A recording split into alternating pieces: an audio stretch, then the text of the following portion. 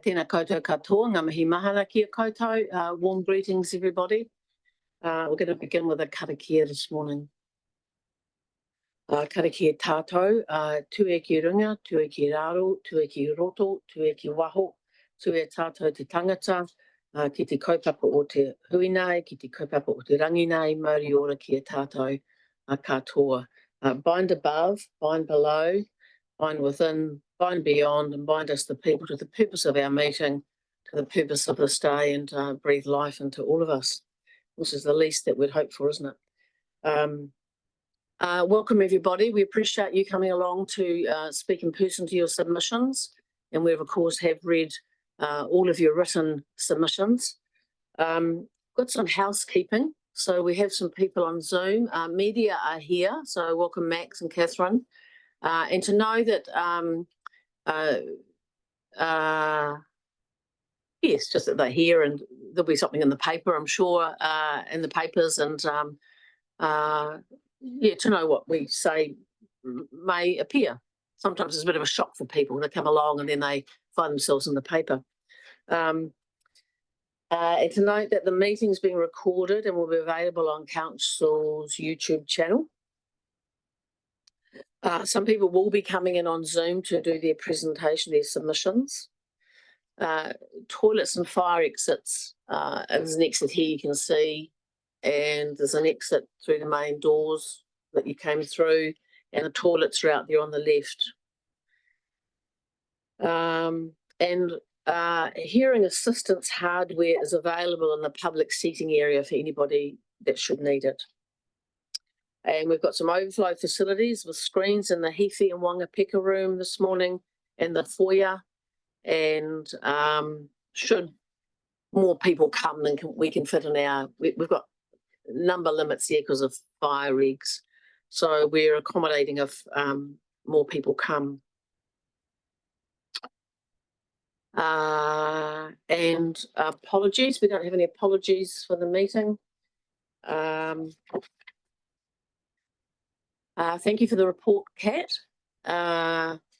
Resolution is on the screen there, that we receive the submissions hearing report. We receive and consider all 645 submissions, and we just decline to accept any late submissions received after 5 o'clock on the 10th. Have you got anything further to add? Yes, thank you. Just to note that we did have one late submission after the report went out.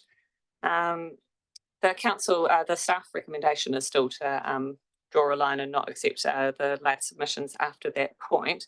However, it may give councillors some confidence to know that the submission has been read, and we're confident that the views in it have been well represented by other submissions throughout the process. However, it's still your choice as to whether or not you want to accept that late submission or not. Okay. Yeah. And did we see it somewhere? No, it hasn't been sent through yet, but that can be arranged if you would like it. Okay, thank you for that. Is somebody happy to move the resolution? Thank you, Councillor Maru. In a second, Councillor Shallcrass. I'll put the resolution. All those in favour, please say aye. Against, carried. Thank you. So we move to hearing of submissions. So all speakers have 5 minutes. And Elaine has a bell. So a bell will go at 4 minutes just to signal where you are, and then a final bell at 5 minutes. And just a final note before we begin, that the deliberations meeting, so after this, the deliberations report will be put together, and that will come back to this panel.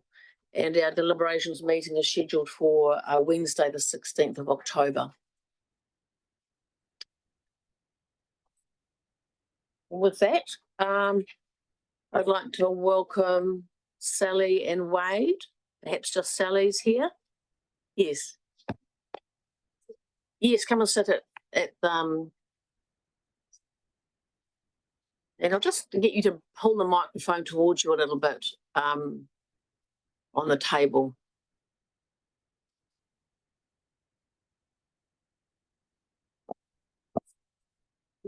You'll see there's if you needed to refer to it, there's a copy of the bylaw I don't know. draft bylaw just there if you needed to Thank go you. through. So, so you're going to speak for yourself and And for. for my husband Wade, who's in Canada and Yes. doesn't get in until tonight, so can't Okay, make so you'll do yours and then you'll do Yes. his. Is it like Yeah. that? Okay, His lovely. is shorter than mine. Mine might just go over the 5 minutes. His is way under.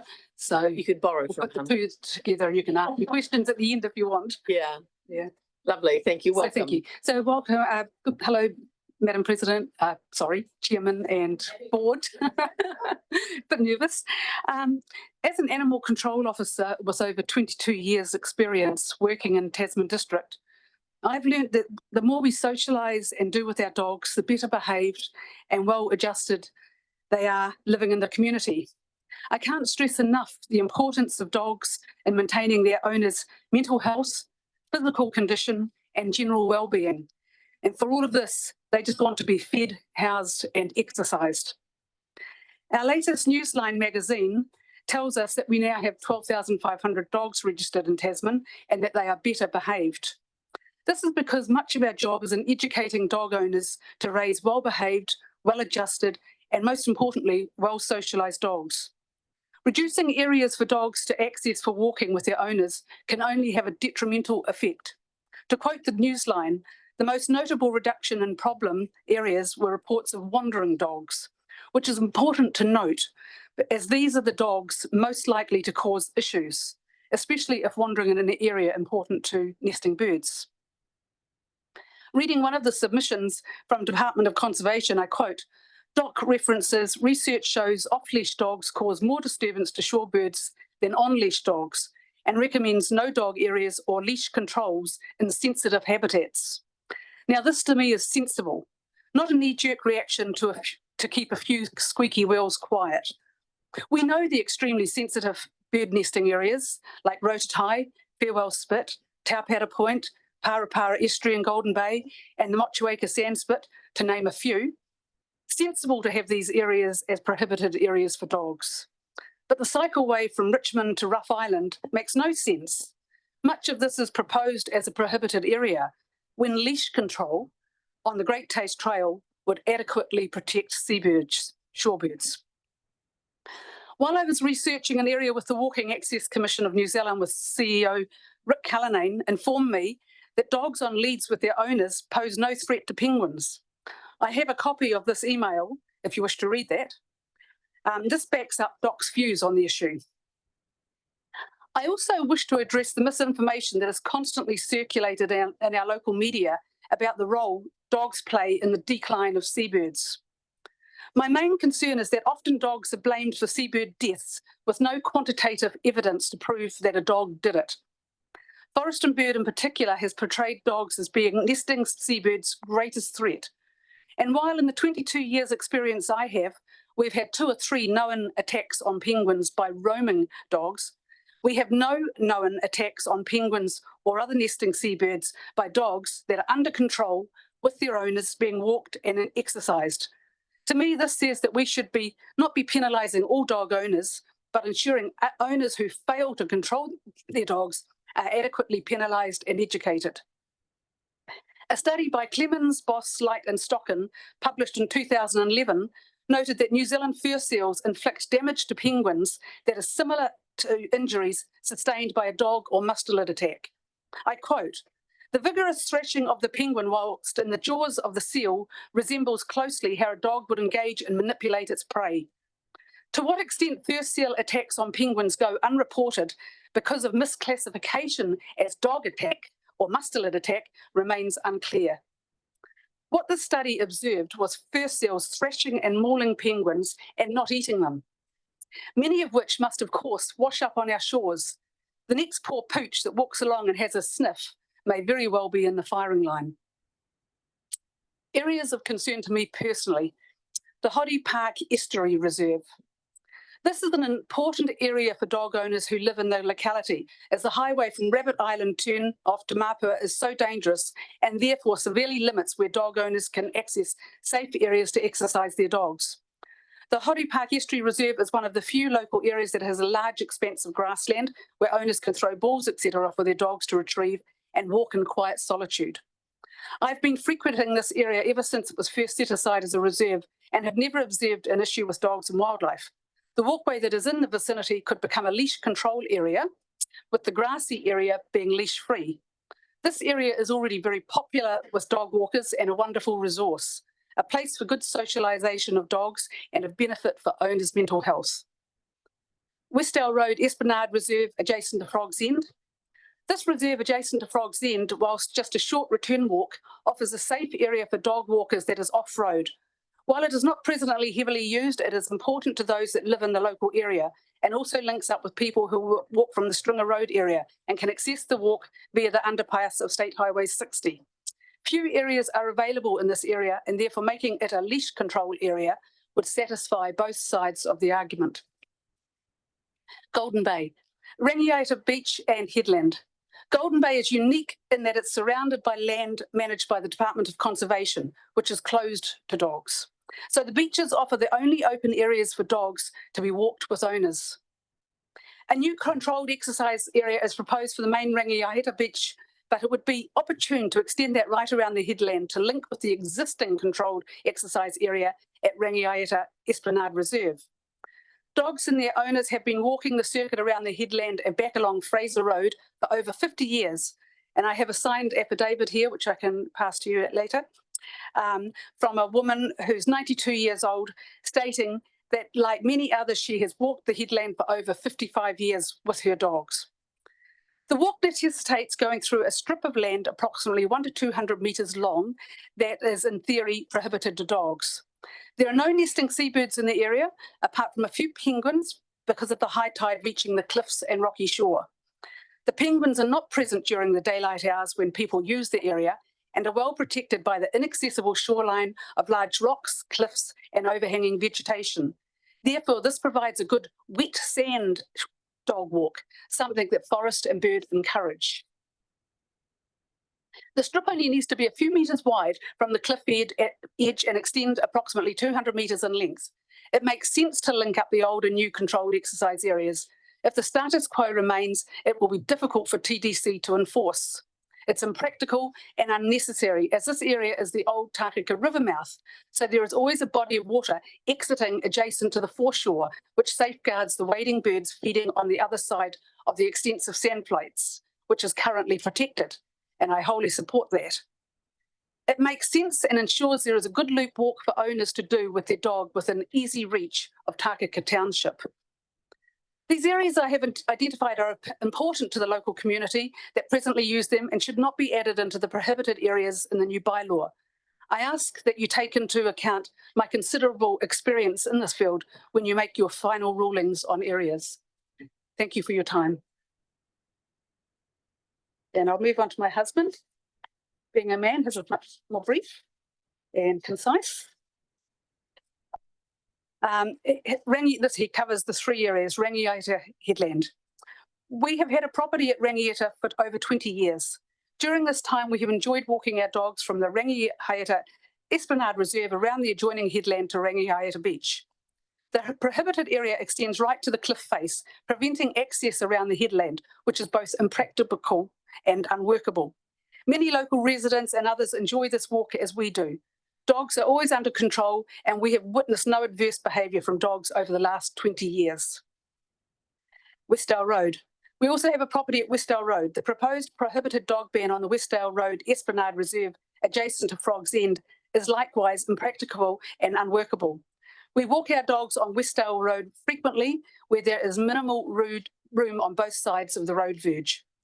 The narrow undulating road and blind corners combined with private and commercial traffic, including trucks and school buses, makes walking on this road inherently dangerous. The Westdale Road Esplanade Reserve adjacent to Frog's End must be maintained to allow safe off-road access for pedestrian and dog walking activities. And lastly, Hoddy Park Estuary Reserve. This area is frequented by us often along with our dogs. This is one of the few areas where dogs can enjoy the large grassed areas.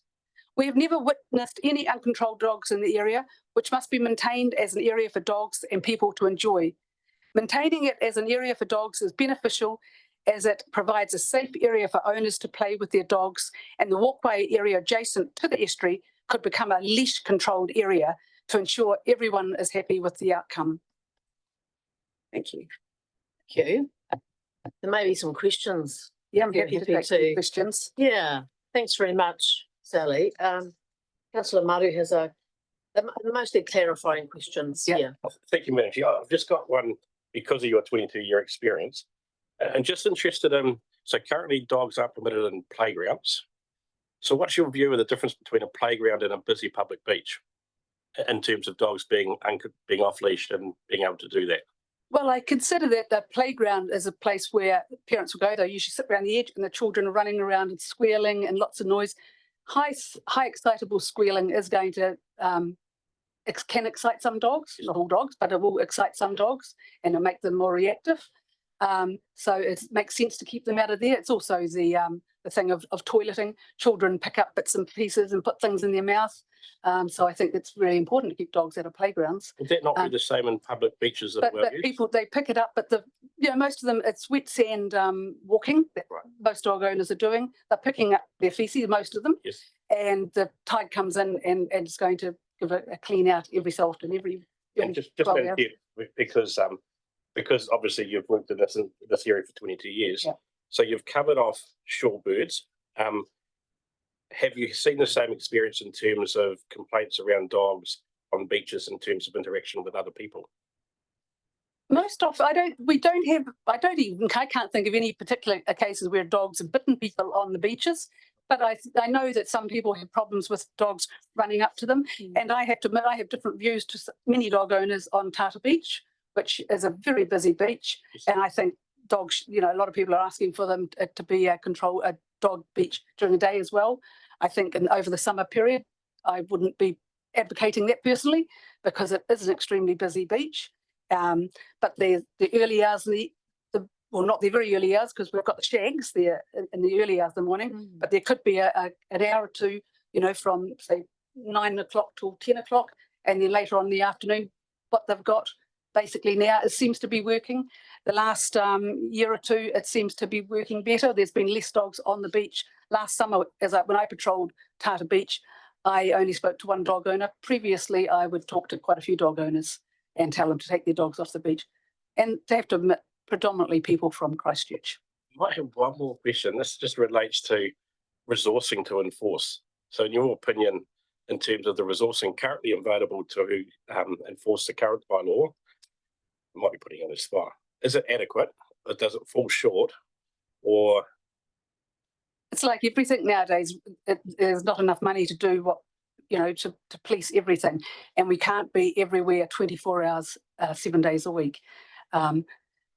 The present bylaw, the way it's been, not talking about the draft one, but the old bylaw, we struggled with that at times. But at least it was manageable. The new bylaw, as I read it, it will be completely unmanageable. There's no way you're going to have to employ huge numbers of dog rangers to be able to react to all the complaints that we're going to have.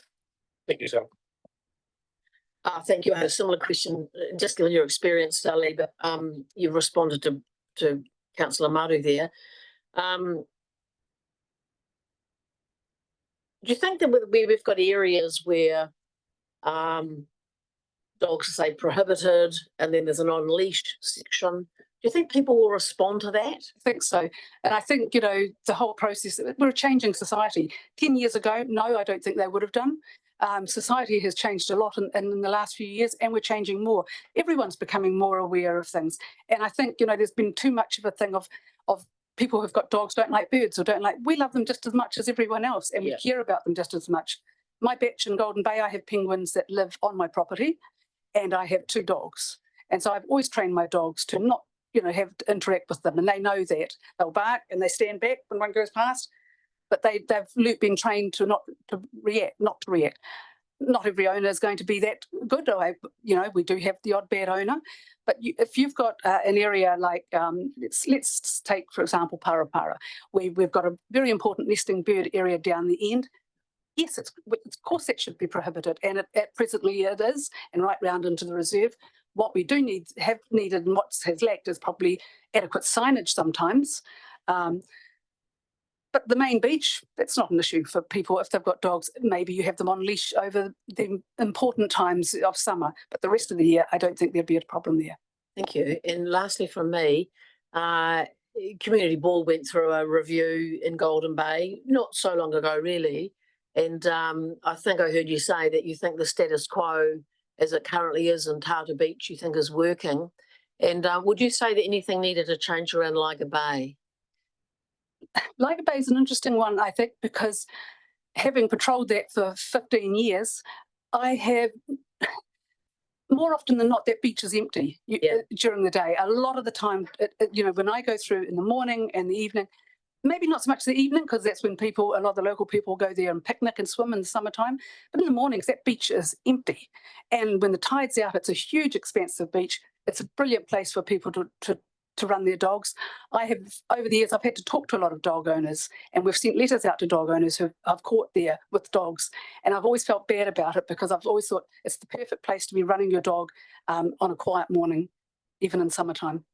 Thank you very much. I appreciate your considered submission and the experience that you bring today to us. Thank you very much. I'm also happy to answer if anyone wants any other further stuff at any other time. Great. To be available. Thank you.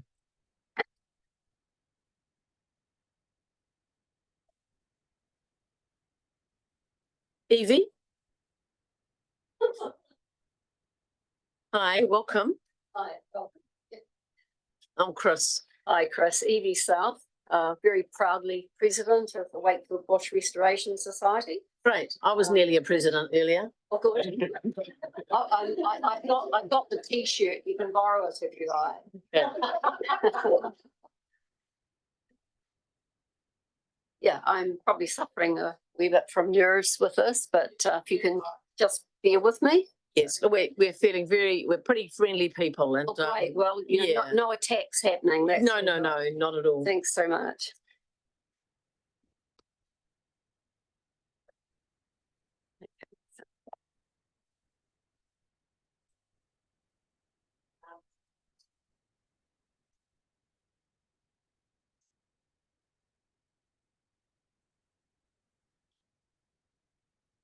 Over to you. Okay, thanks so much.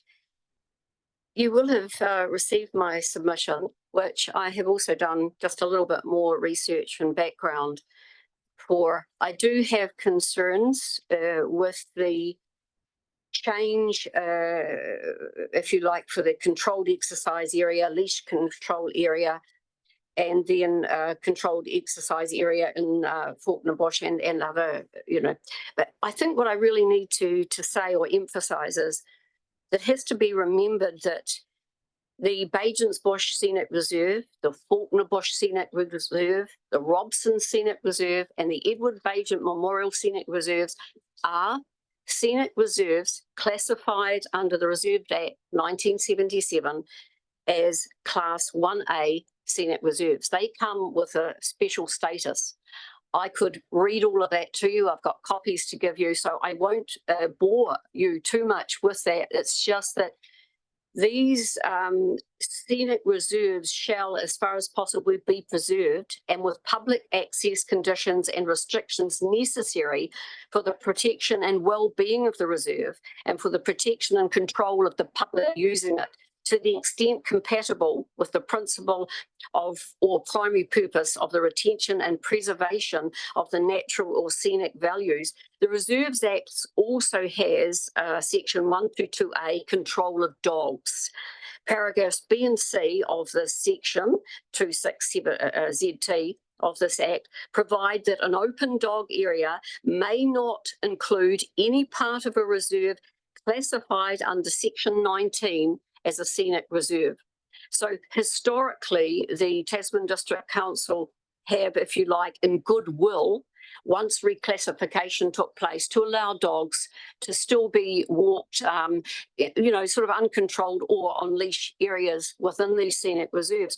But as you know, population has grown tremendously. Wakefield is a little bit unique in that our scenic reserves are surrounded by residential areas as well, which requires even more thought in that.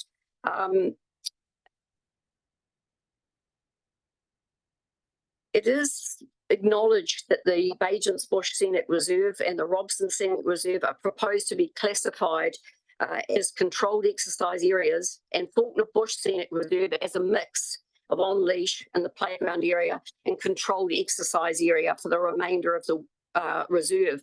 Interpretations within the proposed dog control bylaw and policy in accordance with section 16, a controlled dog exercise area means a public place within the district as identified in Schedule 2, where a dog may be exercised off the leash but must still be under effective control. It is noted that effective control is not defined by the bylaw. This makes this very subjective and open to interpretation. One person's definition of effective control, especially when it comes to dogs, can be very different to another person's definition. Consequently, the openness and subjectivity doesn't provide any confidence in the ability of an enforcement officer to enforce this. It is acknowledged in Schedule 2 that it states every dog shall be kept under the control of a responsible person, responding to voice commands, whistles, hand signals, or other effective means. Dog owners must carry a leash at all times. On any occasion, a dog is likely to injure, endanger, or cause distress as a natural way of being, if not on continuous leash control. Scenic reserves, due to their status and the core purpose for the classification of a scenic reserve, special conditions needs to be given within this dog control policy and bylaw, consequently to scenic reserves specifically. While the proposal rightly is not to be open areas, what is the difference between an unleashed dog exercising and an open area? Is a dog digging in the native bush, for example, as they naturally do, simply exercise? Dogs are able to snap new plantings, uproot plants, and stomp the seedlings coming through. None of this behaviour is outside of the normal, but the dog control policy and bylaw needs to account for the normal behaviour, as well as the increasing number of dog registrations in the district. Now, the other lady did say that there has been an increase in dog registration. 2013 to 2023, there's been an increase of 2,350 dogs registered in the dog registration area. In New Zealand, most dog control bylaws focus on protecting both flora and fauna, so basically your plants and your wildlife.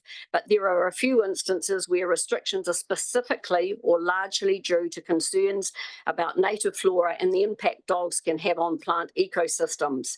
Tasman District Council has generally chosen to prohibition or leash-only areas to protect fauna only, whereas in these examples, love that bell. Well, in these examples that I'm actually listed here, other areas, other councils, etc., have seen the need to actually have leash only or restriction only. Now, I could rattle these off to you. There's Oteri, Wilson's Bush in Wellington, Waikato River Trails, Egmont National Park, Christchurch, various areas, McLean's Grasslands, the Groins, Ahuri Scenic Reserve, Kennedy's Bush Reserve. Now I can go on, but pivotally, when you look at the reasons behind leash control or dog restriction for not being in that particular area, the primary reason for the dog restrictions here is to prevent damage to delicate native plant ecosystems, including rare and endangered plant species. Dogs can trample fragile plants, disturb soil, and spread seeds of invasive species. My concern, I do not want to see no dogs at all in our scenic reserve, which is what the Act is actually telling me. But what I do want to see is more leash control area within the scenic reserves. I notice that you have the playground area at Faulkner Bush is actually leash only. The rest of that scenic reserve is basically random, uncontrolled dogs. I have no problem with dog owners who are responsible. I have seen them, but I am also seeing an increase, which is concerning me in Wakefield, of dogs that are not in control. They're not being whistled back. They're not responding to hand signals and the like. but I am Thanks, also Evie. pleased at very responsible people there. But please, you have to look at your Bush area again for leash control. You've got walkways there, you've got all sorts of things. Robson's Reserve, you simply cannot have it as a totally controlled exercise area. Thanks, Evie. I'm sorry to draw you in. That's all right. Yeah. We've got 55 people to go through today, and some will be shorter, and I guess it'll balance out in the end. But your points are made very well and clearly, and your submission certainly has been read by each of us. Is there any, we could have one clarifying question if there's anything needed? No, I think you have made your points very well. Sorry to cut you off. Oh, no, not at all. I don't mind. Okay. I was told at primary school I talk too much. But can I say I've actually, everything that I've spoken to, I've left here. If you give those to Mairead, she'll pass them around to us. But thank you very much. Thank you for your considered and thoughtful submission. Yeah, thank you so you. much. Kia ora, Scott. Welcome.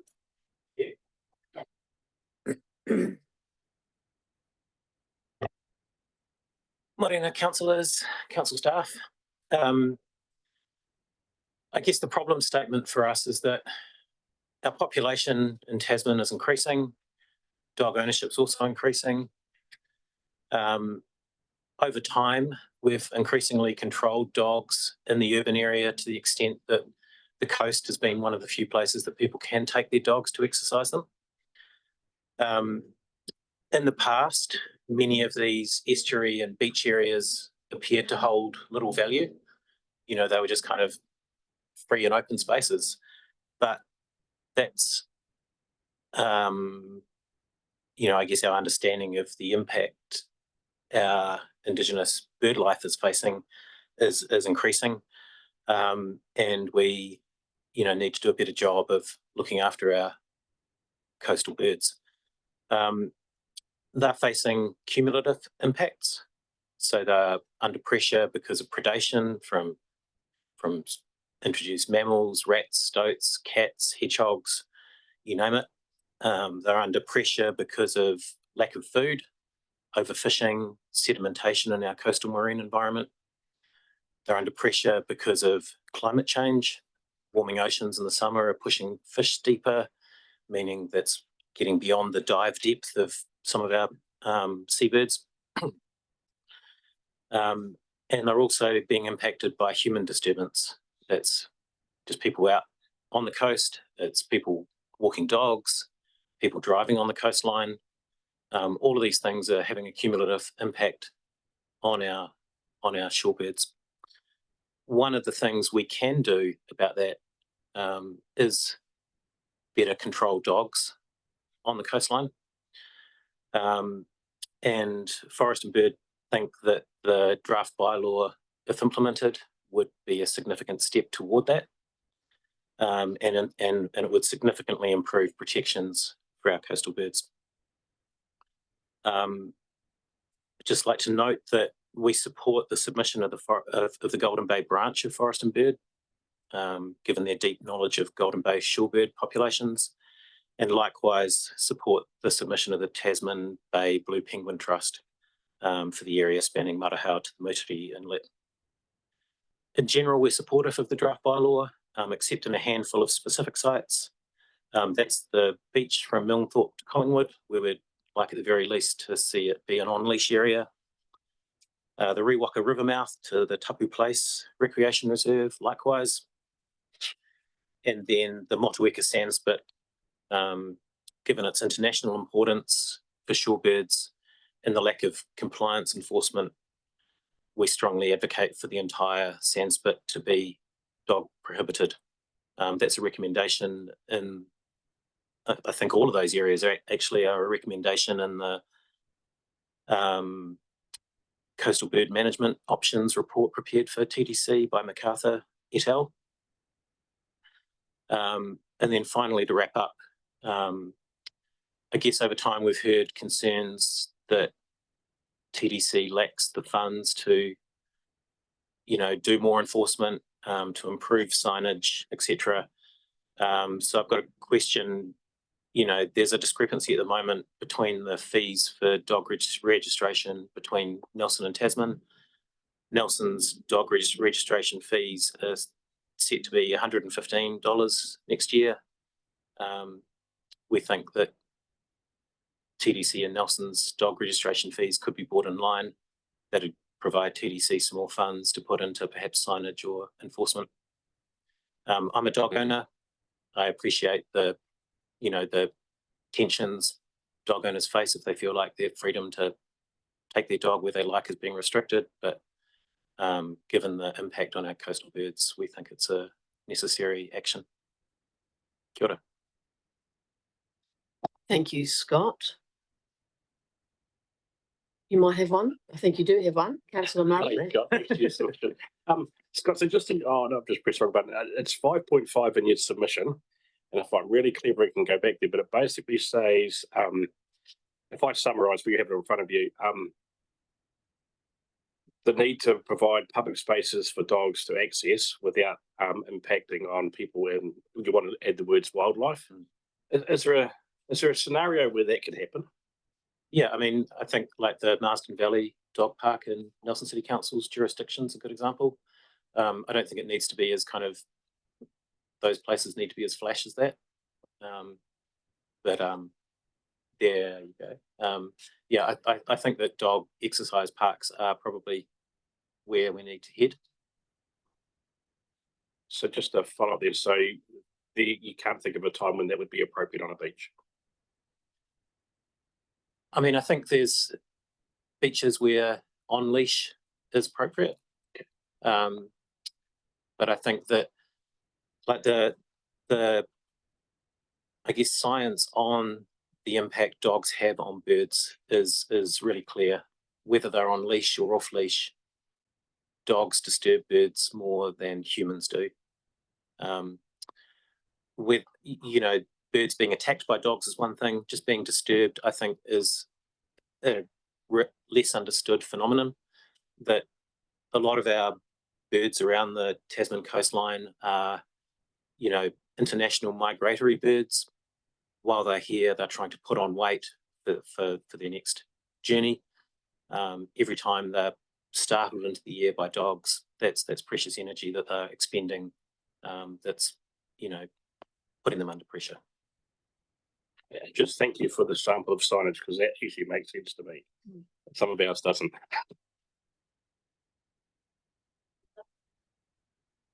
Thanks, Scott. Appreciate the detail too, and suggestions are always very welcomed. Yeah, very good. Thank you.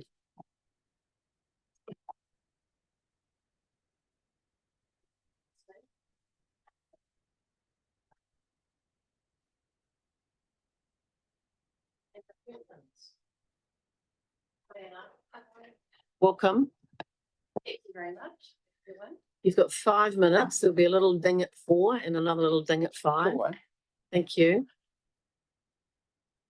Right. Hi, good morning. My name is Anna Perkins and I'm a dog owner, a ratepayer and a resident of Little Kaiteri Beach. So I will speak to that specifically to that area. Firstly, I'd like to say that I'm concerned about the divide this issue has caused in our community, and this is really starting to get out of hand.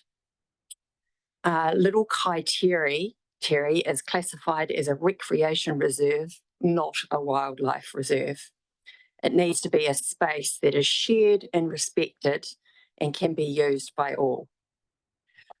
There is such a sense of community with dog owners coming together in the mornings over the summer between 6 and 9 a.m. We always ensure that we are off the beach by 9 a.m. and we are respectful of the rules. 99% of dog owners who have their dogs on the beach at Little Kaiteri are responsible and abide by the rules and keep their dogs under control. I personally, along with my other dog owning friends from the area, care deeply about the environment and especially the little blue penguins in the area. Sadly, a handful of owners give the majority a bad name. Banning dogs from the beach will not stop the random person from pulling up and letting their dog out for an unsupervised run. this is where a lot of the issues stem from. All the rules in the world and the banning of dogs off the beach will not change this. I believe that clearer signage will definitely help. But please leave things the way they are. Give us that special time in the morning with our dogs. And not only is it a special time with our dogs, it's a lovely connection of the community, getting to meet people, and it's a great thing for our mental health as well as lovely time for our dogs. Thank you so much. Thank you. Councillor Maru. Thank you, Madam Chair. Thanks, Anna. Has Little Kaitieri had a grown-up conversation between all the residents about this? Because it does seem to be a divided community. So has that happened? Probably not, and I'm worried it's the problem's getting a lot worse, and it's really sad because it should be a community where everyone, you know, can share the space and get along together. But no, not to my knowledge, there hasn't been a meeting of. Because one of my concerns is that whatever the outcome of this is that we might not satisfy either party. And I guess that's just a pushback to going, if communities can't get together and solve things and you want council to do it, you end up with the decision as council collectively. That's my worry, is that however this lands, there may be people that are unhappy with parts of both things. I'm not sure. The other part, have you seen personally bad dog owners on Little Kaitieri? Not personally, but I have heard stories. And for example, I mean, we know that there's a lot of development in the area, and a lot of tradies are there, and you know, they take their dogs at lunchtime and just let their dogs off randomly. And that saddens me because, you know, it does give dogs a bad name. And for us that are responsible, it just doesn't, seem. So as a responsible dog owner, would you report and raise concerns about bad dog? I would talk to someone about it, and we, as residents, if we see anyone, because some people, I think the signage needs to be better, but some people will come to the beach with their dog, and we would say, you know, do you realise that you're not allowed your dog on the beach during the day? And I totally believe that it should be for families during the day, but I think it is a space that can be shared, and that we can have our little time in the morning to all get together, and then we're off and gone for the day. Councillor Butler. Thank you. Thank you. I'll just, would you comment on one of our previous submitters has pointed out that increase in the number of dogs. Do you think that during your time, you know, on the beach as you go regularly, that you have seen an increase in the number of dogs? You know, given the increase in the built up areas, etc., and whether or not you think that contributes to part of the issues there. I think there probably is an increase because it is such a lovely time in those mornings, and I agree that yes, the area is growing, and there is always a good group of dogs, but I can assure you that we are all clock watching at 1 minute to 9, the beach, that just everyone disappears, and we are so respectful of that. And I just do feel sad that there is these random people that come outside that time that probably don't abide by the rules. Yeah. Anything further? Thank you very much. Thank you for taking the time to come in and speak to us. Thank you. Thank you.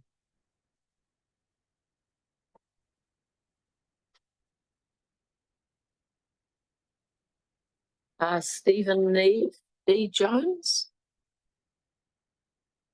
Hi, Dee.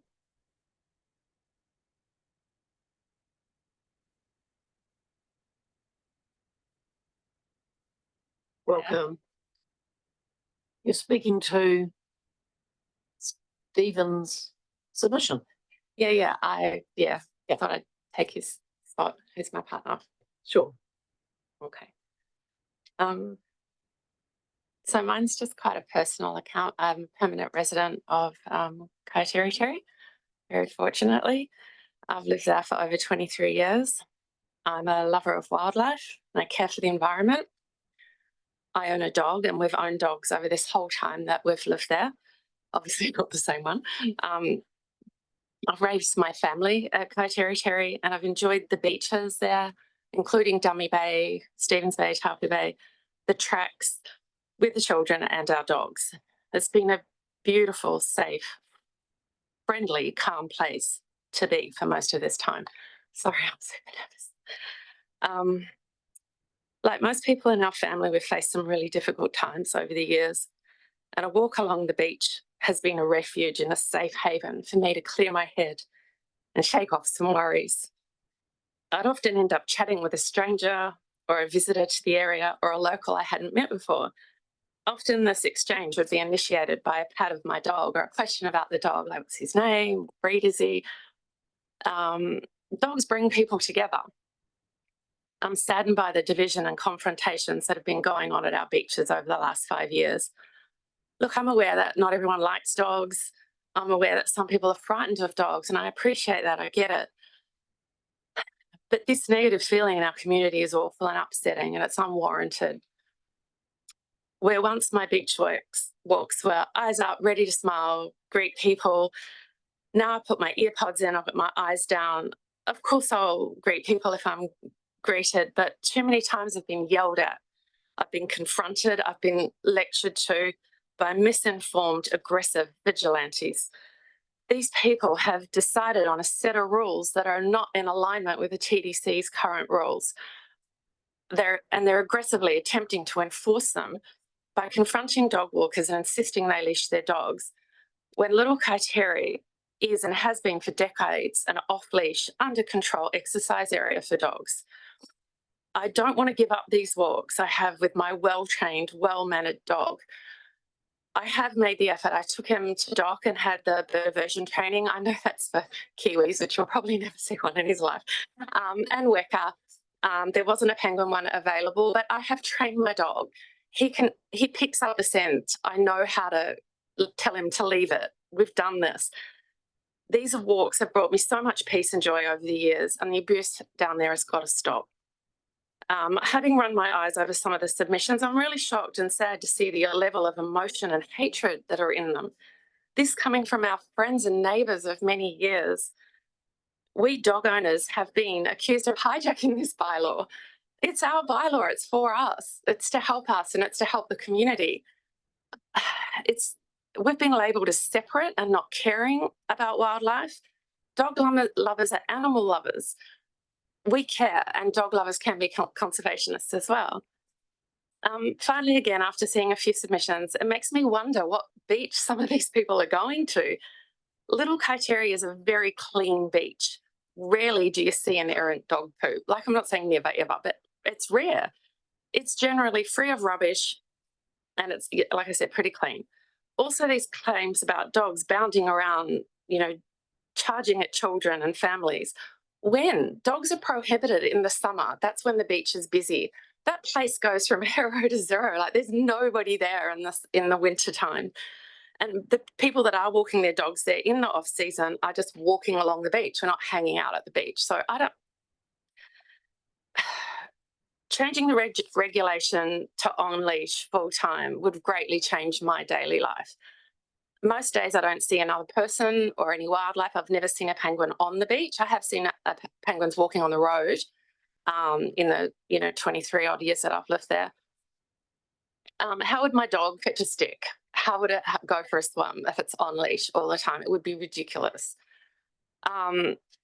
We here today are the compliant majority. We care and we manage our dogs in an appropriate manner. Why punish us for the errant minority? It's not the solution.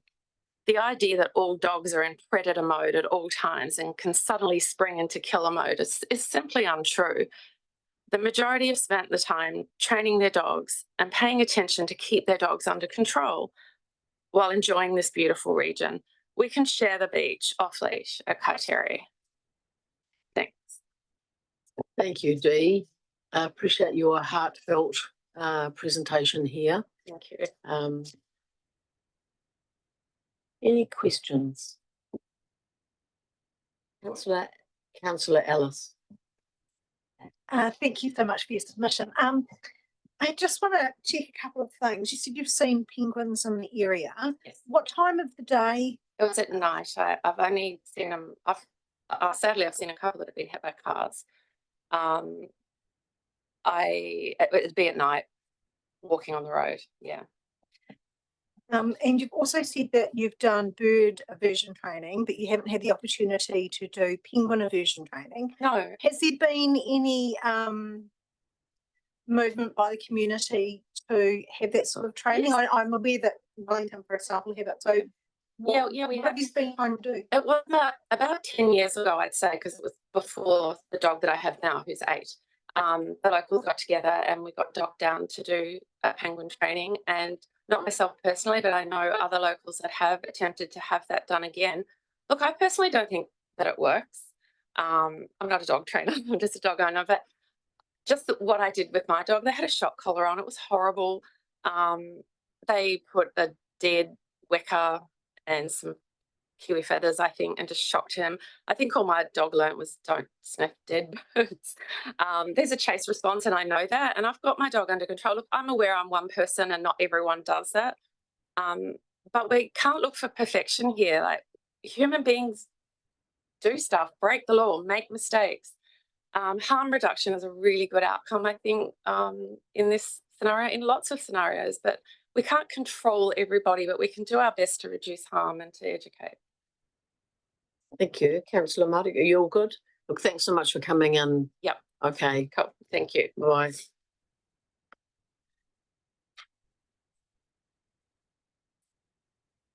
Margaret? McEvedy, maybe? McEvedy? McEvedy. Oh, yeah. Welcome, Margaret. Thank you very much. Thank you for the opportunity to address this proposed bylaw. We own a house in Kaiteri and generally spend the entire summer and quite a bit of winter enjoying the very beautiful location and all it has to offer. This enjoyment also includes and is greatly enhanced by our dog Ralphie.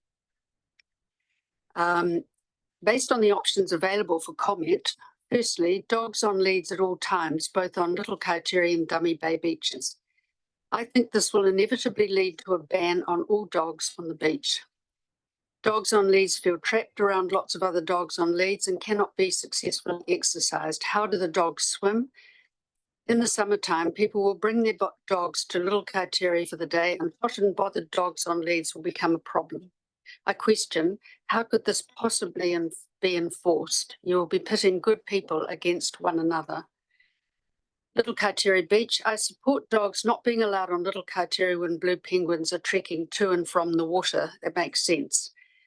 Allowing for a period in the summer months of, say, 7 a.m. till 9 a.m., the exercise period, which Dee was referring to, and the other person, is brilliant and extremely well respected.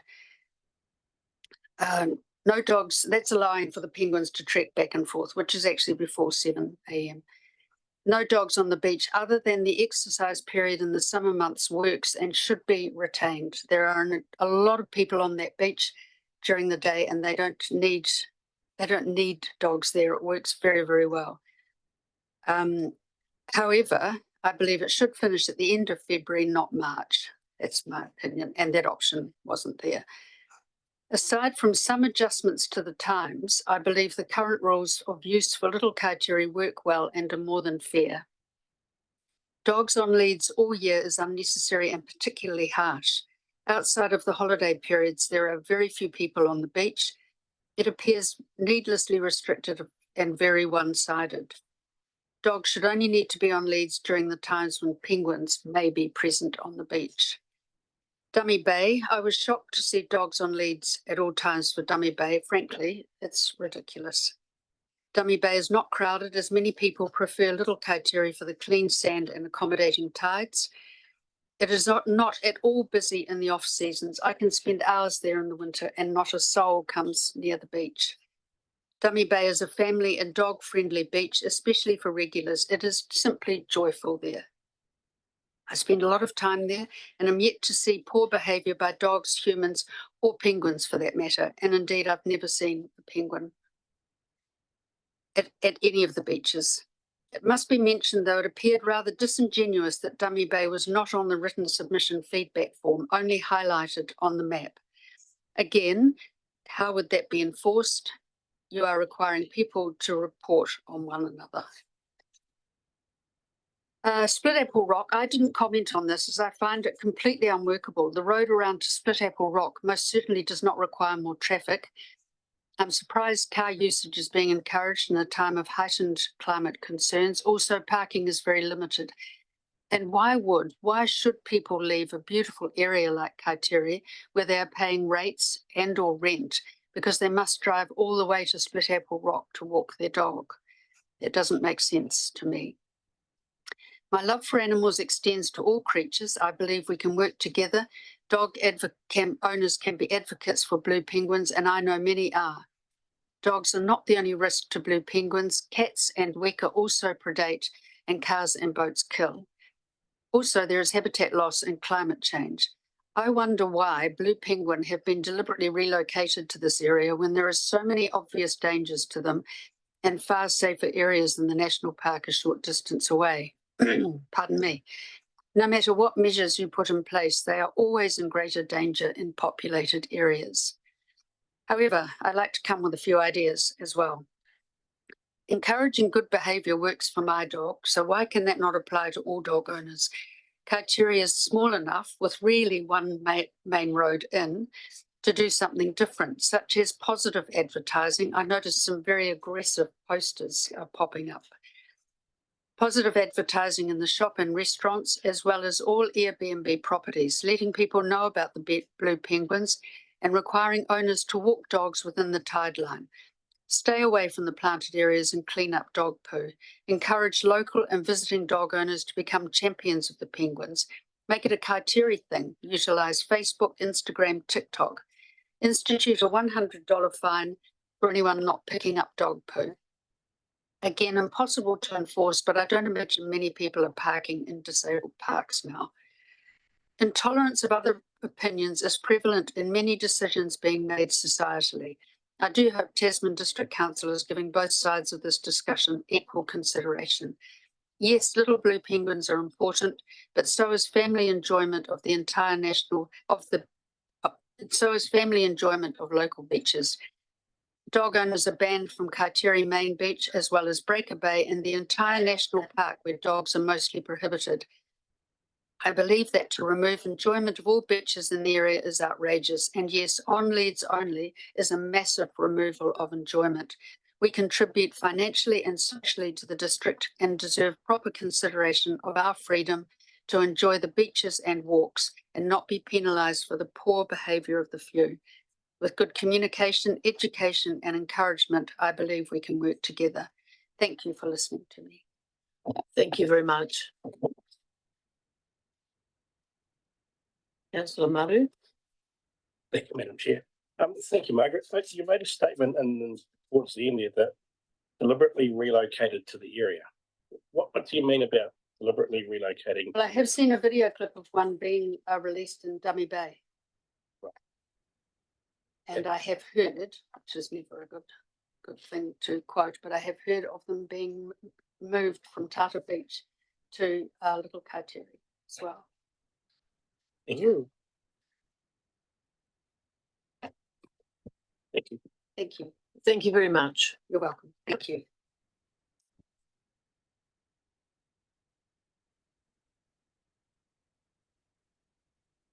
Is Emma here?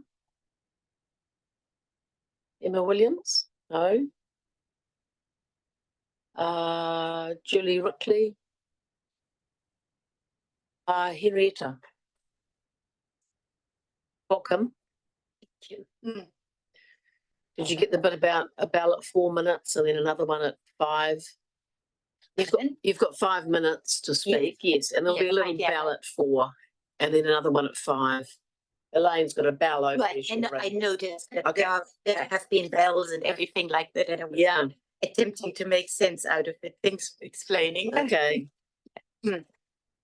So I'm speaking obviously to a different area because someone was very kindly reorganizing my time spot. I'm speaking more about the local area here, which is Ruby Bay, Kinner Beach, not the Golden Bay area that we've heard just now. And I think I will not speak as detailed about the individual places, but more about dog ownership and the role which dogs play in our life in general. I'm a practicing psychotherapist. I'm also a dog owner. I own a golden retriever, and I've, together with my husband, started the Nelson Tasman Golden Retriever Facebook group. But we don't only meet on Facebook. We actually meet at Rough Island once a month in order to foster connection and enjoyment of, well, human connection and canine connection. And I guess what I want to come to is the fact that with the Dog Act, or I think it's called the Dog Act or the Dog Bylaw Act, it sort of seems quite a punitive act. And it just speaks to me about an attitude toward dogs and dog owners that maybe we need to be controlled. Yes, it's the Dog Control Act. And I feel offense with that, actually, because people own boats, people own bicycles, people run, people own scooters and lots of things. But they're allowed to go about their pastime without a need of being controlled. Nobody says that they're being controlled. Of course, we have to adhere to, the rules and what makes things work for everybody and everything like that. Yes, but I don't like the idea of living within a control act, in particular because dogs are man's best friend.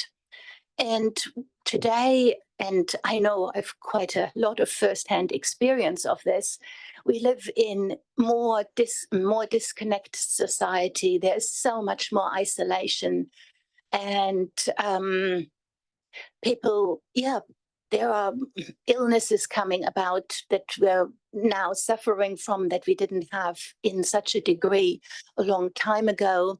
There is, much more neurodivergence than ever. There is much more post-traumatic stress disorder than ever. We live with huge existential and social stresses that we have never lived with before. And dogs are proving themselves more and more to be man's best friend. And we can tell that just by the mere numbers. I think there are 11,700 some dogs in the Tasman district, which makes Tasman the highest one amongst the most high districts within New Zealand for dog ownership, approaching 50%, I believe. So that means half of households own a dog. Now, next statistic is that I got to get my glasses because I can't see so well without them. Just got to pick up on a number that I here. A study by Companion Animals New Zealand in 2020 was done around how people view their dogs. And it came out that 78% view them as members of their household, 13% as companion, and 1% as a hobby. So our dogs are household members, this says. And when we cannot take our household members to the places where we like to go with them, just like we like to go with children to the beaches, to the parks, and do the things that we enjoy to do with them, like playing fetch, swimming, etc., then where do we go? that means then that we, the dog owners, need to go and find places somewhere far away where we have to drive, maybe where there is no other human being. We have to drive for miles where we will not find social interaction or connection anymore as we are able to find at the moment. So I find it deeply disturbing, and I think I need to stop there. Thank you for listening. That is your time, and you finished on deeply disturbing. Yes, Yeah. that's fine. I think I Full finish there. yeah, I've given you the gist. Thank you. Questions? Councillor Maru? Thank you, Madam Chair. So thank you. You just mentioned, you mentioned in a statement that half of the households in Tasman own a dog. I'm not sure that's correct. Where did you get that stat from? I interpolated, and I've also done some research, but I interpolated the number of households and the number of dogs. So we know, I have some figures around dog ownership in Wellington, which is 26%, 37% in Canterbury, and in Tasman, we have 11,713 registered dogs for a population of 57,807 people. So personally, I could not find a number for Tasman households, but I interpolated. Just Madam Chair, I'm sure we'll get that in the report, but yeah, I'm not sure it's that high. Thank you. Thank you for coming in and using your time to come and present to us personally. Thank you for listening.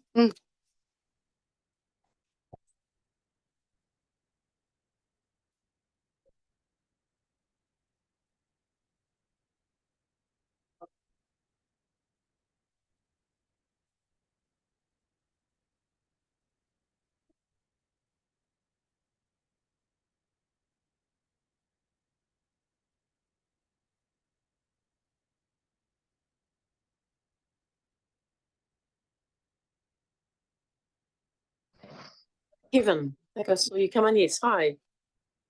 Welcome. Thank you.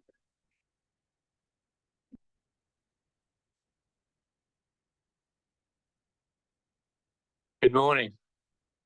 My submission is primarily focused on the LEH Bagent Reserve on the Tipukina Peninsula.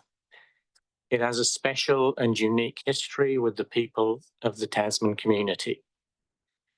About 90 years ago, Lewis Bagent gifted the land that now makes up the reserve through a deed of covenant to the people of Tasman for all to share and enjoy. Now, somehow, when Graham Hart acquired Carter Holt Harvey, through what Lewis Bagent's grandson described as legal sophistry, Carter Holt Harvey attempted to develop the land that now makes up that reserve.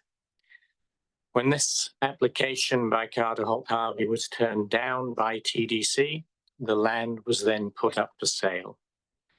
What followed was an enormous community fundraising, and the help of TDC was sought at that time so that the land could be returned to offer full public access to all. Now, the specialness of that fundraising project to acquire the land was summarised by the then CEO of TDC, Lindsay McKenzie, who was quoted at the time saying, "The opportunity to try and secure this land and make it available again as an open space for public use was too great to ignore." At the end of the fundraising, there was never, or during the fundraising, sorry, there was never any mention of the reserve one day not being as free and open for the community as the original covenant from Lewis Bagent stated, which was that it was for all to share and enjoy. The fundraising was successful, and well over half of the $745,000 tender that was successful was raised from more than 140 families in Tasman. To now attempt to restrict the access to a large percentage of the district, many of whom contributed to the fundraising because they loved the freedom to walk their dogs on the reserve and the beach, would be dangerous, disingenuous, and a travesty. I would also point out that TDC does not actually own all of the land. It has the right of way over a strip of the land that bisects the reserve. It's actually owned by the 8 residences at the tip of the peninsula. And I have the lot number and title number, but I doubt that TDC has the legal right to set any restrictions on that strip which bisects through the land. Finally, more good would be achieved for the wildlife in the reserve and the beach by better monitoring and policing of the hoons that drive vehicles along the beach and hoon around the reserve. Thank you. Thanks, Kevin. Very helpful to have that background information, the origin of the reserve in such detail. Thank you for doing that.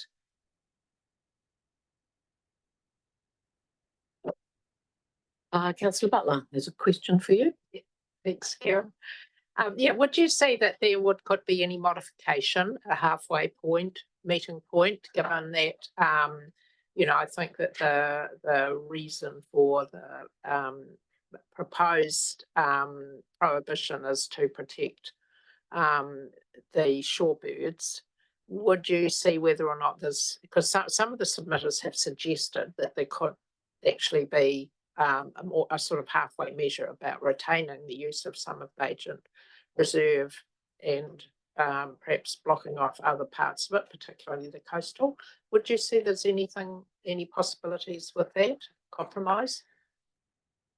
As a dog owner that lives on the tip of the peninsula, I see a lot of other dog owners. They walk past our house, and I think, as many of the other speakers this morning have talked about, policing responsible dog owners probably isn't necessary. There's a lot of signage that's gone up about the dotterels and the blue penguins, and there's encouragement to use a lead, but I've never seen a dog attack a bird on the beach. I don't think there's any need for any modification at all. And again, most of the people who are walking their dogs around that beach, from talking to them through this process, they contributed to the fundraising that allowed them to do this. To take it away, I think, is a very disingenuous thing to do, given that there was never any hint that there would be any restriction placed on the deed that Lewis Agent set up. Thank you. Thanks very much for coming in, Kevin. Thank you.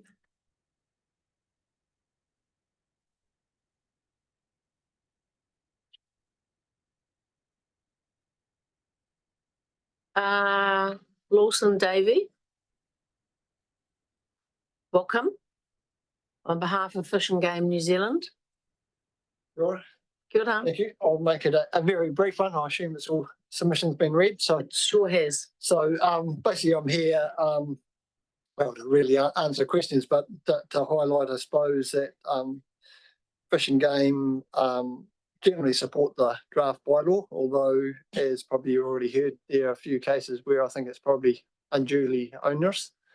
And I think there are probably some compromises to be made. Certainly, from my perspective,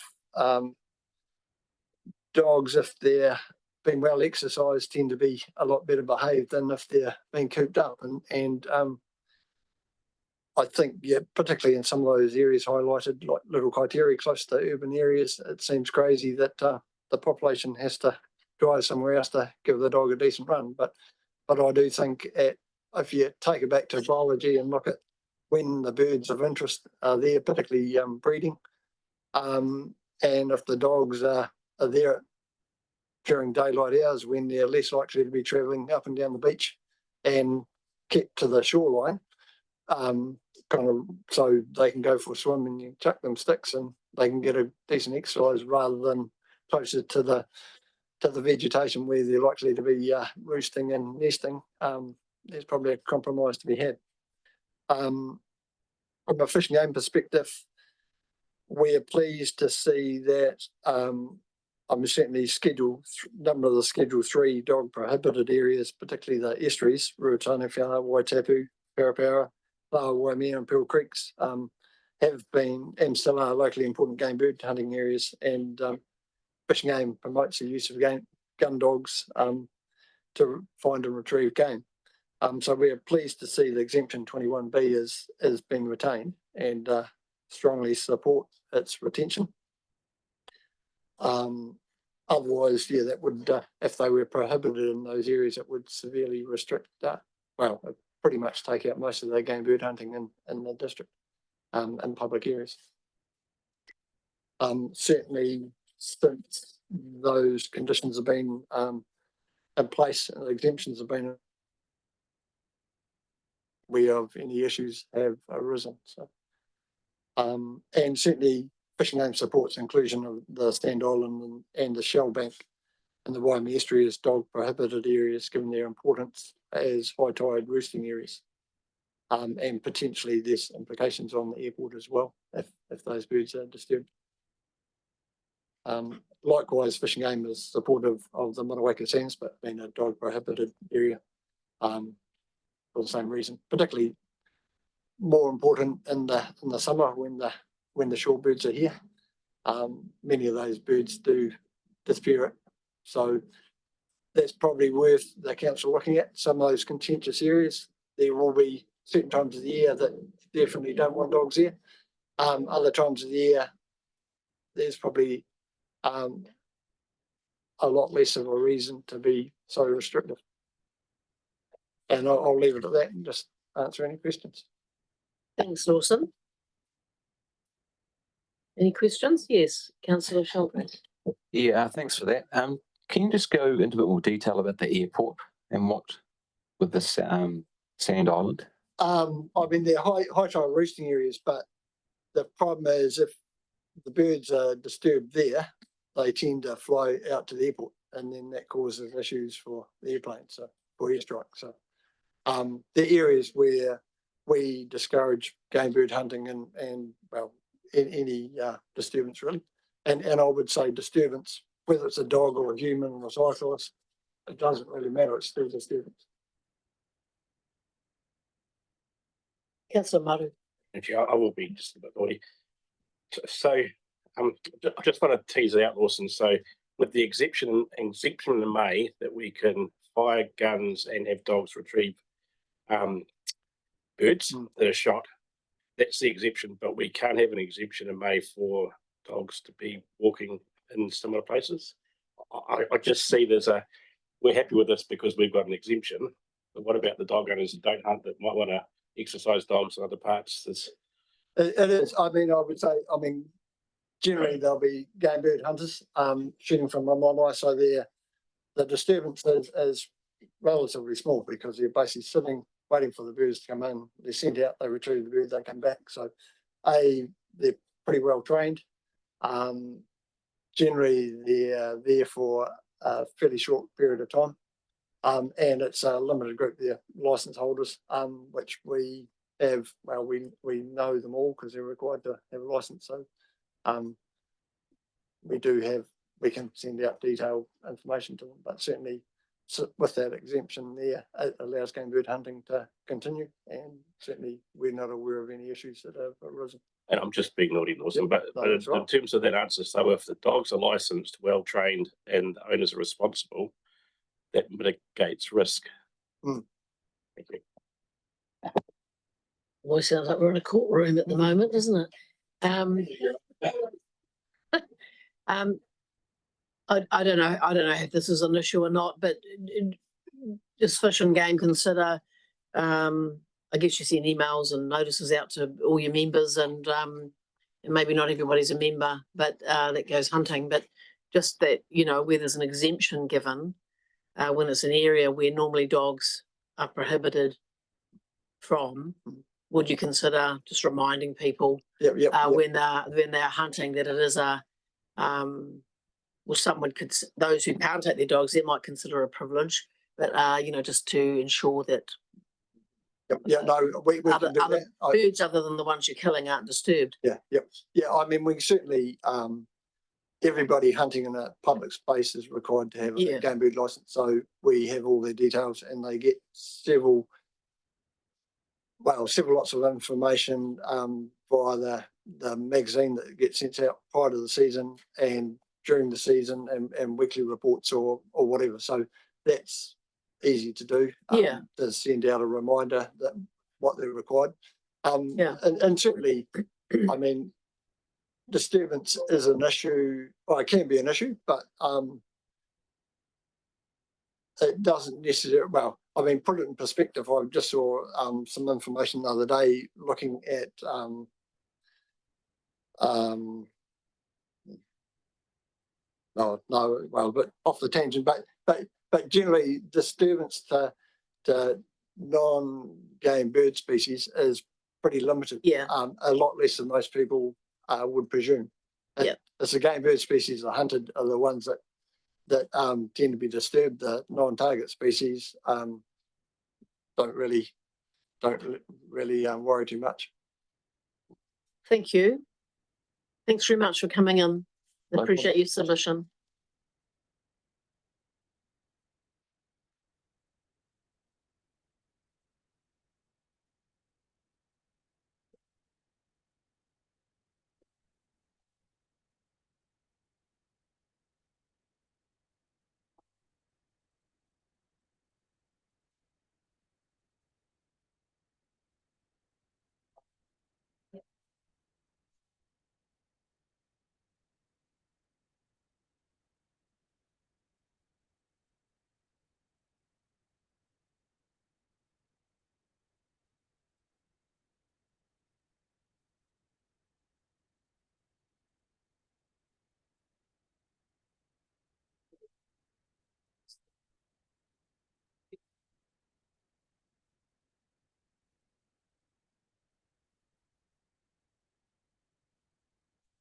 Is Kirsten Young here? No. Bruce Struthers. Hi, Bruce.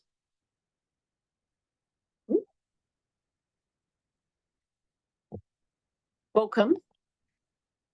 You have 5 minutes, and a bell will ring at 4 and then again at 5. Yes. 6 copies of my presentation.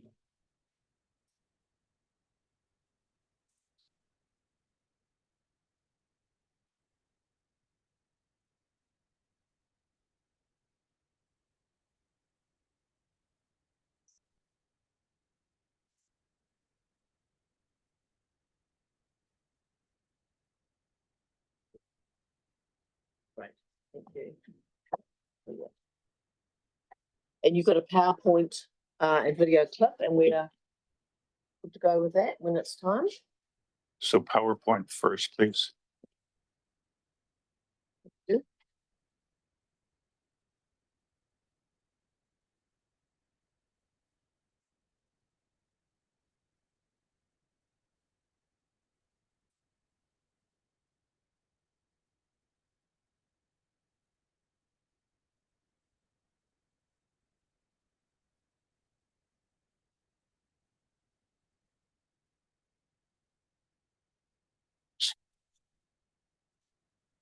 So thank you, councillors, for listening to my point of view.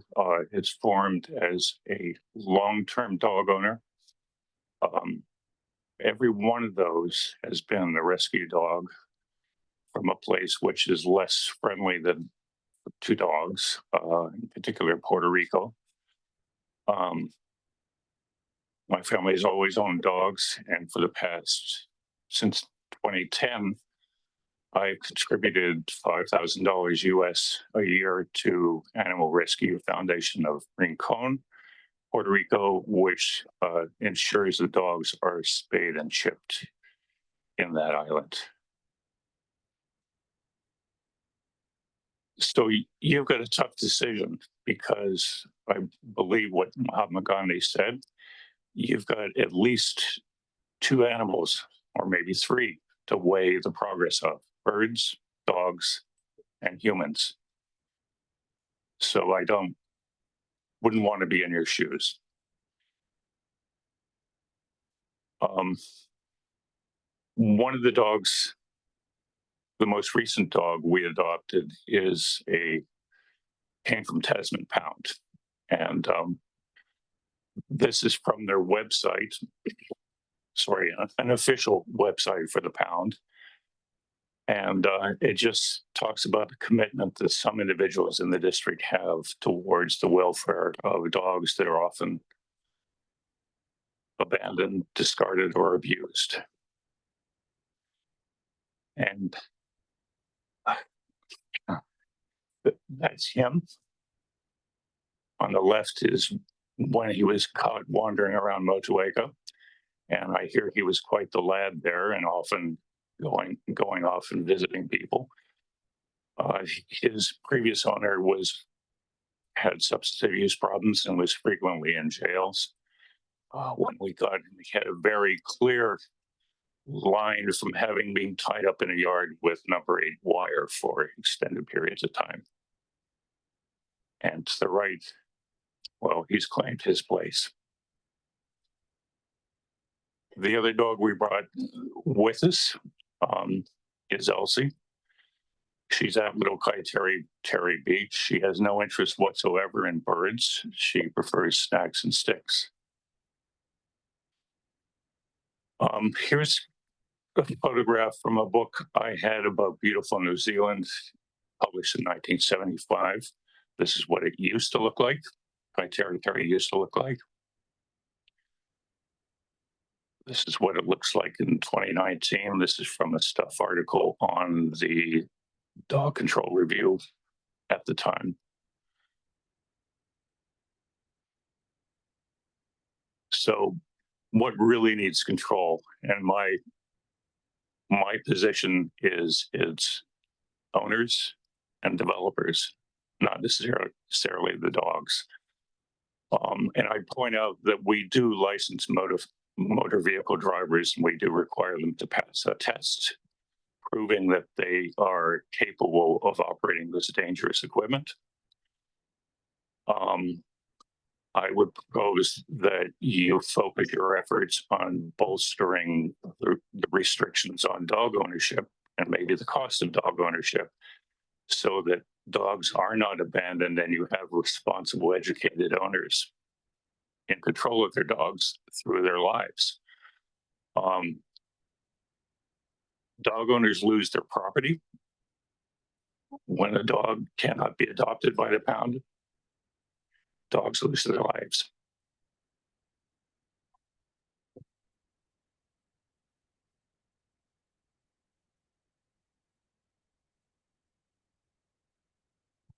Thanks, Bruce.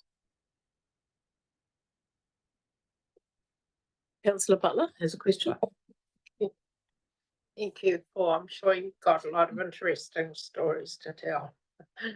But I'm just wondering if you have a view about just the number of dogs. Like we've had a great increase in the number of dogs in the Tasman region since this bylaw was first put in place, 2014. So I just wondered about what your view is about just the number of dogs in our communities. Okay, you've got a problem in that this is a gorgeous area and people are attracted to it. I say control the numbers, humans and dogs, and you've got the situation under control. Educate the dog owners and you've got the situation under control. And if you look at my submission, it was more about this coast is changing fast. You still have your coastal plan out for investigation. I saw, since I came here in 2017, the coastline in Ruby Bay changed dramatically. Is the same science still valid for protecting the birds there?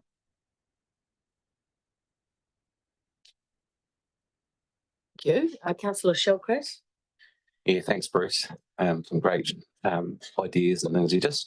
Just on the dog numbers, obviously, what's your opinion on, because obviously we're just going off registered dogs. What's your opinion on non-registered dogs? What do you think that number's at? You're asking me what's the solution to control them? Or? I'm just thinking, I mean, you obviously, got lots of good data and things, and one of the biggest things I see is the dogs that aren't registered. It's a starting point for good dog ownership is registration, I believe. Okay. So where do you think those numbers are at? So I hold extreme views. If a dog is apprehended by the pound and it's unregistered, then that owner doesn't get to claim the dog. And you have plenty of registration facilities for motor vehicles. Make sure the renewals are for dog licenses and automobiles happen at the same time. In other words, institute a warrant of fitness for dog ownership. Thank you. And thank you for your presentation, Bruce. Thank you. Thanks for coming in. Claire Hutt. Kia ora, welcome, Claire.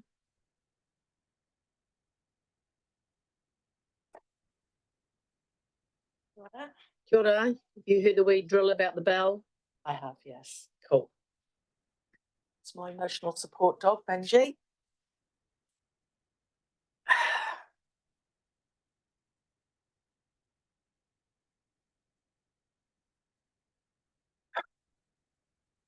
Good morning.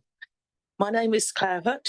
I live in Motueka and I consider myself an environmental advocate who owns a dog.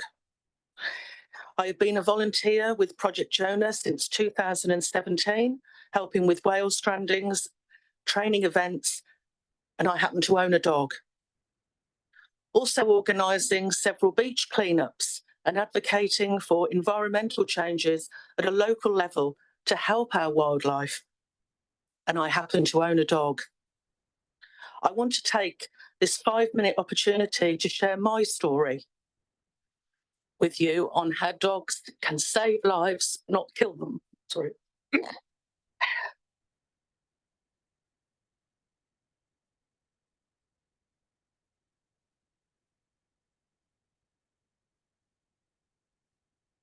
Take your time, Claire. Yeah. Bring a buddy, that's a good idea. There's a glass of water there. I don't know if that helps. Take your time. You don't need to rush.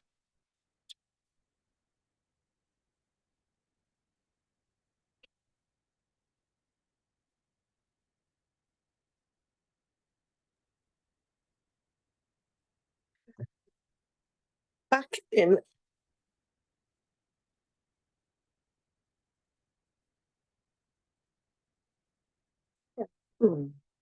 Okay, so back in 2013, when my second son was just 10 days old, I had the dreaded phone call from England. My brother told me that our own mom has passed away in an accident at home. The shock of this took a huge toll on me mentally, emotionally, and physically. Unable to feed my 10-day-old baby because my breast milk has stopped with the shock, and unable to travel due to recovery from a recent cesarean. A long, dark road was ahead of me, which I don't realize at the time. Months later, after counseling and withdrawal, I was diagnosed with clinical depression. My road has been up and down with darkness ever since.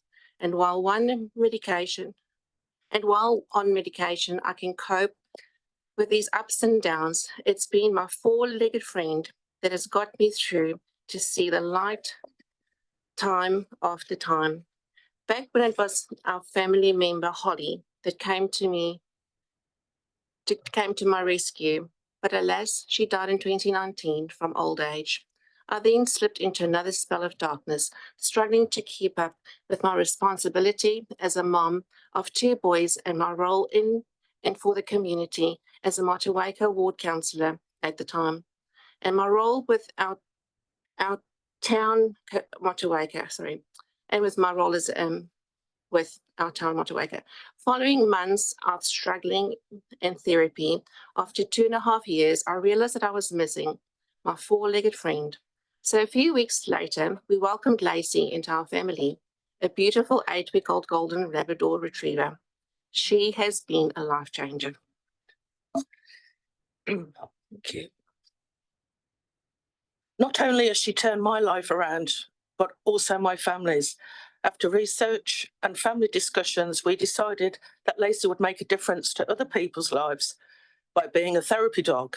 And so after contacting St John's and going through the training and assessment programme, Lacey and I go as a team to schools, libraries, rest homes and adult with disability centres to spread the joy, healing and therapy that a dog can bring.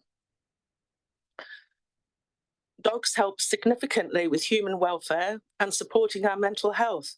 This is not just a myth. It is proven time and time again by doctors and science. Elderly people in particular have dogs as their companion, where they have no children or their spouse has passed away.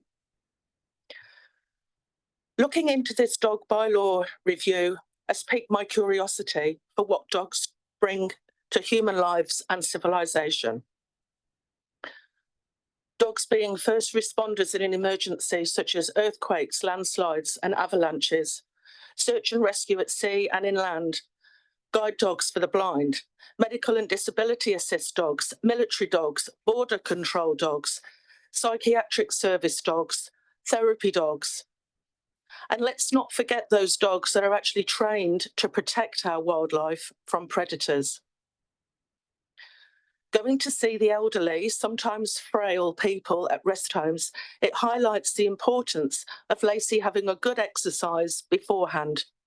Not a stroll on a leash, but a good fun run around off the leash, fetching sticks and doing her zoomies. This is imperative, not just as I mentioned before our visit, but also Lacey's reward afterwards. This can simply not be achieved on a leash.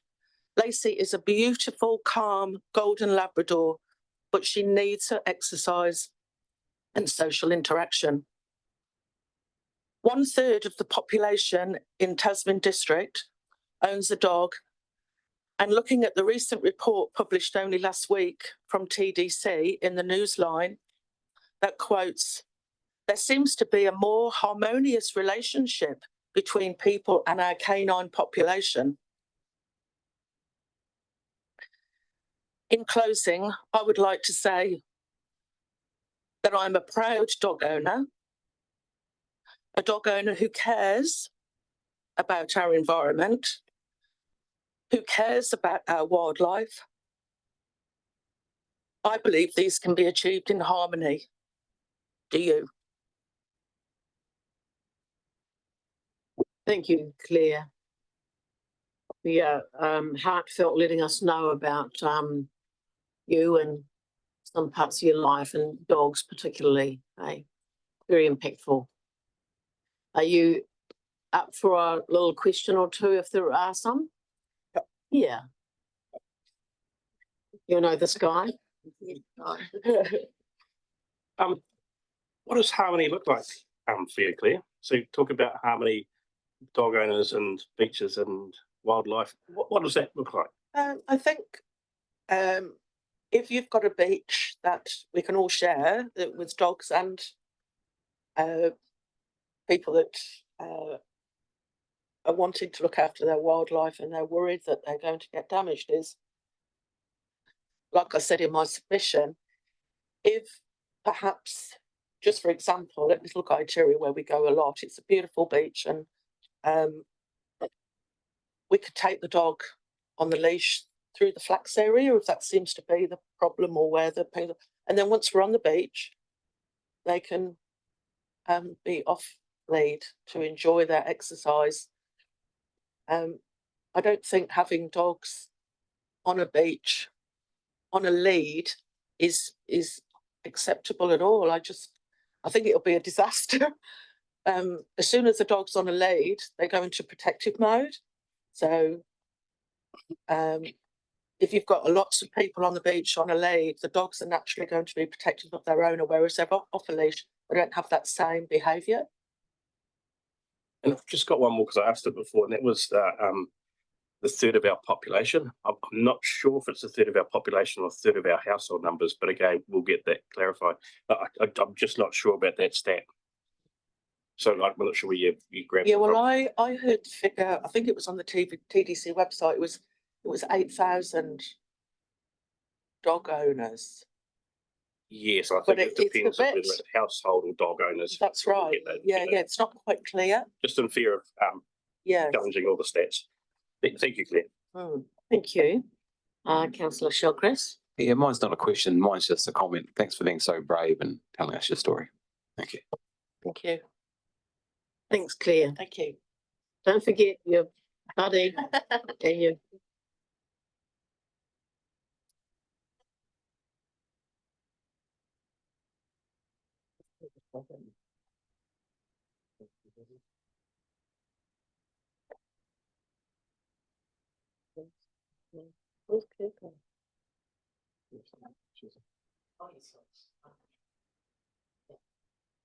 Kathleen Lloyd.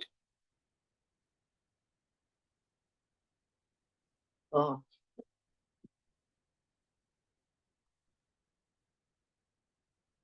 Good morning.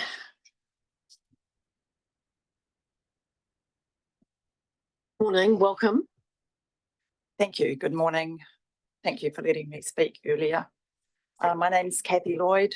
I'm a retired from practice former veterinarian for over 20 years, now working in related areas.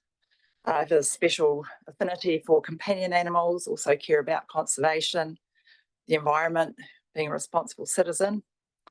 I was the second vet in New Zealand to obtain membership to the Australian College of Veterinary Scientists Animal Welfare Chapter, 2006.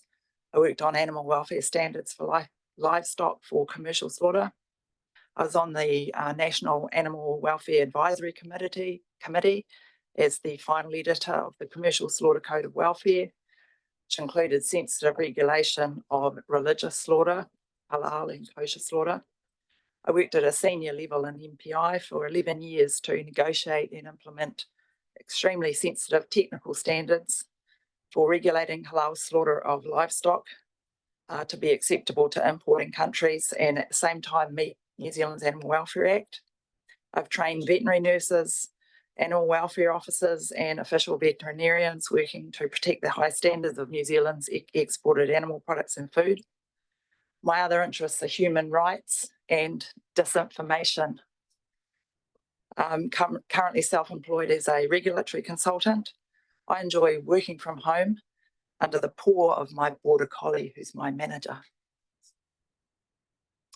I spent the first year of my life on an offshore island. I was, my parents are lighthouse keepers. I volunteer for an international award-winning online network which effectively disrupts disinformation. I spent years tramping and sea kayaking in the South Island, including at Stewart Island. There are two Dr. K. Lloyds in my family, the other one being my highly respected scientist brother who helped establish the Orokonui Eco Sanctuary north of Dunedin and who is a bona fide ecology scientist. My submission was on behalf of the Tasman Bay Dog Owners informal group. It's a large submission. I can't possibly do justice to it. I'm just going to make a few quick points here to you. Submission covers inadequate consultation of all impacted stakeholders given the scope and impact of proposed changes, the evidential basis for proposed drastic changes, the information space and local activists, jurisdiction concerns. Your proposals are overwhelmingly negative towards dogs. You've proposed significant and wide-reaching restrictions on existing freedom of movement rights of dog owners and people in charge of dogs when accompanied by their dogs. I would ask that you step back and consider this. Is the dog control policy and bylaw under the Dog Control Act the appropriate vehicle to remove existing and protected freedom of movement rights enjoyed by dog owners who make up to 1/3 of the households in the district, when the sole reason for doing this is to bring in what amounts to de facto zoning changes to protect wildlife on public, non-conservation land? How on earth do you realistically think that a dog control bylaw made lawfully under the Dog Control Act can achieve what 7 major acts dealing with conservation and wildlife and the Resource Management Act have fought together, allegedly not achieved? Let me introduce you briefly to those other major pieces of legislation. My name's the Conservation Authority, and I approve and manage conservation management strategies and plans to comply with laws that deal with wildlife and conservation. My job is to promote conservation of our natural resources, manage conservation land. I'm also here to foster the recreational use of natural resources and give tourism a boost. I work to approve, review and amend conservation management strategies and plans made by the delegated bodies under these 7 major laws: the Wildlife Act, the Wild Animal Control Act, the Marine Mammals Protection Act, the National Parks Act and the Conservation Act.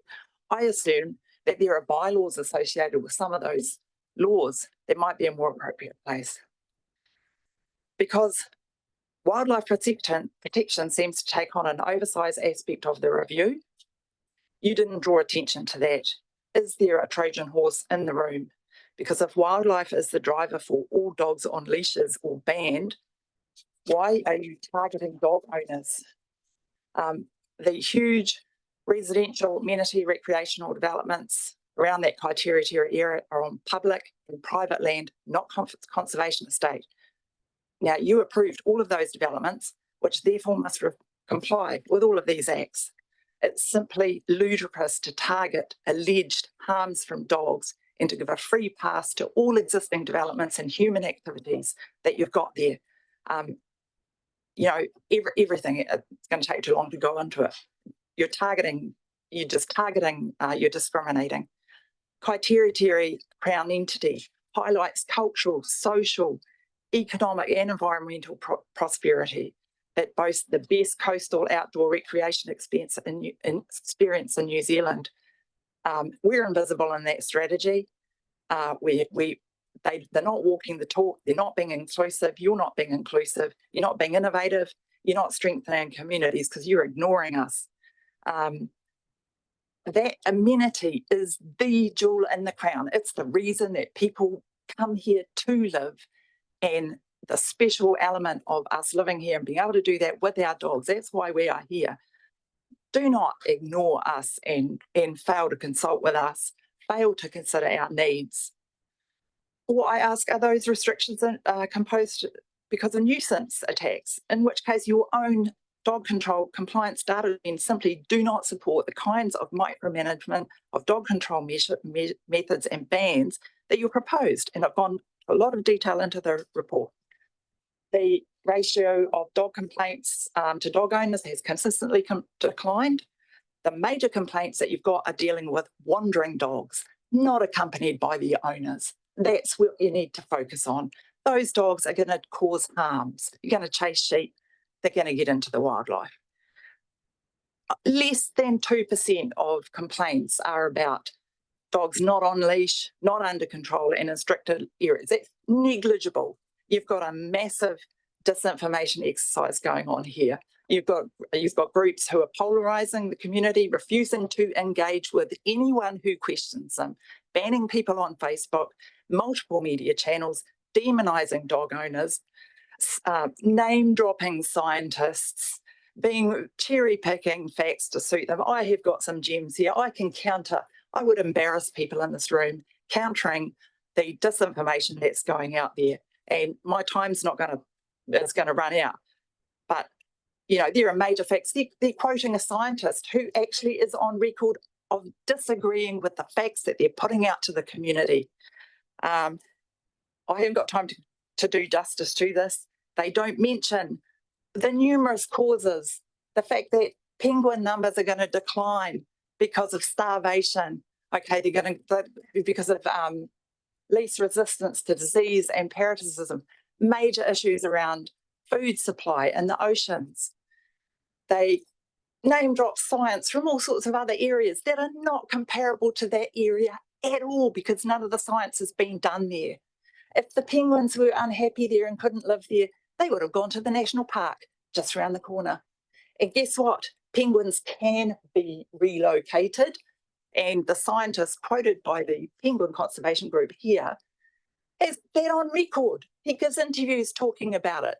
You've got a group here that says, no, we're going to put all these nesting boxes in this residential zone and say that they can't possibly go anywhere else.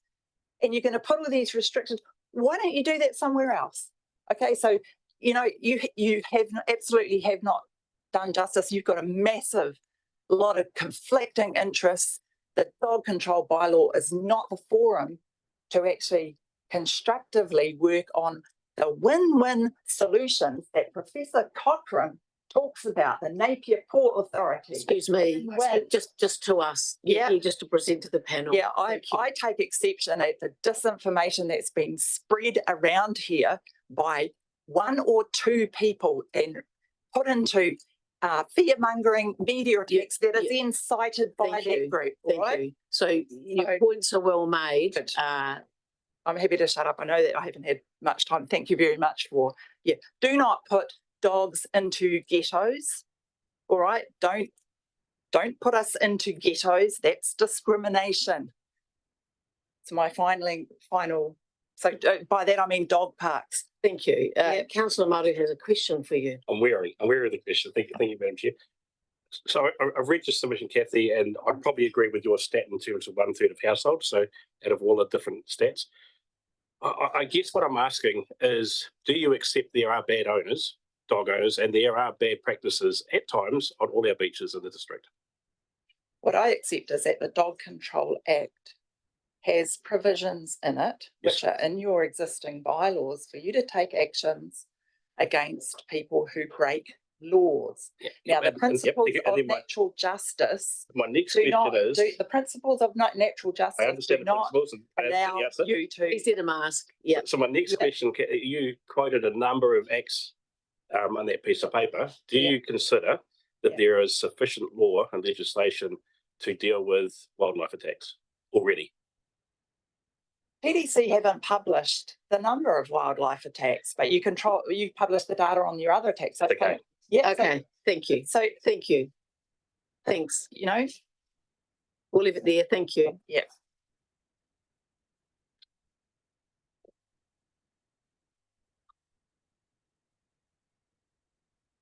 Christine Grove.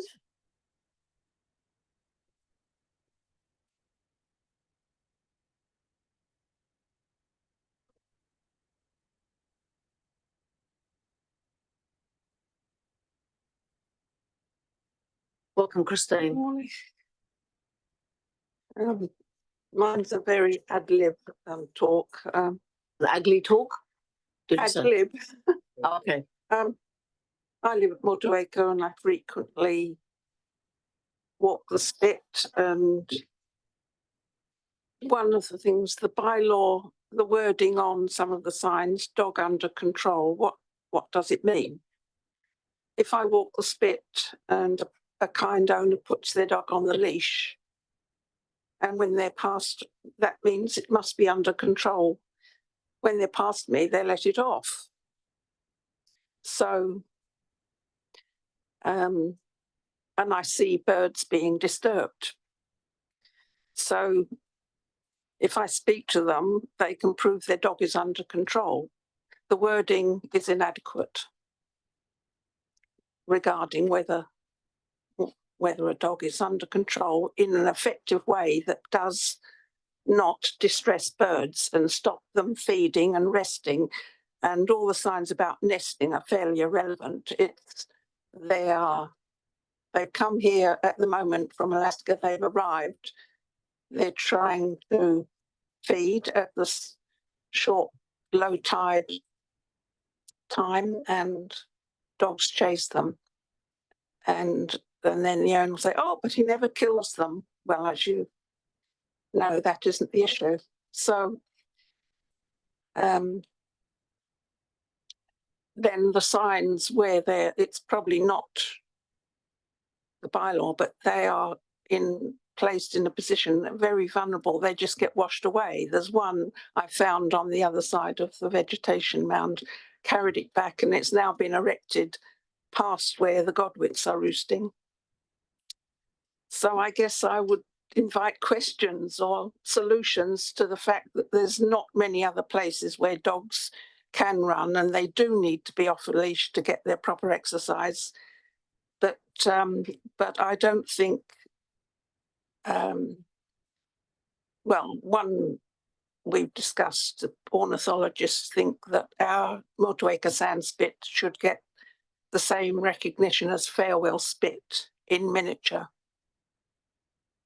That's me. Thank you. Any questions from panel members? Thank you. Your points are well made, and particularly around the signage. I think we've got some work to do there about. Yes, there's one that's a TDC one that says ground nesting birds using this area are threatened species and are harmed by disturbance. Please do not enter. Well, this is by the golf course. I think it should be removed because it's just a do not enter. Yeah. So I'm fortunate that I've probably got more to say, but I haven't got it written. So if there's, well, I would ask, are there any solutions to creating more pleasant areas for dogs to have their run? Celia Butler has Councillor Butler has a question for you. Thank you. Good. Thank you. Yeah, so that actually was that was going to be one of my questions was do you think that we need more places away from the coast? But the other question is, do you have any comments about other areas in the Motueka or Walker area? Oh, well, definitely. And changes, particularly maybe down at the mouth of the Ruwaka River or. Well, at Ruwaka, there's godwits that feed there. I'm not sure where they go to roost, but dogs, I haven't seen dogs much being a problem there. But Kaiteru and the penguins, I know Linda Jenkins is really battling there for the penguins killed every year. And who knows? But the thing is, how do you know? The only way is to ban dogs for certain areas because nobody knows that their dog's going to kill a penguin, and who. So there's the pine forest. People go and get permits and their dogs can run. But they drive to Staple Street, and so they could.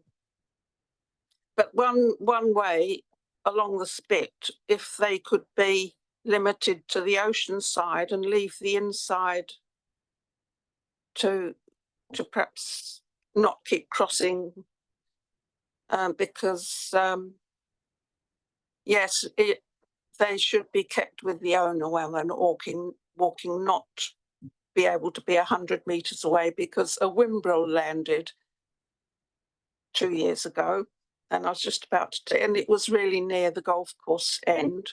It had probably been chased from somewhere. I was about to take a photo and the man's dog just woof, woof, about. He was 200 metres from its owner and he scared the whimbrel away. So yes, it's a very difficult situation. So thank you. Thank you. We're going to break for a break and we'll be back here at 11:10. Is Kirsten here? No, you would. I'll have a record of that. Oh, sorry. Look, we'll Carol, you here? Yeah, sure. You Carol? Yes, come forward, please. And then we'll have a break after that.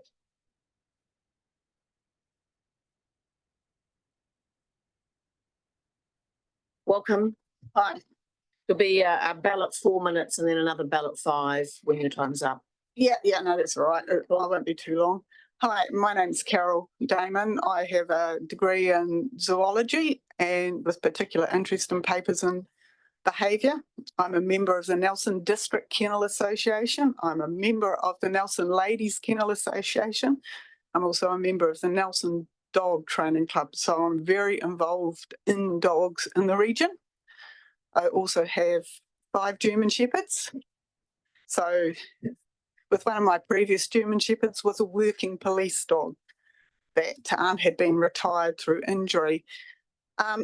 Some of these, what's been put into your bylaws, I was quite taken aback. You know, to me, you can go and plant a penguin box and say, penguins come here. I've lived in Nelson just about all my life, and I have not seen that many penguins around some of the beaches because that's a wrong topography for penguins.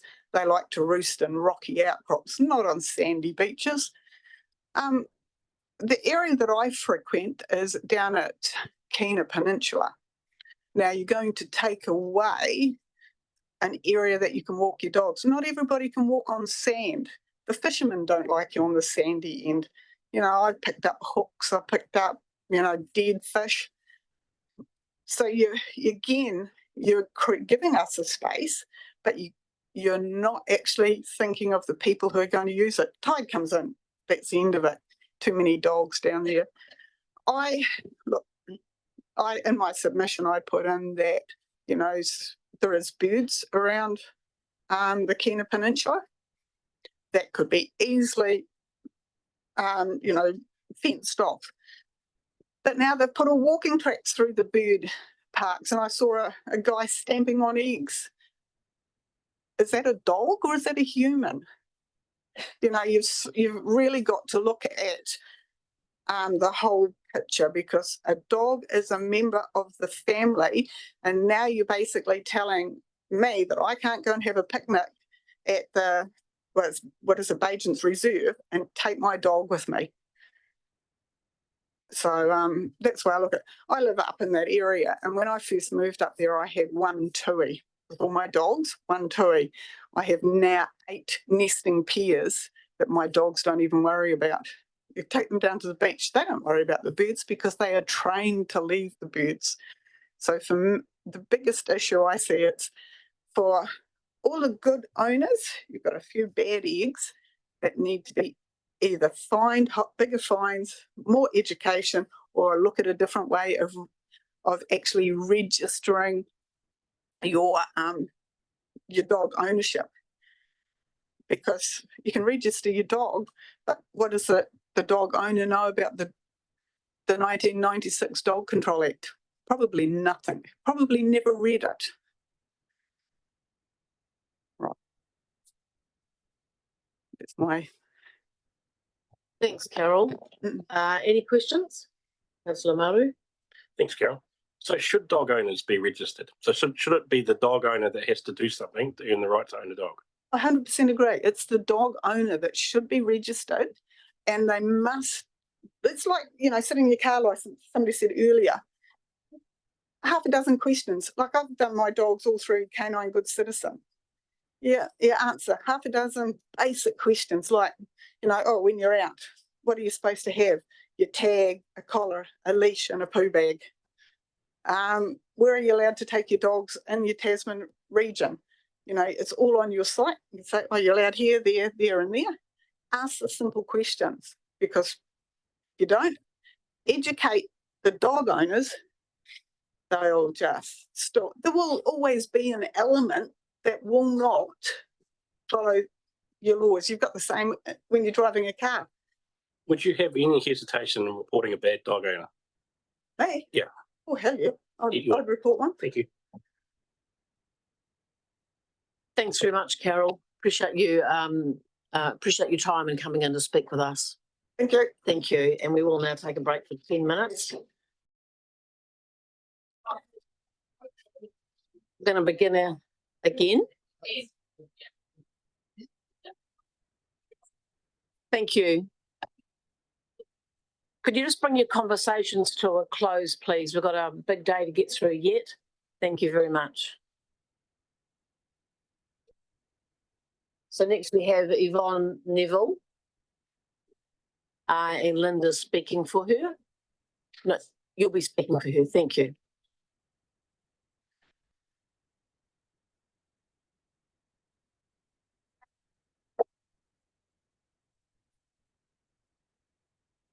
Welcome.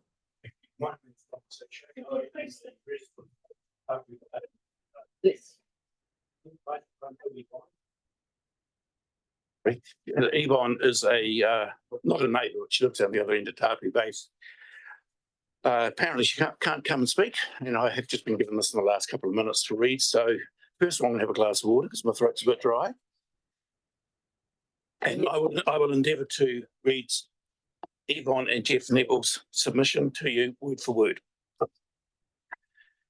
Currently, the area between Rewelka Rivermouth and Tapu Place Recreation Reserve is a controlled exercise area. This submission encourages those making decisions for the future use of above area to consider some very relevant points regarding the current behaviour of some dogs and dog owners. As permanent residents of Tapu Bay for 11 years, we have a 24/7 year-round perspective of what actually happens in Tapu Bay when dogs are able to be exercised supposedly in a controlled manner. Our submission offers a solution to be considered. Recently, we were very excited to see 5 spoonbills feeding at low tide on the western side of the boat ramp and close to the little blue penguin boxes on the shore. Along came a dog bounding across the sand and barking. The owner was totally unaware, and immediate reaction of the spoonbills was to disperse. The owner tried to call the dog in vain to heel. In the summer months, holidaymakers ride their quad bikes at full length and full speed on Tapu Bay from the reserve to the river mouth at the same time as people are exercising their dogs. This is a very dangerous practice, especially as safety helmets and clothing are not worn. Sometimes holidaymakers have 2 or 3 large dogs like golden retrievers, and the dogs are taken swimming with their owners who couldn't really care less about the swimmers, whether of their age and their physical disabilities or abilities, trying to enjoy the water at the same time. Kayakers are disturbed and jet ski users have trouble negotiating a safe way through the crowd. The dogs bark continually and loudly with excitement, splashing and other swimmers, and on returning to the beach, the dogs shake vigorously to dry their coat, often over other visitors at the beach. Holidaymakers often heel the dog poo into the sand rather than using the doggy dags provided. Sorry about this, I said I injected this a few minutes ago.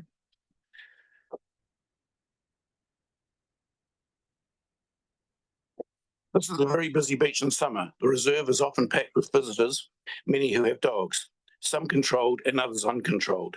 Many dog owners drive some distance to exercise their dogs at Tapu Bay. We often see the owners on cell phones talking for sometimes half an hour while their dogs race up and down the sandbar chasing any birds they're feeding. Local dog minders and dog walking groups have come in with up to 10 or 12 dogs in their groups at one time during the warmer weather. While the dog minders are chatting heartily, their dogs are running everywhere off the leash because that is the current law. These dogs run into local gardens, yapping and chasing each other while the owners of these dogs are oblivious of the situation, or in many cases, they're just unable to control these dogs they are meant to be minding. Some dog owners fail to understand that not everyone likes dogs. Many have a fear due to past unpleasant experiences, while others may be physically frail. When a dog bounds up to an anxious walker, sometimes barking and looking aggressive, and the dog owners refuse to call it back or control the dogs in any way, it is a terrifying experience. Owners can be very aggressive. A common statement is, "It's all right, it won't hurt you, it just wants to be friendly." This is no consolation for a walker or a swimmer who is anxious. Some local residents feel it is their right to decide when their dog will be called or to heel and controlled. These are regular walkers who appear to feel that they're exempt from the requests of the dog bylaws. It makes life very unpleasant. Isn't it a shame when our grandchildren come to visit and want to walk on the beach or have a picnic, and we are unable to do so because we can see large or small uncontrolled dogs on the beach? Nobody wants a possible confrontation, so we go somewhere else for the day. There are lots of different bird species visiting the bay throughout the year now, including, of course, the little blue penguins. Local community groups have worked tirelessly to improve the habitat for nesting penguins and other birds in these feeding grounds. There are a lot of visitors to the entire length of Tapu Bay, and this is an ever-increasing number. If we are all to use the beach in harmony and safety for animals, birds, the natural environment and the people, we urge you to reconsider the current draft bylaw. As residents, we are not here to police the beach, and we would be foolish to attempt to reason with some dog owners who see it as their right to behave inappropriately. We have been sworn at and told to stay at home and received open threats. So a possible solution. Making it a provision that all dogs must be on a leash at all times will not work here. Who will ensure that this law is kept at all times? Dog wardens are run off their feet and have an incredibly large area to cover. The Par Beach end, just down by the Blue Bridge of the bay, is entirely another area well used by dog exercise people. Please consider making this area the controlled exercise area, thus leaving Tapu Reserve and the beach alone and the coastal area to re-welcome River Ralph and the estuary fee from all dogs and no dogs allowed. Sorry, it's a bit all over the place. Thank you for your considering my submission, Yvonne and Chief Neville. I can't answer any questions. No, you can't. However, if you do have a question for the submission, mine will be very similar. Okay, thank you. Thanks very much. Thank you. Lisa Nelson.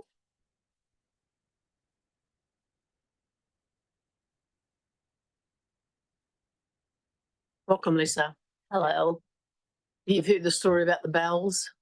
Yes, I Yes, did. great. I have been here. I just want to introduce myself. I am a nurse, registered nurse, worked in critical care, trauma, ER, surgery, live in Kaiterri. So I have been there for several years, and Kaikoura before then, Wellington. So the beaches and the homes, and I also live in Alaska for 18 years, worked for the VA military base, and I'm well aware of all the wildlife issues and those kinds of things. But my actual concern are for humans, the children, the elderly especially, and our whānau that are intimidated. And as you've seen by media and lots of other things, that the dog attacks are on the rise. They are oftentimes by people that know their dogs, swore they'd never bite the children or anything else. I've myself taken care of loads of people, children, adults, everyone in between that have been attacked, maimed by dogs, had multiple surgeries and are traumatized the rest of their life. Our beaches are meant for anyone, including in the off season, as it's talked about here in Kaiterri. And the main reason lots of people don't go down there with their children are because of the dogs that are running wildly up and down the beach. I've been charged multiple times. I make comments and I am yelled at and threatened by the dog owners that their dogs are not dangerous. You know, I can't even say enough. The New Zealanders are now 8 times more likely to be hospitalized from a dog bite injury than they were 40 years ago. The amount of dogs and just, you know, they're not allowed on the playgrounds for many reasons. They're not allowed in the schools. The defecation, the urination on all those things, they all come harboring bacteria. And many dog owners don't pick things up off the beach. I've seen loads of it down there. They poo in the water. They do all sorts of things. There's a huge websites with all these questions that dog owners have. How do we do this? How do we do that? If their dogs weren't doing that, they wouldn't have someone answering how you try and clean it up when they have diarrhea and all these things. Our children and no one else should be exposed to that. No one should be fearful to walk on the beach. Anyone should be. I'm also registered ACC provider. I've taken care of lots of elderly people who've been knocked down and have broken hips. These things are not out in the media because it's confidential. You know, they can't actually go down. There's lots of stories about pet owners that are like the 95-year-old man that's dog was killed and attacked by 6 dogs that were being walked by the same person running down a beach. And he had his on a leash and he was knocked over. This was a media thing, so I can talk about it. But there are many other stories that I hear all the time, and I go out and I care for these people. And I've assisted in surgeries on children that require when they're bitten in the face or anywhere else. They require multiple surgeries, not just one, but just one is not enough. People are killed. One child killed on any of our beaches is not okay. One person maimed. I don't care whether it's a child or an older person. I mean, the penguins, the birds, all of those are important as well. That's what people go to the beach to see. They want to see the birds. The penguins you don't see naturally most of the time because they aren't out in the public. But it's really us humans that have to take care of each other. And dogs, yes, can provide some happiness to their owners. But then that's why you have dog parks. You have confined areas so that all those people are in one place together so that anyone can walk happily down on that beach and not have to worry about something coming and attacking them. So that's really my thing. I do have some stats and things as well that I could present, but you guys do know all those things, I'm sure. And are your stats included in your submission, the stats that you have there? Probably not, but I have the papers here, so I can give Yeah, them to you could leave those with I'll leave them. Mairead. Yeah. Yeah, because I didn't attach a lot of things. I was just going to speak to the. Sure. Okay. Any questions for Lisa? Councillor Maru? Thank you, Madam Chair. Thank you, Lisa. So the dog owners that you've seen acting poorly, have you phoned dog control and reported those? I have. And do you know if there's been any response? Nope, because it's private information. You put that in You your don't get paid back for it. And so just so I'm clear, so in your view, and because you see the worst of the worst in terms of when there's a dog attack, I get that. Right. But in your view, there is no place for dogs in any public places off a lead. I don't believe they should be off lead anywhere on beaches. Just beaches? Or where people, families, anyone that is, So that is why the off lead thing is challenging. The only place I've ever seen that work without people being harmed is when you have dog parks and there's a fenced in area. So at least they're not getting out there. And everyone going in there is well aware that's what it is. Thank you. So they're not all of a sudden on there with their picnic and their children and these dogs come bounding down the beach. And when they are on leash, many of them let them off. They go swimming.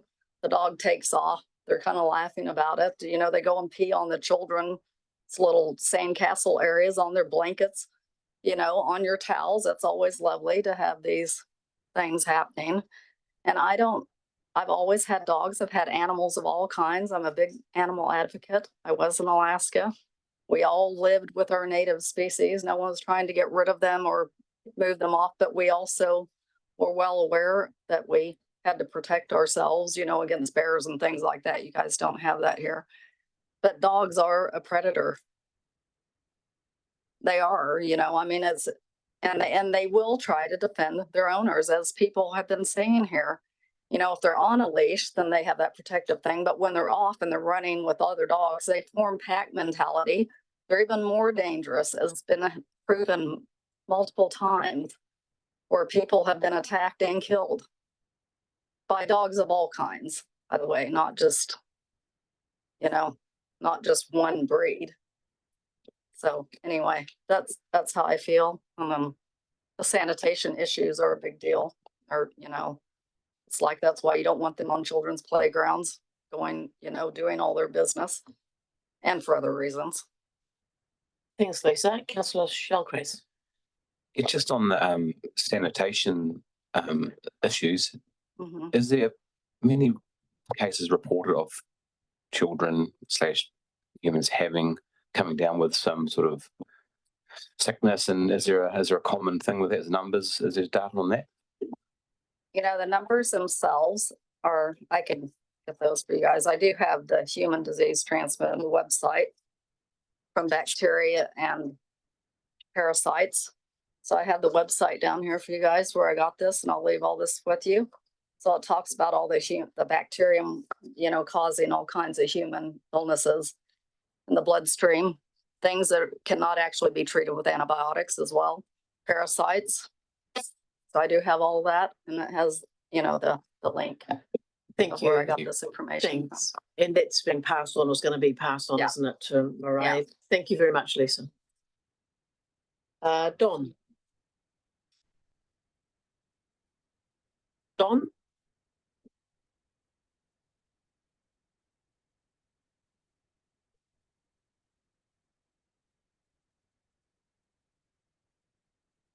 Going? We're going? Yep.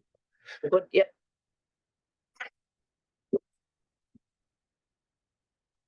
My throat's dry after that last exercise.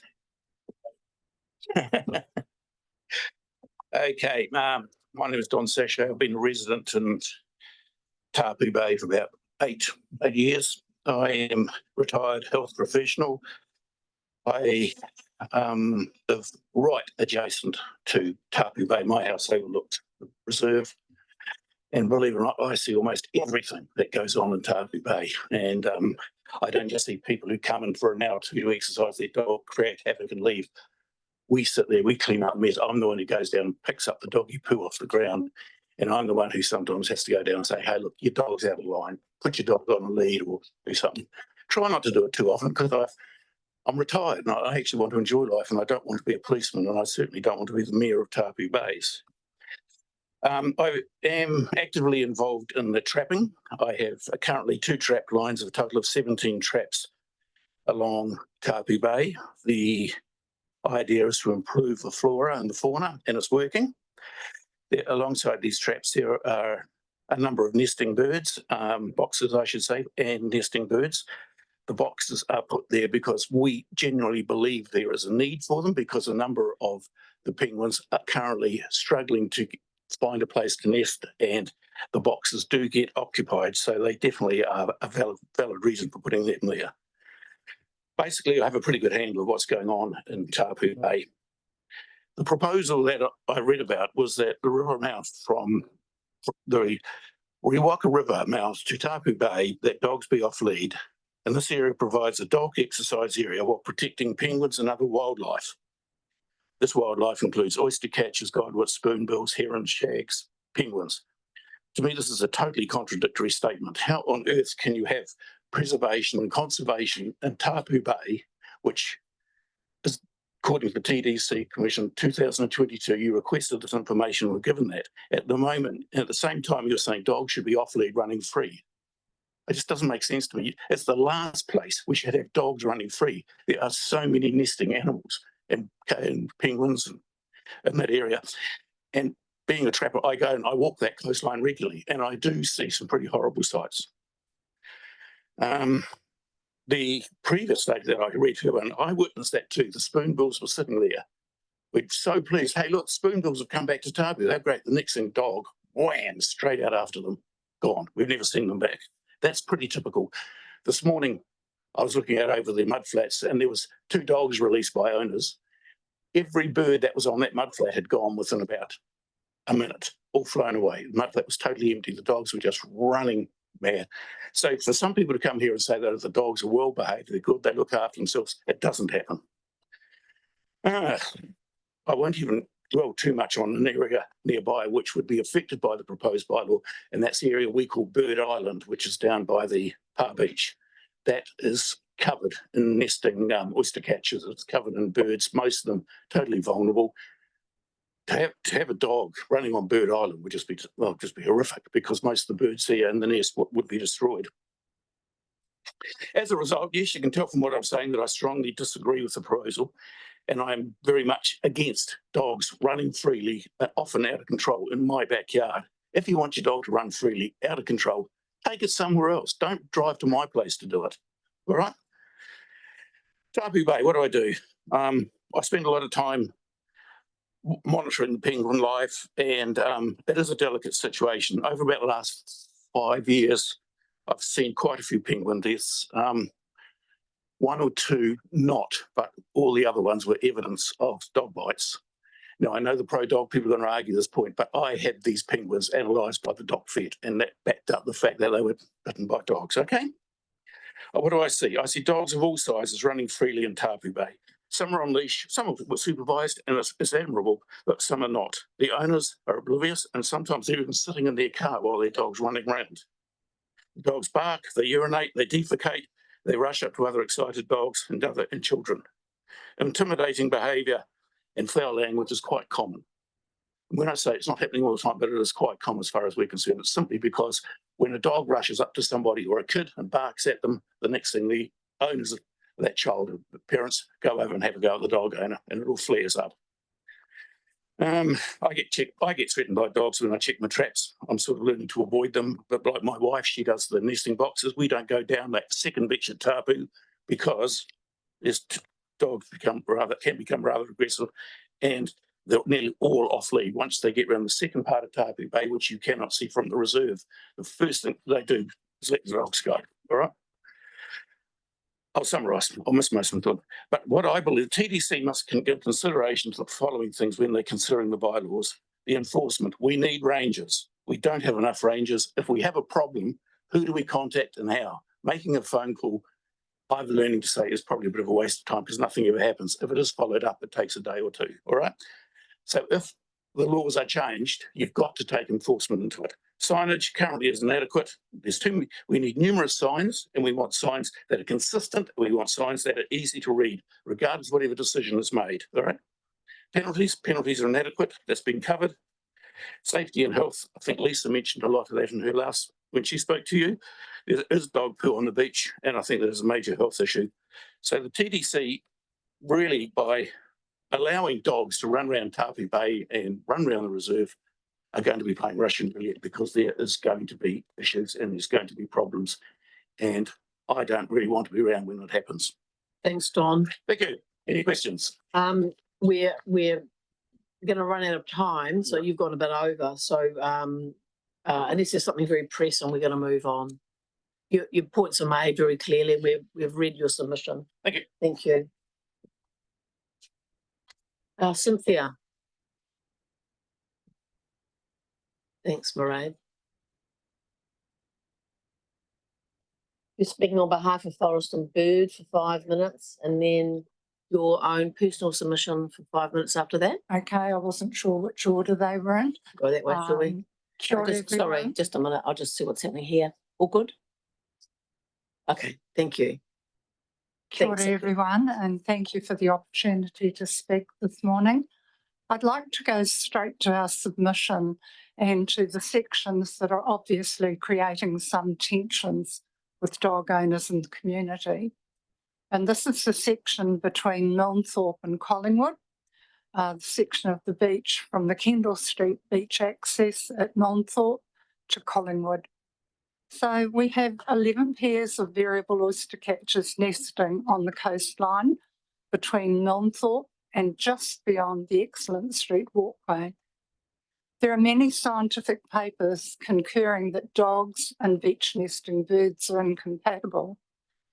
While Forest and Bird would have a preference for this section of the walk to be dog prohibited, we would be prepared to compromise to on-leash all year round up to the Excellent Street walkway with a controlled exercise area off-leash beyond the Excellent Street walkway and up to Collingwood. So I guess the hearing panel have to weigh up Grant Williams' submission, the letter from Mana Whenua Mohua, and our submission and any others that concern this section of the coastline. So I want to say that On Leash is supported by the Nikki MacArthur, David Melville and Rob Shookard report commissioned by Council, a review of management issues and options for coastal birds in the Tasman district. And I quote from the report, "The Collingwood foreshore is currently an off-leash dog exercise area in the current dog control bylaw 2014. We recommend that the bylaw be amended to reduce the impact on nesting and roosting shorebirds. Off-leash dogs are a considerable risk to shorebird eggs and chicks, so we consider that requiring dogs to be exercised on leash is proportionate to the regionally important values of this site."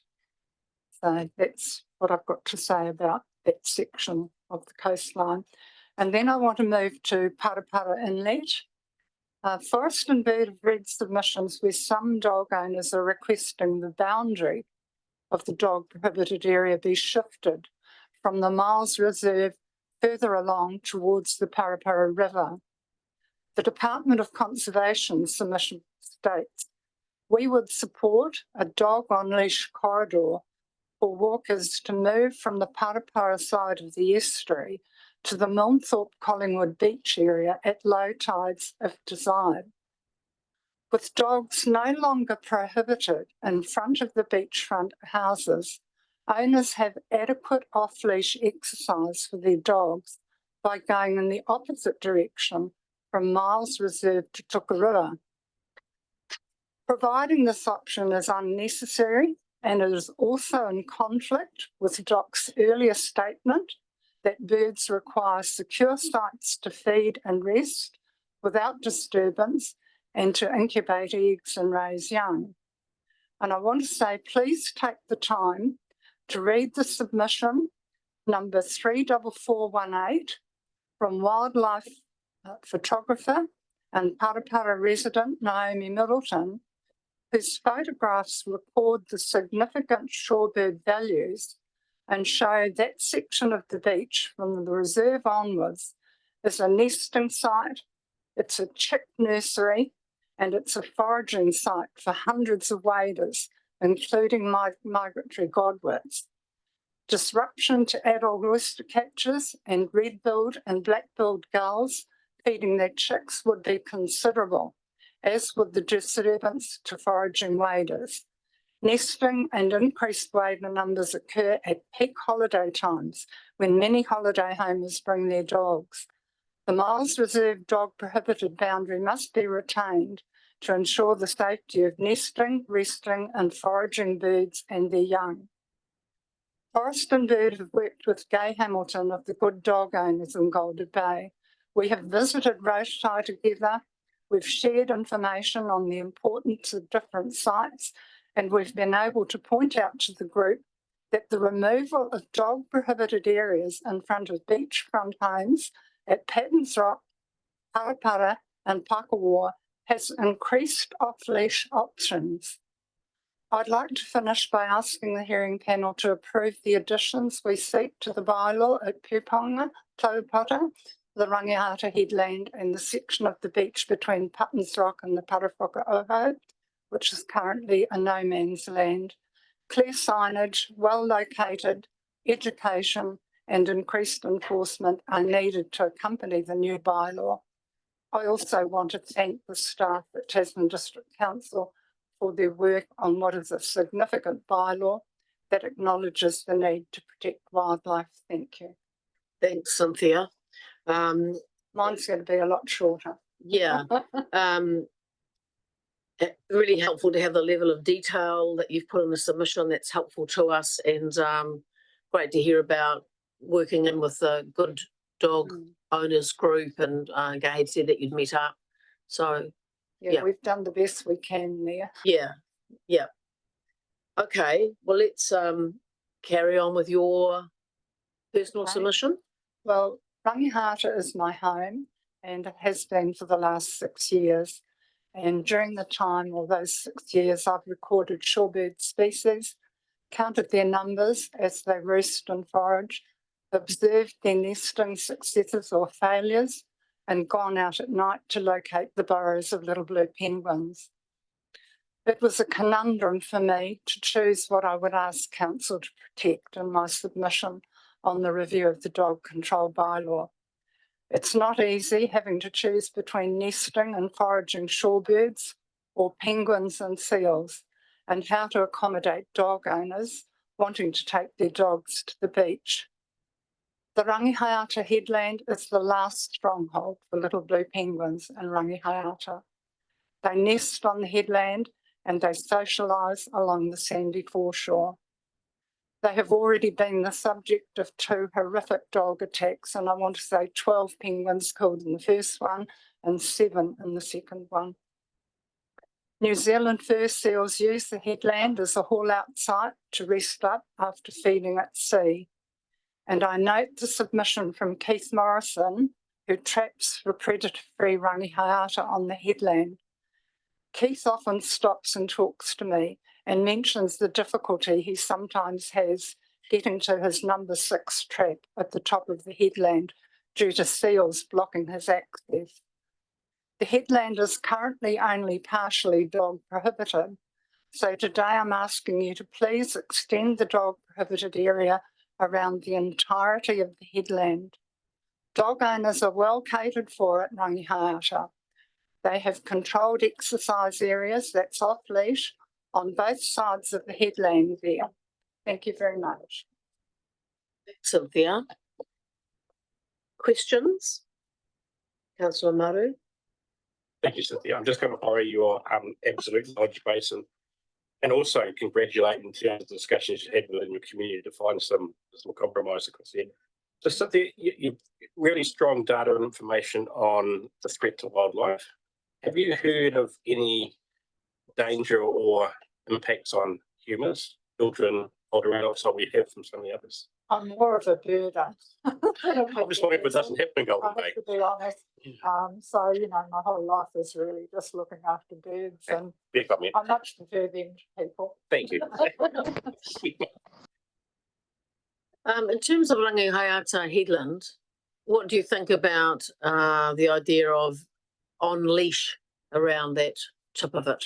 Well, what So you find with dog walkers is the walking around the headland at Rangihaiata is tidal. So it can be done like after or around the sunset hours or the sunrise hours, but mostly the sunset hours. A lot of people go out with their dogs after dinner. And that's the time when the penguins are starting to come ashore there. So, you know, on a lead round there would really concern me. And I've seen the penguins disappear from between Fraser Road and the Onaho Sands, but due to climate change and storm surge, we've lost 6 burrows down there.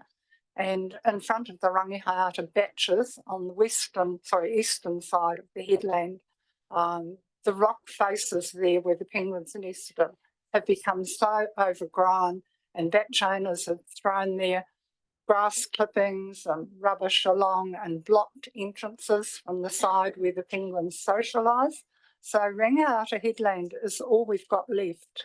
And you're thinking that if it was possible for people, you wouldn't mind, maybe you've read the submission from some people who like to walk right around on Fraser's Road, and you're thinking that it won't work to walk I don't mind if they walk. on leash, then off leash and carry on. You don't think that's going to be workable? I don't mind people walking around the headland, that's not a problem. Yeah. But, you know, we've also had reports of dogs harassing seals there. I mean, Keith has told me he's been there, you know, when someone brought a Jack Russell around and it just was at the seal the whole time. I mean, I just think, you know, our fur seals need places where they can haul out. These are not breeding fur seals. They're there in winter and they're there in summer when they're in, you know, not have reached that breeding age yet. So they're there year round. So for me, it's seals as well as penguins. Yeah. Okay. Thanks very much, Cynthia. That's okay. Thank you for the opportunity, everyone. Alison McMillan. Hi, Alison. Welcome. Hi, thank you very much. You get a wee bell at 4, then another one at 5. Oh, yes, that one. I don't think that'll be necessary. Okay. Thanking you for the opportunity. And I'm probably here more for selfish reasons, just thinking of Little Kaiteri Beach. We first built there in 1974, and at that stage, Little Kaiteri was not used much. Then a few years ago, they redid the shop and the road in front of the main beach, and also there were more professional boat hirers, canoes, kayaks, all sorts of things, and they closed off all the parking really on the main Kaiteri Beach, and there's not adequate parking across the road. So then everybody came round and made Little Kaiteri extremely busy. And so it's become, I would say, the most popular beach in that region. I feel the beaches should be for families to enjoy without the noise and disturbance of dogs, even if on a leash. I'm a resident of Little Kaiteri and I swim all year round and find it confronting when dogs swim out towards me. I think they think I'm a stick sometimes, I'm not sure. I've witnessed owners of small dogs becoming agitated when the bigger dog is off the leash and invades the small dog's territory.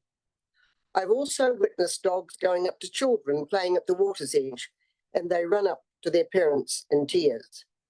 I observed dogs fouling the beach because regularly I sit after my swim, usually it's sunny, and people will walk along the beach, but they're in conversation with whoever they're walking with, and the dog behind them, they're taking no notice of him or her, and they're fouling the beach.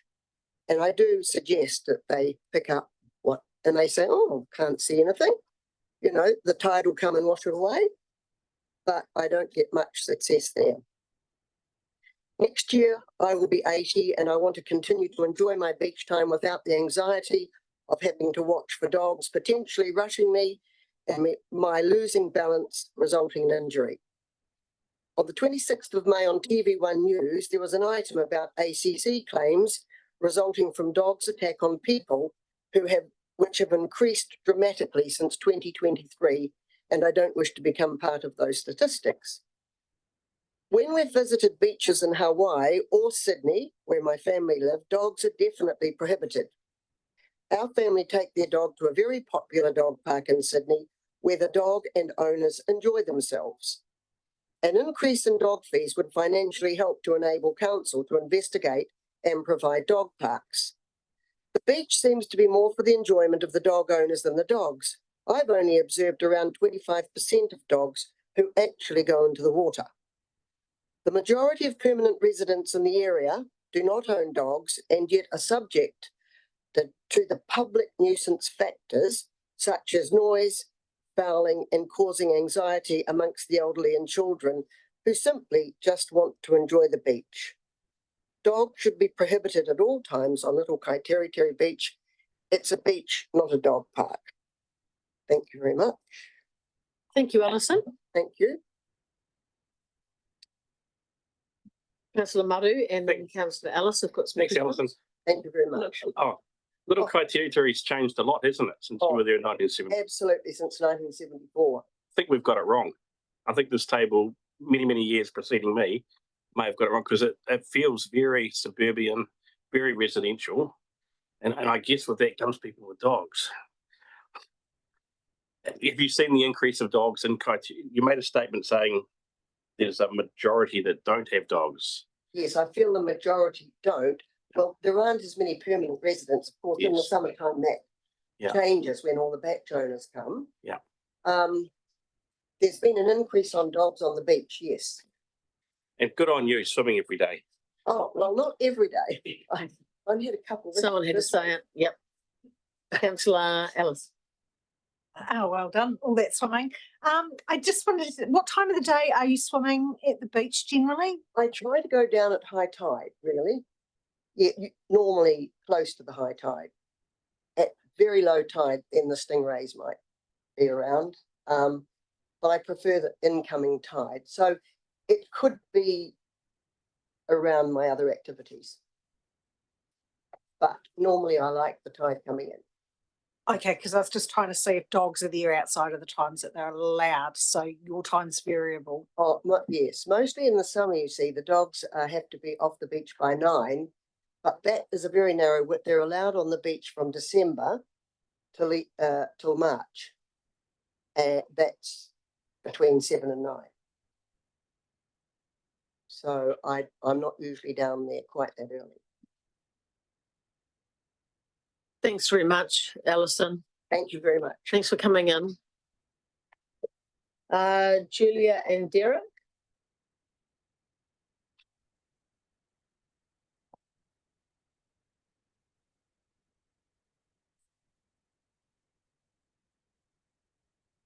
I'm asking Derek to speak because I actually lost my voice.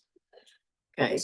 What you were saying was that poor thing has got long COVID symptoms which have affected her voice to the point where she would like me to read her submission. Sure. I've been a regular visitor to Little Kaiterikeri for more than 70 years, where my parents were one of the first to build a holiday home overlooking the estuary between Kaiterikeri and Little Kaiterikeri beaches. My former husband and I bought the property at 8A Goodall Place in 1992, and I've been the sole owner for the last 20 years. Having retired and moved north permanently from Christchurch in 2019, our beachside home has become our main residence. When the house was acquired in 1992, we already knew from the previous owners that penguins returned each year to nest under the house, something that as a devoted animal lover, I was most excited to hear and see continue.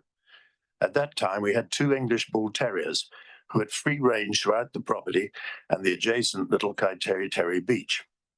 At no time was there ever any issue with the continuing annual reappearance of the penguins. In fact, when the dogs heard the noises the penguins made, they immediately came inside the house and hid. More recently, my son's Kelpie, when visiting from Auckland, is also petrified of the penguins and hides as far away as possible.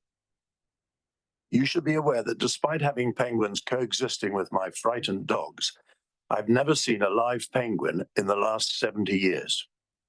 So keen am I in supporting the continuing visits of penguins to my property that when the house was being renovated in 2018, I asked the builder to make 3 nesting boxes that he made to the recommended TDC design. While some use was made of these nesting boxes in the first 2 years, and subsequently and to date, that all the penguins have preferred the particularly tiny space under the front door. Sadly, the only penguin I've ever seen in more than 70 years was a dead one that had been washed up on the beach as far as the high tide mark after a particularly violent storm when it was caught in a restricting mass of detritus. It is animals, it is wrong, it is humans that I'm afraid are making the problem. You may also be unaware of 2 permanent residents of Little Kaiteri who have sent a video which went viral of them blocking out a penguin nesting site under their home. They'd set up a camera to record penguins returning to their nest, but couldn't access it and were clearly distressed. When giving a nesting box, they turned upside down so that it could not be used. This is totally unacceptable human behavior, as was demonstrated by another person proudly announcing they had killed a penguin with a spade. This is wrong and must be condemned.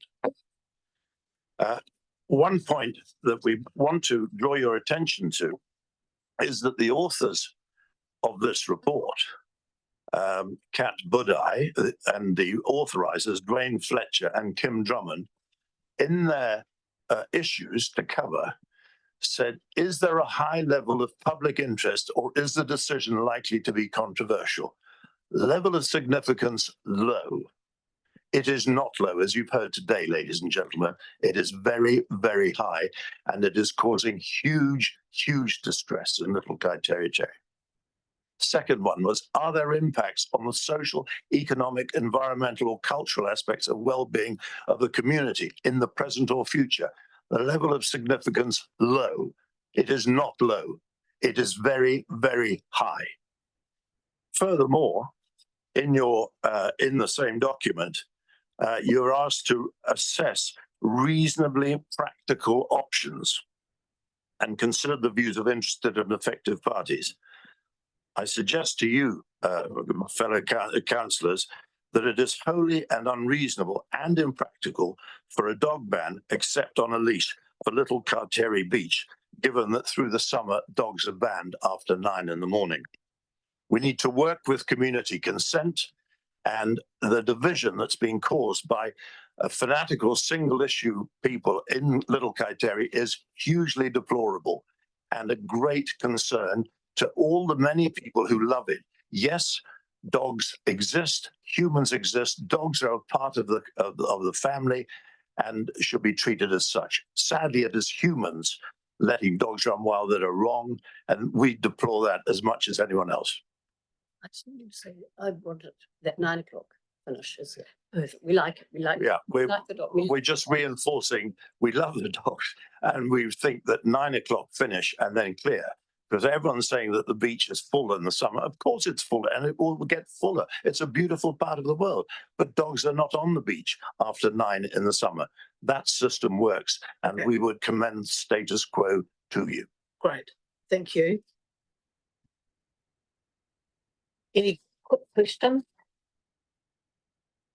Look, thanks very much. Your points are very clear, and we've of course read your submission in detail. Thanks very much for coming in.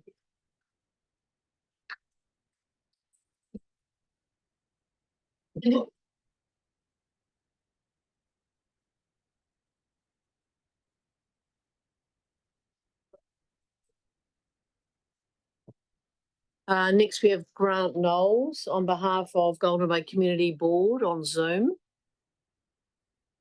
Good, Grant, are you there?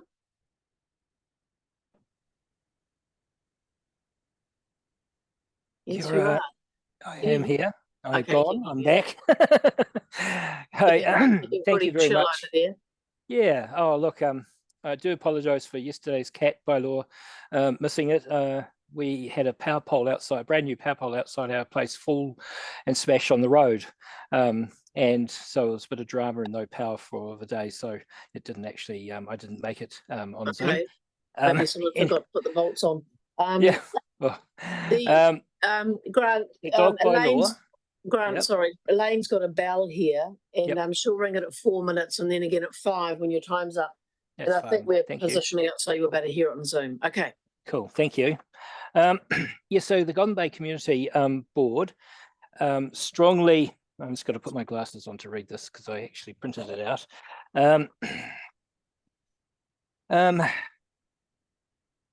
Which strongly supports the proposed bylaw presented.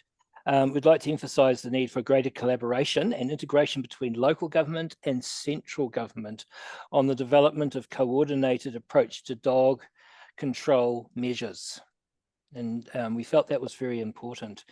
And we would also like to reiterate that we've had a lot of people come to Golden Bay Community Board over the years who have actually been very supportive of wanting to keep our beaches controlled from dogs. We've had a few who just a few have said no. And, you know, from what we have heard from a majority, I guess, of people is that we have a lot of, we have certain beaches that are probably more significant than others. And it gives scope for a lot of beaches to be able to be free. And looking at the beaches on this particular issue in Golden Bay, we felt that it was actually a very practical solution to kind of a controversial problem. So we endorsed the bylaw and its approach to Golden Bay beaches purely from what we've heard back from the community over the years. And yeah, I think that's, we all, yeah. Thanks.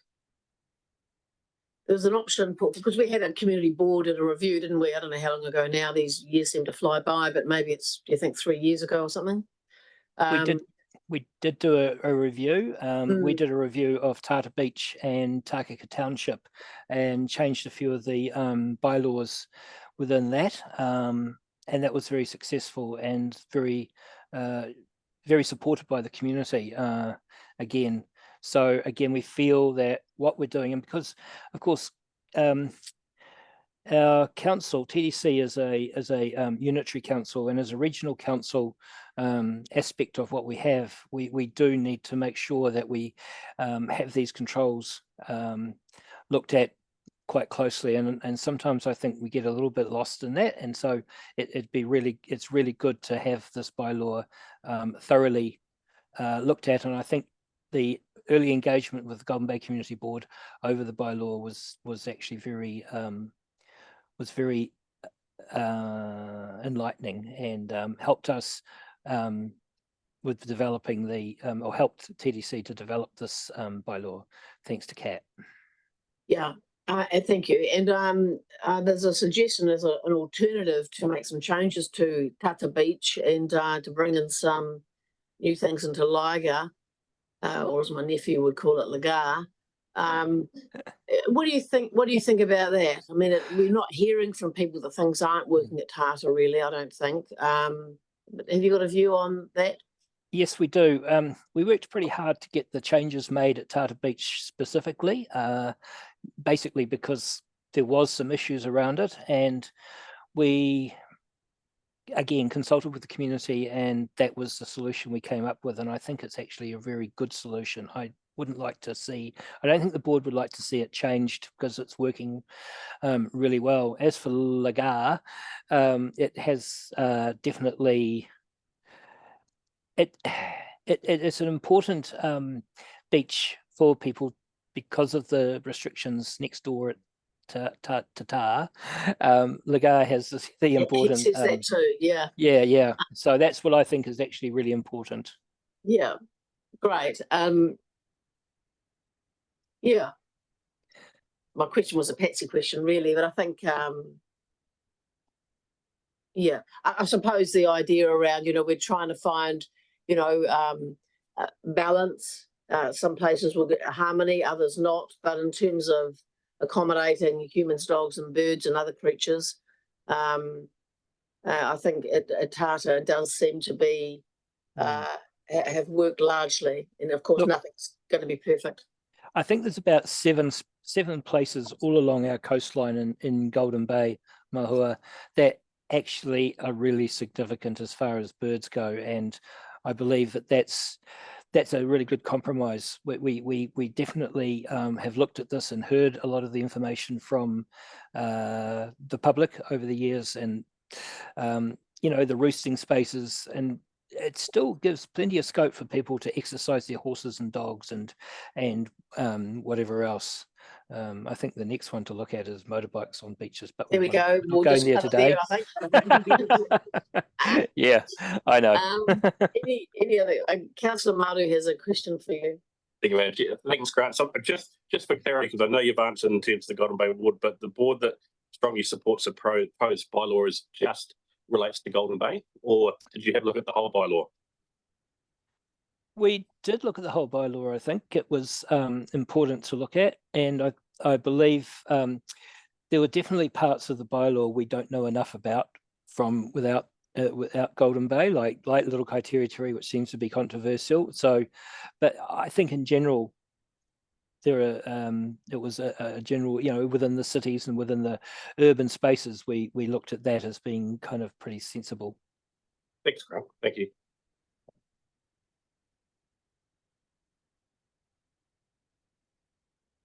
Thank you.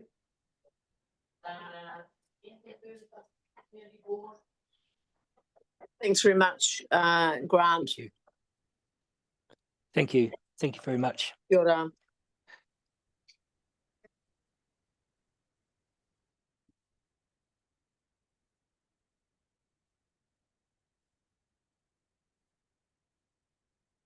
To the question around significance, Kim Drummond's going to just make a comment. So in all of our reports there's a level of significance chart which doesn't relate to level of interest or importance to a community. It's like it sort of has a technical aspect to it. So I think it might just be helpful to respond to that if you're happy to. Thank you, Chair. Yes, just on the significance matter, this is a hearing of the submissions.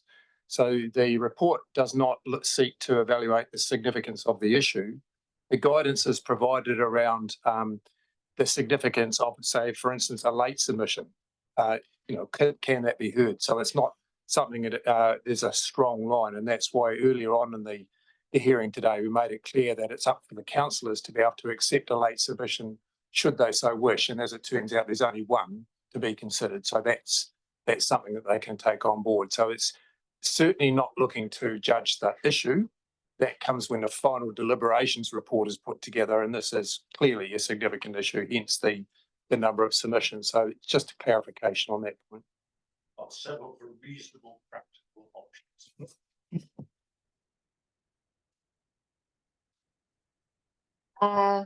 Dias? Dias, is that how I say your name? Yes. Dias. Oh, who am I? Come forward, please.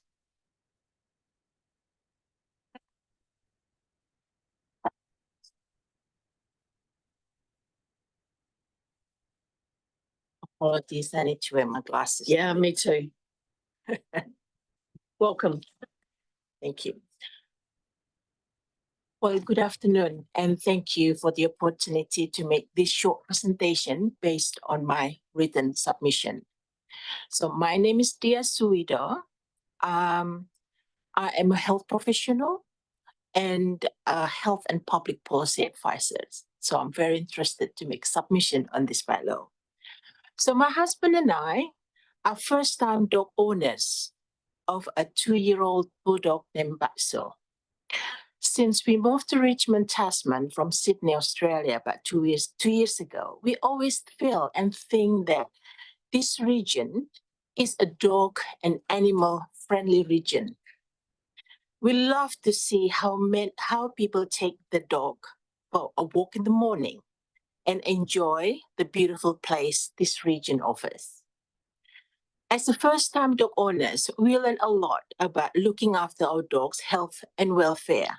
This is not only training the dog to become a good dog citizen, but most importantly, to educate us, dog owners, to be good citizens who obeys the rules. We believe that when dog owners are aware of their pet's behavior, they can ease concern for people who are less comfortable around dogs. At the same time, non-dog owners can keep an open mind, understanding that many dogs are well-trained but still need space just to be dogs in safe environments.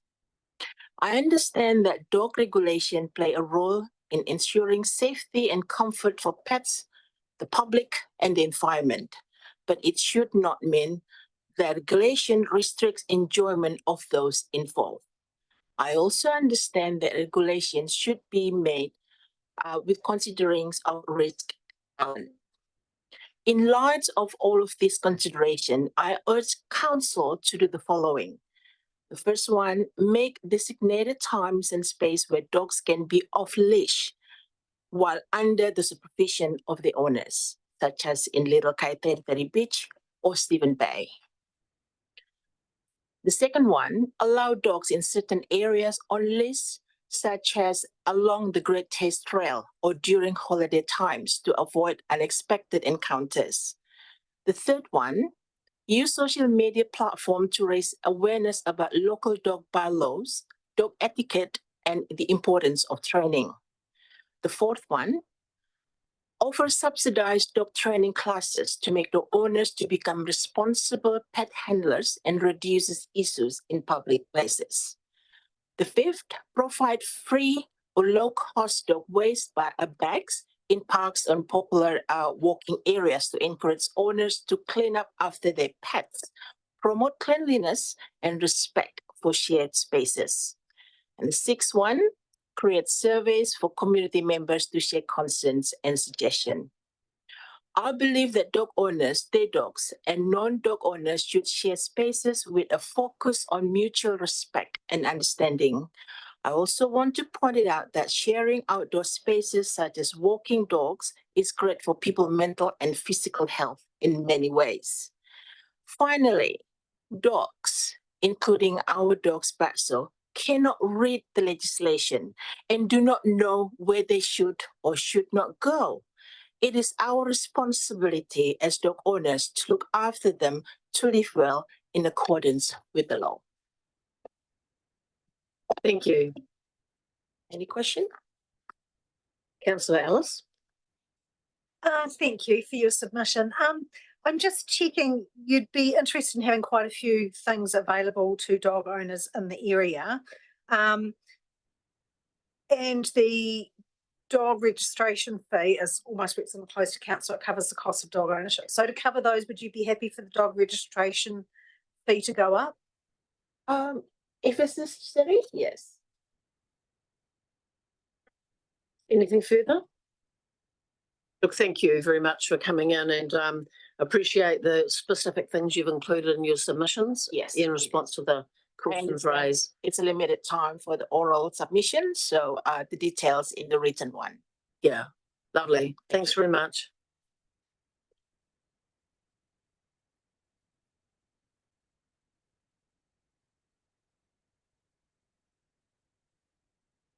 Martin?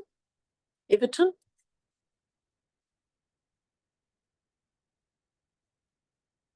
Welcome.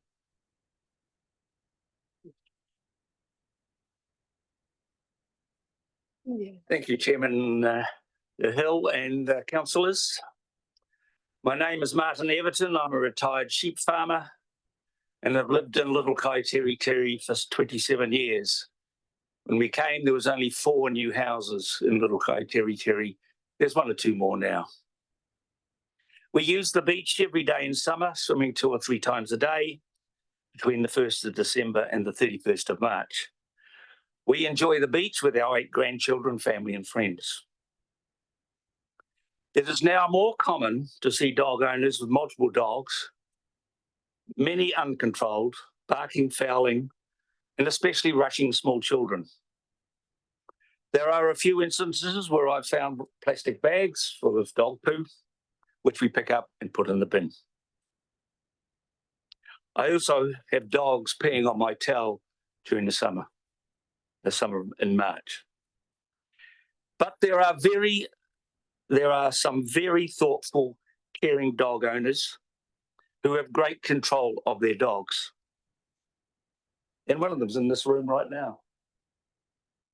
It's one of the best dogs that I've known, and they walk on a little Kai Territory regularly.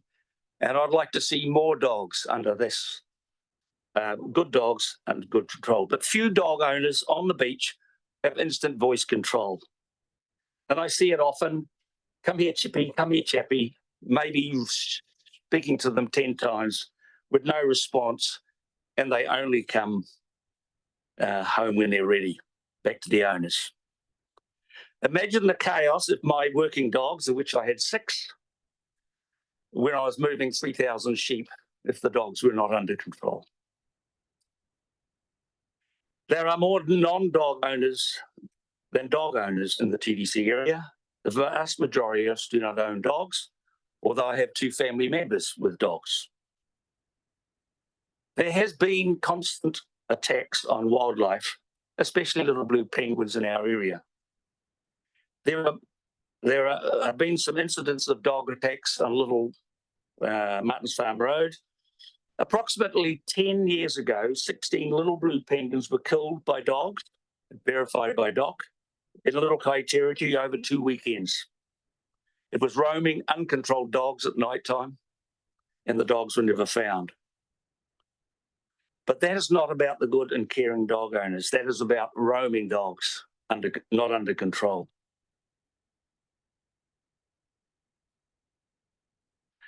There is a point being made about taking all the penguins and relocating them into Abel Tasman National Park.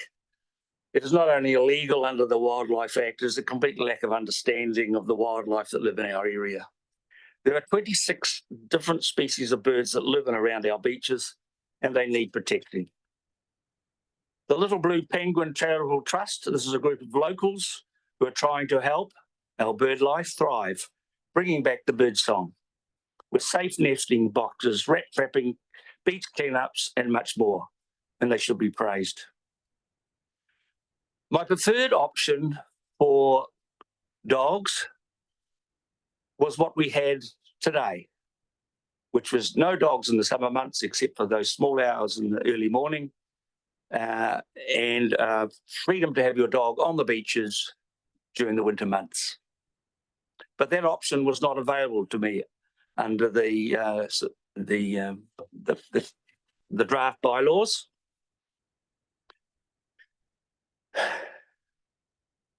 I do know there are other dog exercise areas in the district for the summer months. Little Kai Territory is one of the most popular and beautiful beaches in the world.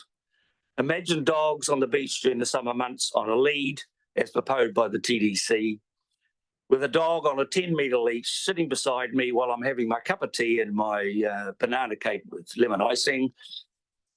It'd be a nightmare.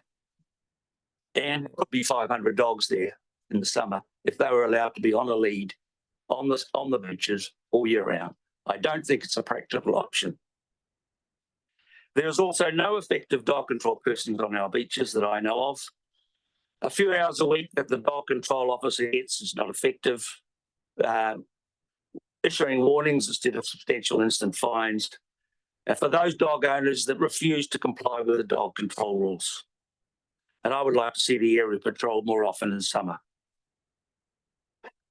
The committee has a difficult balancing decision to make. We shall do. Thank you. Any questions? Thank you, Martin. And firstly, thank you for acknowledging the good dog owners, because a lot of the things we've heard is either one side of the fence. So thank you for the balance.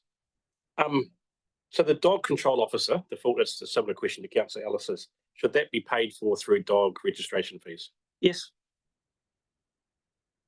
And just so I'm clear, if you had the preference and the choice in the submission, did you say that you'd prefer status quo? I would prefer the status quo. Thank you. Anything further? I've got one last one. And are you available to mediate in Little Kaiteri Territory? Because it seems like you could be the right person. No, not at 75. I don't need to be mediating. Thanks very much, Martin. Thanks for coming in.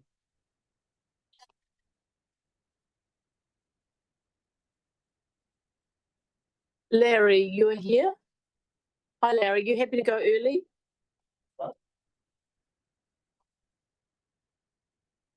Thank you.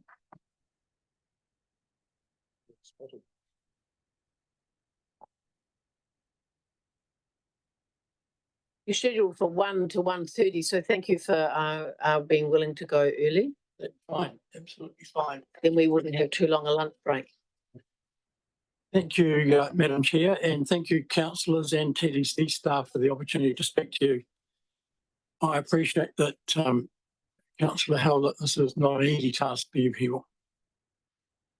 I'm a permanent resident of Little Kaiteri and have owned property there for 22 years. The purpose of my submission is to make suggestions that will help all beachgoers enjoy a better beach experience. I'm a founding trustee of the Tasman Bay Blue Penguin Trust, and these are my personal views. In my opinion, dogs should be prohibited from our beaches. I have just two key points that I wish to make. You have seen my submission, which contains a lot of detail. But this morning I want to say that dog attacks on humans are increasing, as being reported around the country. ACC costs are accelerating due to injuries and hospitalisations due to dog attacks. It is only a matter of time before there is a serious incident on local beaches due to uncontrolled dogs. When this happens, media attention on TDC will be significant. TDC has every opportunity to minimise the risk of beach going public through this bylaw review.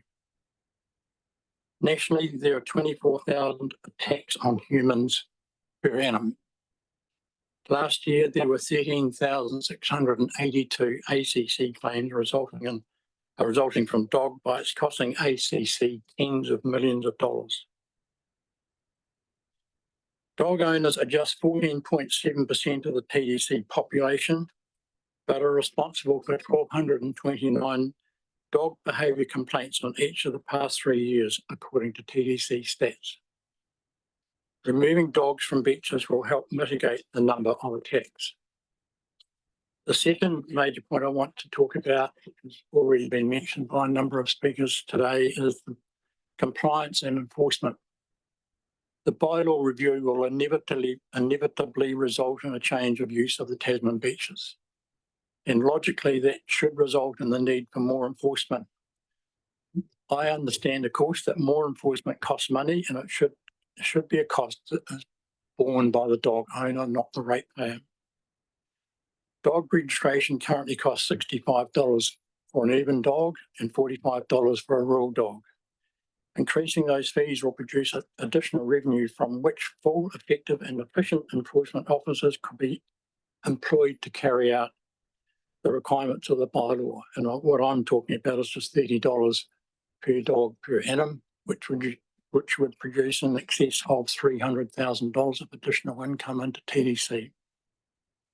By comparison, the Nelson City Council dog registration fee is $115 for an even dog and $61 for a rural dog. Some of the additional revenue from dog registrations could also be used to fund a modest dog park in the Rewaka-Motueka area. Breaches of the Dog Control Act are subject to fines. The Dog Control Act provides a guideline to local government to issue fines to dog owners whose dog injures or kills an endangered native species. The Act provides for fines of up to $20,000 or 3 years jail or both. And by throwing the full weight of the law at the non-compliant dog owner, the measure would soon act as an effective deterrent. The days of education are over, and it is time to get serious with irresponsible dog owners. I'm making the point about irresponsible dog owners because, generally speaking, dog owners are good, but it's the irresponsible ones that we're talking about today. Kaiteri Recreation Reserve do not allow dogs on that beach because it is pristine, unique and iconic.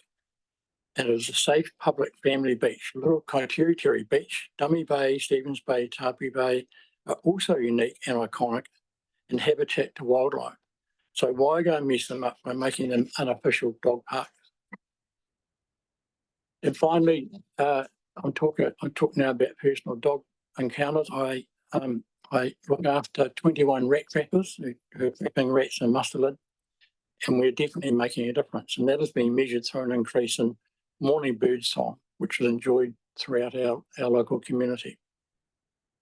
However, our volunteers are frequently rushed by uncontrolled dogs, abused by irresponsible dog owners, subjected to stepping in or kneeling in dog feces. It is completely unacceptable that our trappers are subjected to dog tax while they're acting for the public good entirely on a volunteer basis. It is irresponsible dog owners to allow dogs to leap out of a car boot and charge down the access ramps to the beaches. The dogs are so out of control, it is obviously impossible for owners to recall their dogs, risking injuries to people. And my family's been subjected to one of those injuries. I have witnessed many unpleasant encounters with dogs versus people on the Tasman beaches, and there are far too many to mention here, and mostly too unpleasant to be repeating anyway. In conclusion, councillors, I urge you to do the following. Prohibit dogs from our beaches. Community safety and observance of the Wildlife Act should be your highest priority. Secondly, TDC has an opportunity during this review to take the lead on preventing either further decline in our native bird life. And there needs to be, through better enforcement, a tougher stance on irresponsible dog owners. Thank you for the opportunity to present to you. Thanks, Larry. Got time for a quick question or two? Well, you just a question or two, either. Thank you, Larry. So firstly, only because I've raised, I think, 3 times now, the 14.77% of dogs to population, I think it equates to about a third of rateable properties. Yeah, I've got that. Maybe not those. I think you're right with the 14.77 based on population, but in terms of property owners, I think it's a third. And I can't disagree with you in terms of irresponsible dog owners. And thank you for your submission, because I didn't realise there was a $20,000 fine in terms of the Wildlife Act. So we already have tools available to us. It's probably not a question for you. Why aren't we using them? Sorry, it's probably not a question. It was frustrating for us to have members of the community whose dog has killed a penguin. There was an example in May of a lady whose dog killed a penguin. She did the right thing, everything right after the event. She called Doc got involved, and she was fined $200. And to me, that's not a deterrent. That doesn't say to the rest of the dog community, crikey, we need to be more controlled about how we look after it. Thank you. Thank you, Madam Chair. Thank you very much. We've come to 12:30 and we've got a lunch adjournment, 12:30 to 1. And so we'll see you back here at 1 o'clock sharp, panel members. Excuse me. Excuse me, Jenny Morris here from Takika. Hi, Jenny. The appointed time was at midday, along with half a dozen others. I'm actually sitting at the library because that's the only place I would be able to do a Zoom. And can you tell me how much longer I need to be sitting in town waiting to be able to make my submission? Hi, Jenny. We haven't had you as a confirmed speaker, so you're on the list here as someone who didn't confirm that they were going to speak. But that you're there now, I think we'll just go, eh? You've got 5 minutes, and at 4 minutes there'll be a bell, and then another bell when your time's up at 5 minutes. Okay, thank you. As you know, my name is Jenny Morris. I'm calling you from Takika. And so mainly my submission is regarding the Golden Bay beaches. I don't agree that any more restrictions should be added to any of the Golden Bay beaches. Dogs, as well as their owners, need to socialise and need to exercise by having a run or a dip in the sea or wandering along, sniffing and peeing. It's part of what they do, and it's the good part. If they are constantly on a lead, everybody's health will be affected. I have never seen any penguin footprints, and I know what penguin footprints look like on the beach at Parapara, where I normally would walk. I asked a couple of questions on my submission form, which I've not had an answer yet. I mainly walk on the Parapara beach. Can you tell me which bird breeds and nests 365 days of the year, 24 hours a day? We're not really in a Q&A, a question and answer session, Jenny, but your question's noted. And yeah. So hopefully I will get an answer on that one at some point. Why is the area from Mars Reserve banned? It's 1 kilometre from Mars Reserve to the inlet at Parapara, which is the only part that is on the piece of paper in the present bylaws, and as far as I know in the new bylaw, is Parapara Inlet. The inlet is 1 kilometre away from Mars Reserve, where I get onto the beach, or would like to get onto the beach and walk in that area, in that distance. It's the only place where there isn't any houses built there. Half of that is actually farm paddocks, and the only birds I've ever seen along there are fantails, or the swallows are back now. The official forest and bird sign is at that point halfway along, and it says birds nesting here between November and March. So again, a question: have you actually been and looked at that part of the beach? Has anybody been and checked that distance that there is? We have been banned, actually only banned for the last 3.5 years, but there was no review, no notification, just I got a nasty phone call because I'd walked on there. How dare I? The sign is exactly the same as at the beach road end. It's exactly the same, and you're allowed to walk up at that end. Why also is that part of the beach being treated differently if there is going to be a ban, or if there is a ban, from the other beaches in Golden Bay, where there are months of the year when dogs are allowed to go? Not on this one. 24/7, 365 days of the year. The main sign, as I say, is the same.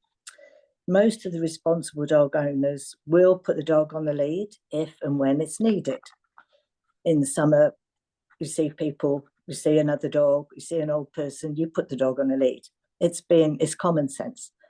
And like in life, you know, you'll always get the ones that will not apply and will not comply and will not want to be doing that sort of things. It appears to me that, you know, we're all ratepayers. I think we all deserve to be able to go onto our local beach, and I hope that this will be corrected, that we are allowed on the beach when you do the review. Excuse me. It seems to me that there are certain areas, ours being one, that the more protection is for the forest and bird, for the birds. Now, the penguins are nocturnal. Unlike the other person that was on, not quite 70 years, I've only been in the bay 20 years, but I have never, ever seen one on the beach. I've never seen one in the road, never seen one, apart from washed up after a big storm. So that is my submission. Thank you. And thank you for hearing. I'm sure there are people still waiting and not knowing what time we're going to get on. Thanks, Jenny. Yeah, we've got a few people to go today. I'm just going to check if there's any questions for you from the panel members. No, all good this end. Your submission's clear and the points you've made are very clear. Thank you. Okay, well, hopefully I'll get an answer on this bird that nests for 365 days of the year. I'd be very interested to see what it is. I might ask Ms. Google. Thank you. Thank you. Bye-bye. We will now break for lunch and we will have half an hour. A little less. We'll come back at 1:05, panel members. Thank you very much. All is next.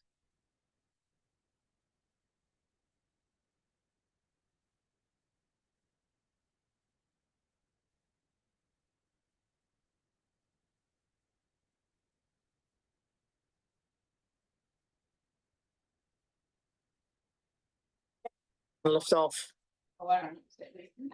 Cool. Yeah. And you've got. Yeah, we let go now. Sweet.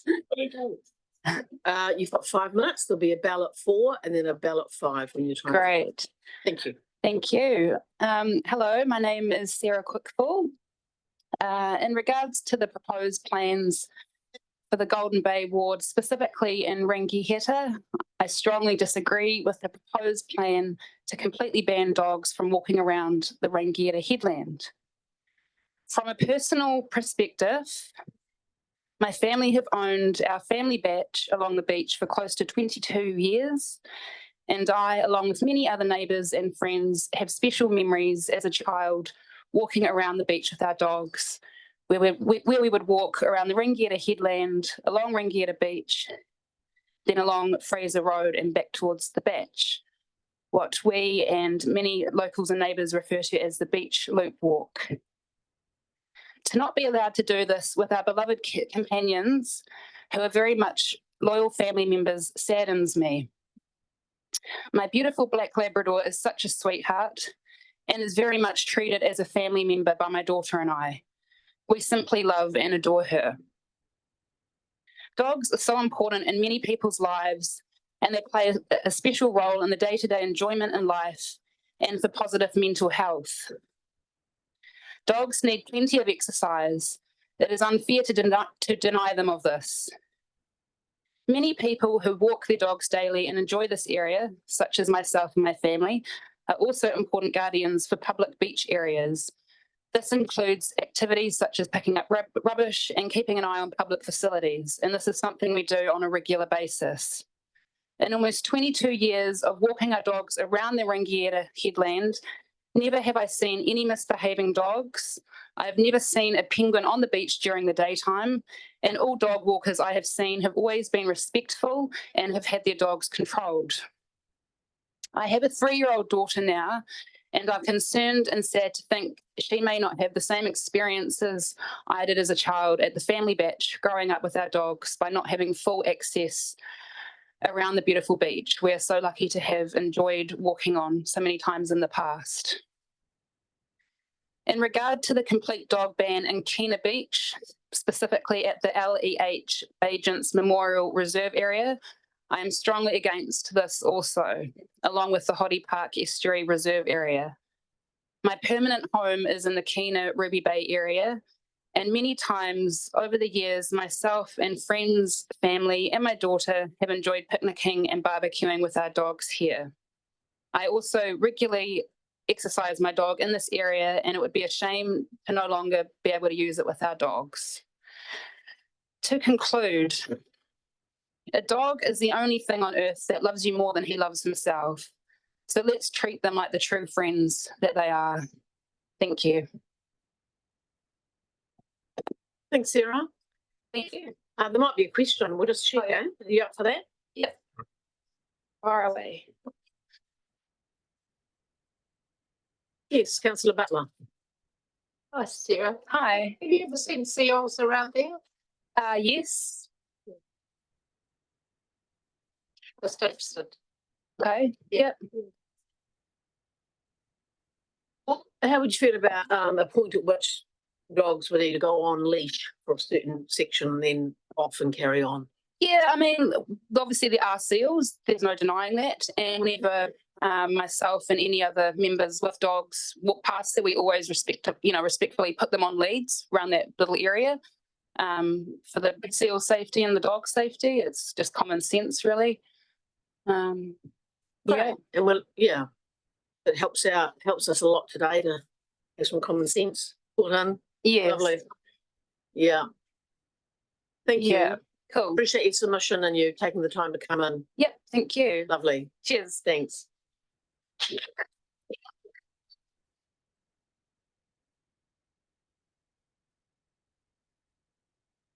Gillian Trotter, sorry.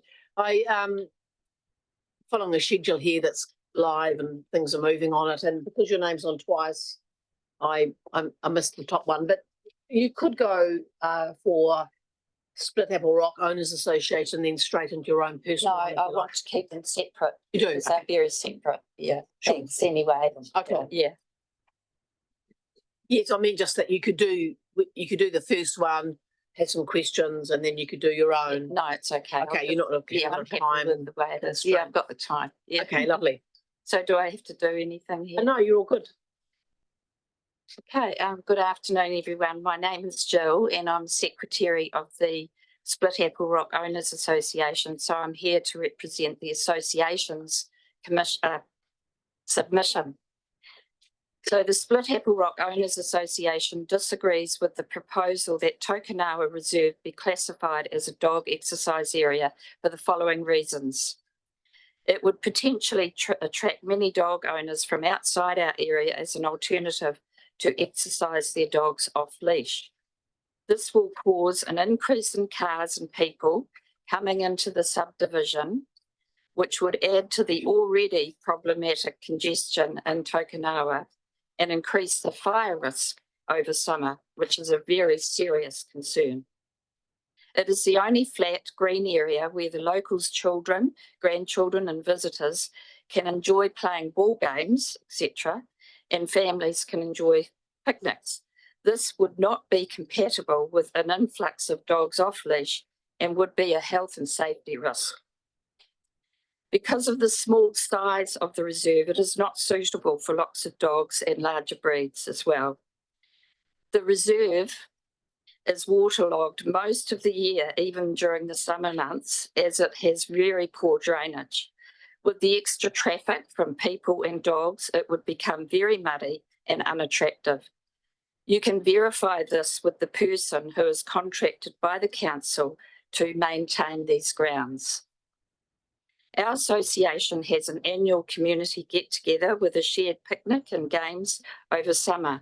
Once again, this would not be compatible with dogs exercising. There is also a direct track down to the Otawhero Inlet from the reserve, with the potential that dogs could wander down the track or owners walk them down there. This could impact the important restoration work being carried out there by the Otawhero Wetland Trust. Otawhero Inlet is a dog prohibited area. Wekas are also common around the reserve, and off-leash dogs may well sense their presence and try to find them. Dog owners may be more likely to continue on to walk their dogs down to the nearby tracks to Split Apple Rock and Towers Bay beaches, thereby putting more at risk nesting penguins and shorebirds on these beaches. There would be an added health and safety risk, especially to children playing at the reserve, with the potential of dog poo not being picked up and dogs urinating. There are no rubbish bins at the reserve. Also, there are no toilets at the reserve, and there is a concern that the public will relieve themselves in the nearby bushes, as has been our experience where cars park at the end of Tokenawa Drive, where they're going to go down to the track, to the beach. The reserve is also very close to neighbouring properties that are unfenced, as is required in our area, thereby increasing the likelihood of dogs wandering onto private properties. In conclusion, we ask that the council keeps Tokenawa Reserve in its present status and not classify it as a dog exercise area. Thank you. Thank you. Checking to see if there are questions. What's the main use of the reserve? How does it get used? Mainly for, like, for example, my grandchildren go down there and play ball games when they're staying, because there's no flat areas around the properties in the area. We have the community get together there in summer. Just recently, when we had a working bee, we were had morning tea there. That was just a couple of weeks ago. Plus, some of the locals exercise their dogs there, but they know, you know, they know that you can't go down to Otafero Inlet, and they're respectful of the wildlife in the area. Yeah, so that's the main use, I would say. Yeah. And so one of your main concerns is around it'll draw, with the other changes, it'll draw people into coming here more. Yes, and it is a very boggy, you know, like, you just need to walk across it, and you can, there's puddles. Yeah. And it's very boggy, and it would get muddy very quickly. Yeah. But you can verify this with the contractor. Yeah. Thank you. Councillor Butler? Yes, sorry. So when you just mentioned about people going down to the beach, which beach is that? The Split Apple Rock, It is. Tokenawa, and the Towers Bay. So people park there. Is that No, they it's just not far along Tokenawa Drive, and they'll think, oh, I'll go down there. They're more likely to, if they've driven that far, they're more likely to go down there. Right. Yeah. Okay. And penguins and Easter there. Right. So Yeah. it sort of would draw people to the particular part. And another main concern is the extra traffic. You just need to be a local and know that the traffic is a problem in the summer periods especially, and the fire risk is a worry. You know, there's not a lot of parking in that area. So. Oh, yes, Councillor Shelkis. Yeah, thanks for your submission. Just, you say that some people are already using it for running their dogs. Just rough sort of numbers, would it be rough sort of numbers on how many people would use it? Locals? I mean, is it sort of one or two, or is it quite a few? Oh, at the moment, just a rough I'd number. have to, I can only guess, because I'm not standing at the park, but I'd say 5 or 6, 1, 2, 3. Yeah. Yeah. Local people, yeah. But that's just a guess. Yeah, you probably need to ask the immediate neighbour. She'd be able to tell you. Yeah. Yeah. Thanks, Gillian. And You're we'll see you shortly. Thank you. Anthony McLeod.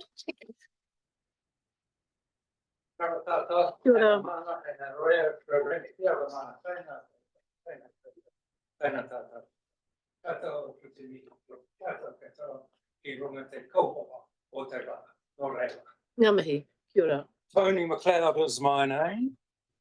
I live in Brightwater, and I have a batch that we've had for something like 27 years at Tata in Mohiu. I have 4 points to make. First point is 5 minutes to submit and respond to questions is woefully inadequate. Second point, in my submission, I made an editing error, and I think I shouted some caps at you. I apologise for that. That was not my intent.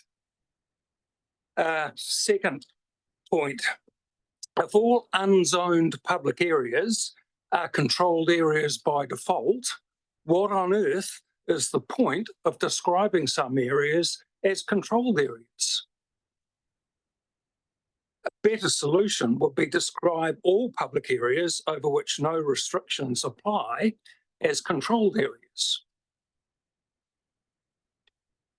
Second point, section 18.3 of the proposal places an unrealistic and impossible burden on dog owners. It is not possible for me to establish whether my dog may cause distress or danger to a person who is a stranger to me or to stock or animals. Effectively, if my dog may do that, the dog must be on a leash. Therefore, the dog is required to be on a leash at all times. I don't believe that is the intent of the bylaw, but that is what section 18.3 creates by default. A better solution, I cannot know what is in your mind or your mind when my dog running off its leash is 20 metres away from you and may or may not be moving towards you. An impossible burden. A better solution, I submit, would be to say that it would be for section 83 to be rephrased to say every dog owner must immediately place their dog on a leash once it becomes apparent that any person, stock, etc., is distressed or in danger from the dog. Fourth point, penguins. In over almost 30 years of going to Golden Bay at summer, I have seen one penguin on the road between Pahara and Tata, and that was a couple of years ago. We are seeing increasing signs of penguin tracks at Tata and Wainui Bay. It seems to me the penguins are actively recovering in that area under the rules as they currently exist. Council says it wants to seek a balance between conservationists and dog owners as if the two are mutually exclusive. They are not. The map of Mohua, which is part of the proposal, does not show the other extensive areas of Golden Bay which are restricted to dog use. All of the Abel Tasman National Park coastline, all of Farewell Spit, parts of, I believe, and I'm not 100% on this, parts of the Kahurangi National Park. If you put in red on that map those areas, then it is well over, I would submit, two-thirds of that coastline restricted to dogs. Is that my bill? Okay. So the map and the proposal as they currently stand do not provide a true picture of what the situation will be in Mohua.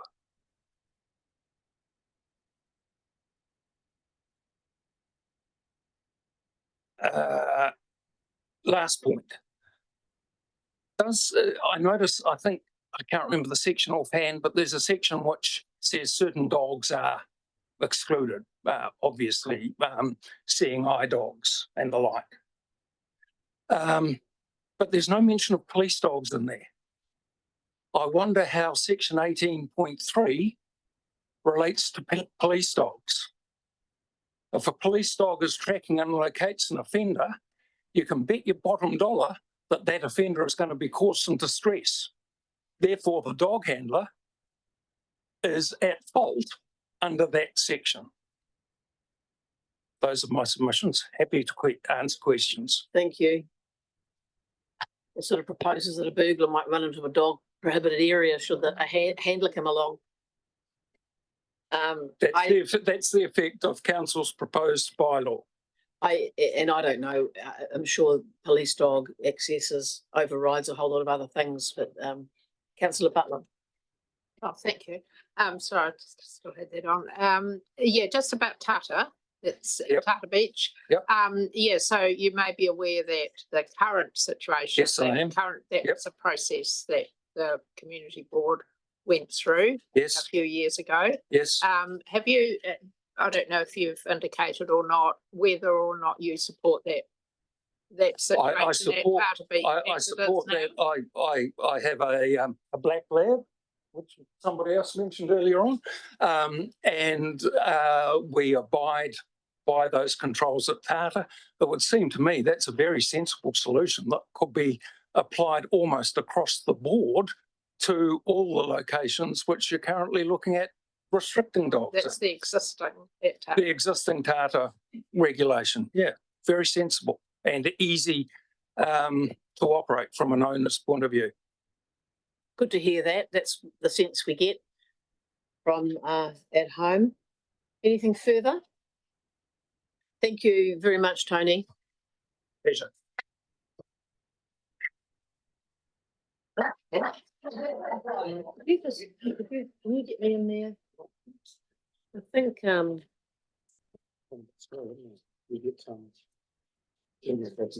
I think it is. Oops.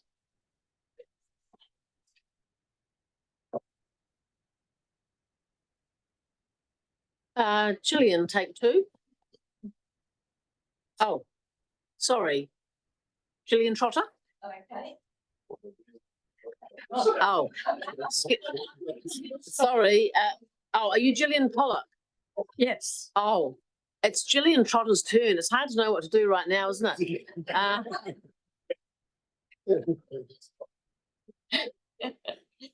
Soon. Hi, as you know, my name's Gillian or Jill, and I live in the Split Apple Rock Tokenawa area. Firstly, I want to state that I'm not a dog hater. I've heard many describe those that are wanting tighter dog control bylaws that they dislike dogs, but that is not the case with me. I grew up on a farm with hunt away and heading dogs, and I very much appreciate dogs and their roles. However, I'm puzzled and concerned that Split Apple Rock and Towers Bay beaches have not been mentioned in the proposed bylaw, which means they remain off-leash areas. These beaches are all known habitat for penguins, which are currently nesting there, and I've seen them. So I implore the council to also make Split Apple Rock and Towers Bay beaches at the very least on leash all year round. However, I'd prefer dogs be prohibited for the following reasons. Unfortunately, I've witnessed far too many times dogs not under control at these beaches. It seems that many dog owners are prepared to stretch or break the rules. So an on-leash area, it's a spelling mistake there, I believe that many owners would not adhere to this. Our property overlooks the Maraho Sandspit, where it is a dog prohibited area. Despite this, I have frequently witnessed dog owners taking their dogs for a walk along the Sandspit, mostly off leash and not under control. Also, Split Apple Rock Beach is a major tourist attraction, and to have dogs running around is not desirable. I, as a member of the local Waka Ama Club, am reminded we are the kaitiaki of this area, and to see threats to our natural environment is concerning. Council is also the kaitiaki and should be remembered. Trapping is extensive in our area to reduce predators, which are at risk to penguins and other bird life. So it's frustrating to see that these risks adding to the risks that these trappers are trying to mitigate. Health and safety at the beach is especially of concern with the children and elderly, as I've mentioned in my submission, and this applies to all beaches. I've outlined misinformation in my submission, which I've listed, so you can read over those. I hope that the council will check with recognised experts any assertions that are made in submissions before making any final decisions on the bylaw. So it's all based on fact, not fiction. Statistically, there's been an increase in dogs in the community. Therefore, there needs to be a corresponding increase in the safeguard for the vulnerable, whether they be the public or endangered wildlife. There is also a need for greater policing and education on these bylaws. Hopefully the council will put in place further measures to assist this. Regarding the Tokanawa Reserve, my submission reiterates and supports the Split Apple Rock Owners Association submission. So I'd like to thank the councillors for their consideration. Ngā mihi nui. Kia ora, thank you.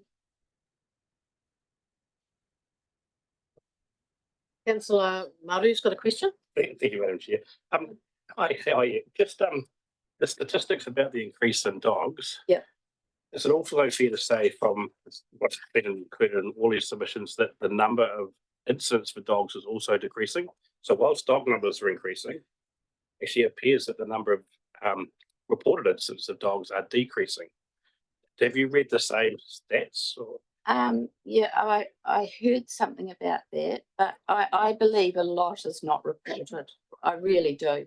Like I've seen instances, but I don't report it. And that was my next question. Occasionally I do, okay, but I can't be doing it all the time, you know.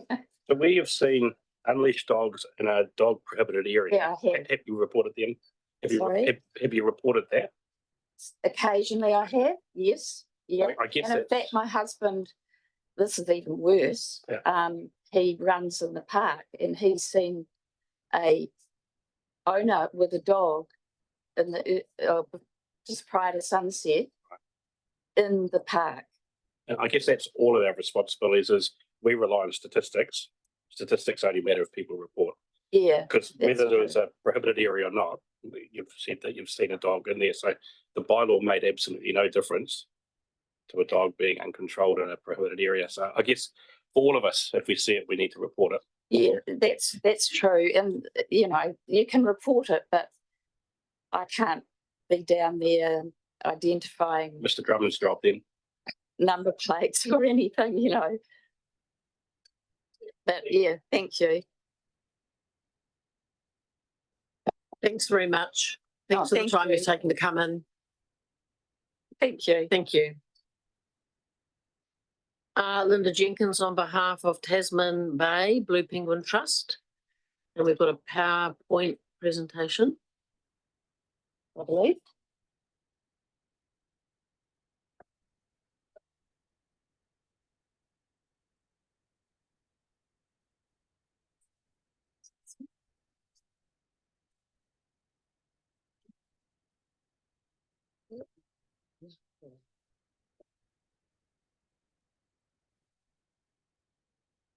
Good afternoon. Welcome. Thank you for the opportunity to speak to our submission. My name is Linda and I'm a trustee of the Tasman Bay Blue Penguin Trust. Our interest in penguin with conservation began about 20 years ago when we purchased property at Little Kaiteri. It developed into an active concern 6 years ago when we moved to Little Kaiteri as permanent residents. I don't know why I've Clear- lost this. Oh, Just lost pause it. there until we get this sorted out. And turn the jug off for a minute. You got that, Elaine? Okay. Thank you. I'll backtrack a little. Our interest in penguin conservation began about 20 years ago when we purchased property at Little Kaiteri. It developed into an active concern 6 years ago when we moved to Little Kaiteri as permanent residents. Clearly, our local korora were in trouble, so we started raising the profile of penguins under the name Love Our Little Blues. And this was to help make locals aware that we had this precious species in our neighbourhood.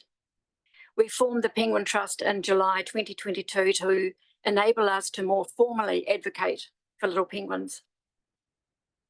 So as advocates for little penguins, our position is that dogs should not be sharing the same sensitive coastal habitat with them.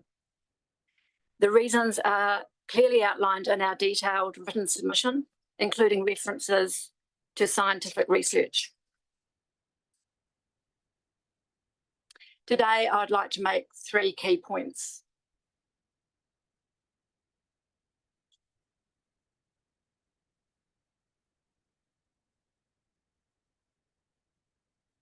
Here we go.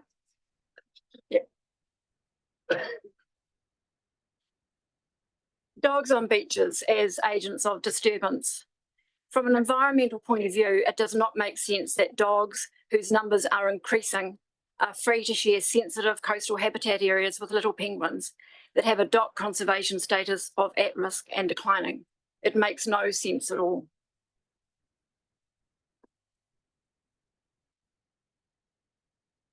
Fatal dog attacks on little penguins around the country have been well documented in the media as well as DOC and local councils over many years. That dogs kill penguins is irrefutable. Notwithstanding little penguins have other predators and threats, dogs are the single most significant and preventable cause of death of little penguins in urban areas. Over recent years, dead penguins that have been reported to and uplifted either by our trust or DOC have been necropsied by qualified veterinarian Dr. Mana Stratton to identify the most likely cause of death. If the most likely cause of death is by dog attack, both TDC and DOC are notified for their records. A lot of energy has been expended by some dog owners attempting to discredit Dr. Stratton's academic qualifications and professional veterinary experience. This tactic is nothing short of libelous, mischievous, and reckless. Suffice to say, Dr. Stratton's professional veterinary qualifications and her membership of the Veterinary Council of New Zealand speak for themselves.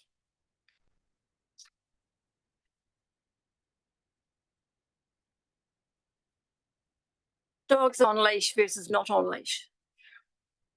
Tasman District Council commissioned a report in 2022 to review the management issues and options for coastal birds in the Tasman District.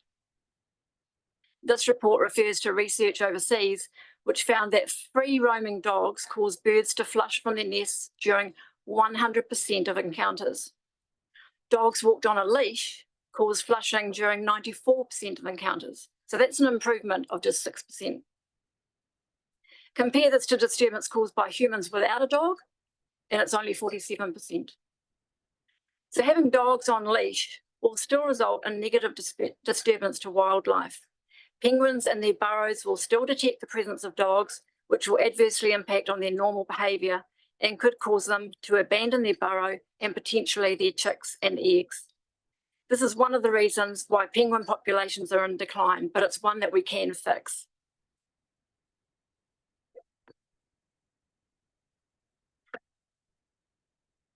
The Rewalker River mouth to Tapu Bay, the draft bylaw proposes that this area become an off-leash exercise area. This will substantially increase the risk to penguins and other shorebirds. With other nearby beaches being proposed as on-lead exercise areas, dog owners wanting to exercise off-leash will flock to Tapu Bay. And it'll be at low tide and turn it even into a busier unofficial dog park than it already is. This off-leash proposal is despite the fact that the Rewalker River mouth to Tapu Bay coastline is acknowledged in Council's GIS records as an important bird habitat. It is listed as being of regional importance in the Tasman coastal marine area. TDC commissioned a report around this in 22, has the facts and evidence around why it's a sensitive habitat area, and yet still proposes that dogs are allowed off-leash. This makes no sense at all. And finally, this bylaw review is the opportunity for TDC to step up to the plate for the sake of conservation and our protected native wildlife. It's not a very comfortable plate, take it from me. But if we had Kiwi here, the conservation effort would be on a whole different scale. Little penguins, korora, are native, they are protected, they are in trouble, and they were here first. We need to learn to live with them and not force them out because they've become inconvenient to our lifestyles. Please give our protective native species precedence. They deserve it. Thank you for your time. Thanks, Linda. Time for one question, if there is one. I'm looking your way, Brent. Awesome, thank you. So just two things. One's a comment. I'm interested in those Section 10A reports in terms of what we've got and why we don't report that. So I'm interested in terms of that part. But the other part, Linda, is it's a strong statement that is it all dogs are the most significant threat, or is it some dogs? I just want to distinguish between dogs, all dogs, and bad dog owners. I guess. Yeah. Yeah. The ones that obviously impact are the ones that are not under control. Yes. Yeah. Thank you. In the 10A report? And yeah, that's more of a comment for Cal. I'm just interested in that. And thank you again, because a number of people have talked about the inadequate and confusing signage. So in your submission, you've picked that up. Thank you. Thanks, Linda. Thank you. Susan Walsh.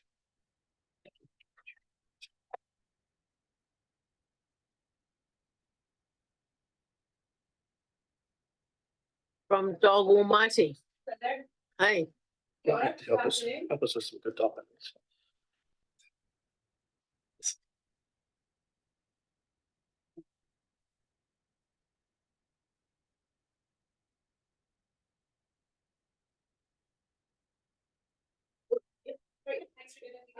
Just pop the microphone on. Just press a button in front of you. Yeah, there we go. How's that? Better. Great. My name is Sue, and I've worked full-time with dogs in our community for about 15 years now. I see 6 to 9 families every week. That adds up to about 250 families a year, plus sometimes. So I have a very unique and in-depth insight into dog owners and dogs in our community. I think that, we're here toing and froing about exercise areas and this and that. And I just wanted to bring our attention back to how important dogs are and how many important roles they're fulfilling in our society. Some of the things are pretty obvious. Conservation work, in-depth in conservation work, even identifying penguins in the Tasman Bay area. A dog was used to find all of those burrows, so we have that information. Dogs are seeing eye dogs. They're involved in cancer research. They were involved in the COVID effort, disability support, detection work. And these are the things that are obvious. I wish you could see what I see every week of my work. I see the elderly being supported by dogs. I see people with mental health issues being supported by dogs. I see countless families adopting or buying a dog in the hope that they can train it to support their special needs child. These dogs cost about 40 grand if you were to do it in a structured kind of way. A lot of families are out there taking on dogs, hoping that they can use their natural abilities to help their children. And they do. They really, really do.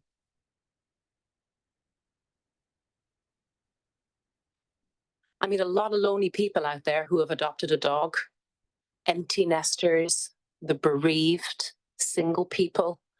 Dogs are helping all of these people.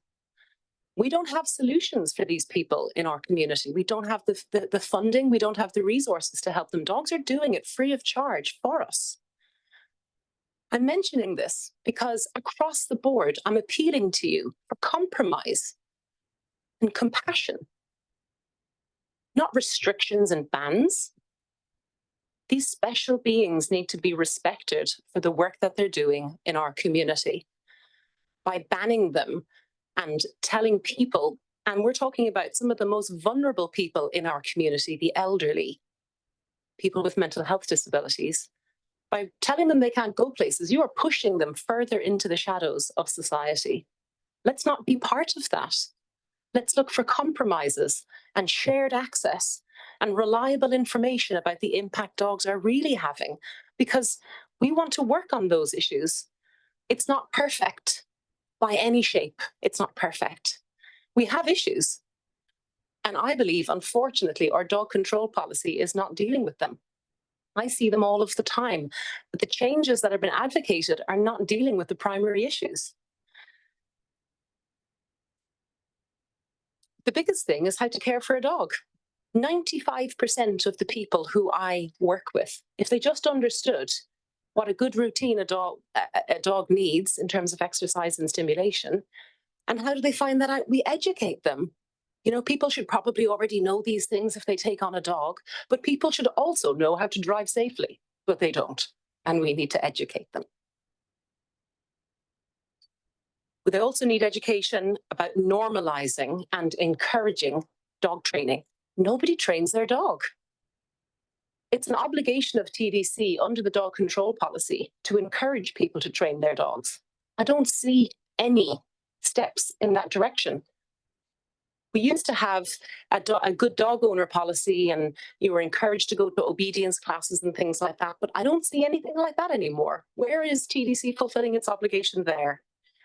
We also need to educate people about dog intrusions. They don't understand that their friendly dog impacts other people. They genuinely don't. And I disagree with some other people in that I think it's your responsibility to keep your dog to yourself. That's what I do when I'm out walking. It's not that hard, but I understand it because I work with 250 people a year and I understand the issues very, very, very carefully. Dog fouling is a huge problem. There is dog poo everywhere. Where is the campaign from TDC to try and fix this problem? Where is the steps in the dog control policy to alleviate this problem for both dog owners and non-dog owners? These are the problems. Educating people on puppy training and development, that would also be really beneficial because you prevent the problems before we get there.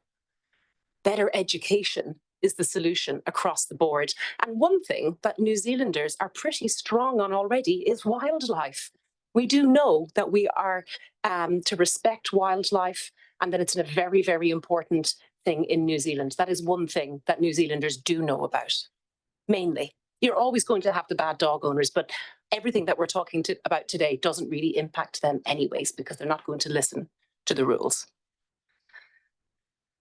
I've gone into in-depth details in my written submission about the various walking areas, but I did want to just talk about Hardy's and Kina Peninsula. They're big, wide, open, grassy areas. They're perfect facility for families, including their dogs. Yes, make some of the area there restricted on lead because there are birds there. I'm fine with that. But you can't discriminate and completely ban. Thank you. Councillor Maru. Thank you, Madam Chair. So thank you. So if you work with 250 dog owners a year, we've got 1,200, and 95% of them you teach something to. Is owning a dog a natural right of us, or should we actually have more responsibility and understand what the responsibilities of owning a dog are and actually be approved as a dog owner before we get a dog? I think that would be a really good idea, just like having a driver's license or having some basic course. Parenting. Yeah, like even if TDC could come up with some kind of an online course on dog ownership and basic dog training to educate people, and that you have to do that online course before you're allowed to get a dog. And you mentioned 611 to 6115 in terms of, I guess, that teaching and that education. Have you got, maybe not now, but have you got any suggestions what that may look like? If you could send that through somewhere? Just let me know where to send it and I can. Okay. Whatever the email was from the Yep. I'm just interested because as it is a narrative, isn't it? It's not specific. Yeah, for sure. Councillor Shawcross. Yeah, thanks for that. Those good words. Confrontation seems to be a word that keeps coming up in all this space. Is that something that you guys do in your training? Confrontation between who? Between people with dogs. You know, that because a lot of the time it's that first encounter that will set the scene for how it's going to go.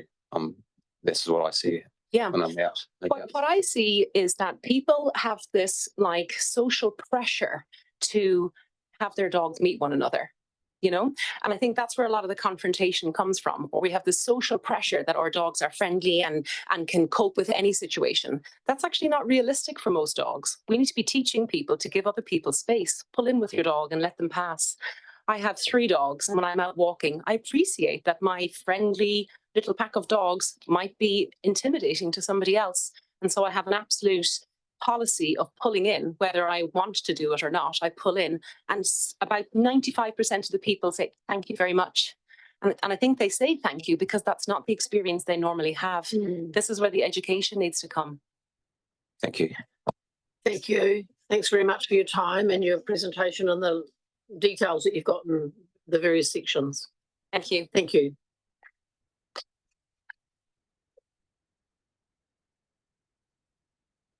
Gillian, welcome. Sorry for the false start.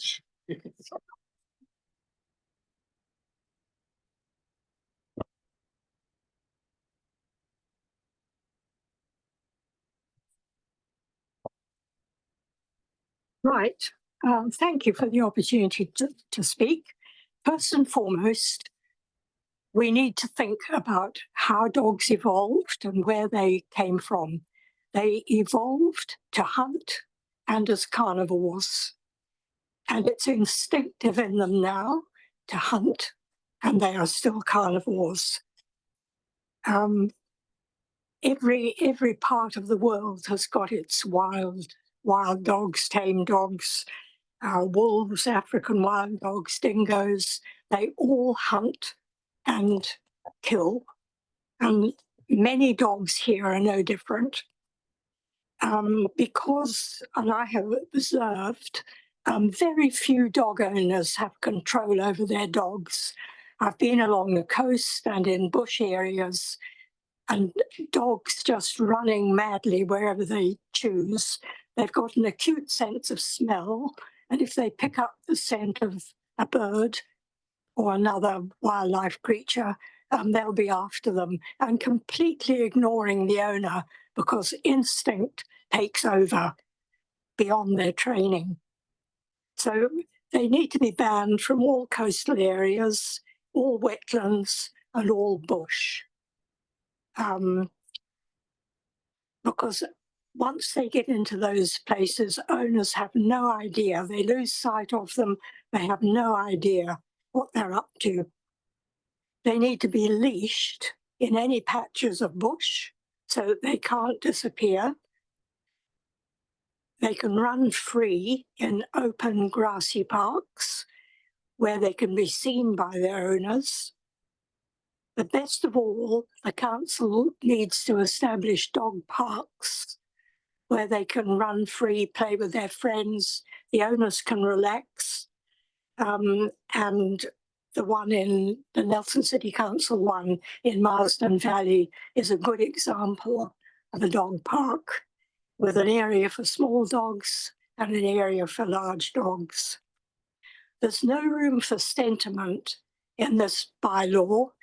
The survival of our wildlife is absolutely top priority. And I have also read statistics about birds' reaction when dogs are present that a previous speaker mentioned. And dogs are, birds are upset by dogs, whether they're on a leash or not. And we need to give our wildlife far more respect, far more consideration than we have in the past. So thank you. Thanks, Gillian. I'll just check if there's any questions. Councillor Maru. Thank you. Thank you, Gillian. I've got one question. Do you know or have you ever seen a good responsible dog owner and a well-behaved dog? No. That's the impression I got. So thank you. Thank you. That's the impression I got.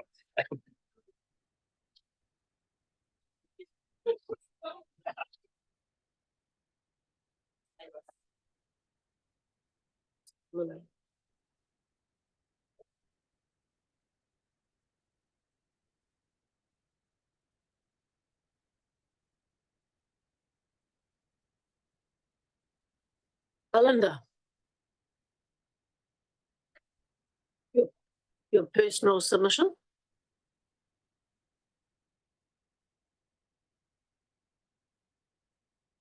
Thank you. Yes, I would like to voice my own personal opinion and experiences of sharing our local beaches with dogs and make some suggestions that will help all beachgoers enjoy a better beach experience. It dismays me to see an increasing number of dogs being brought to the beaches, fouling them and creating noise and disturbance at the expense of other beachgoers. This is particularly evident over the summer months when holiday makers bring their dogs as well, turning the beaches into unofficial dog parks.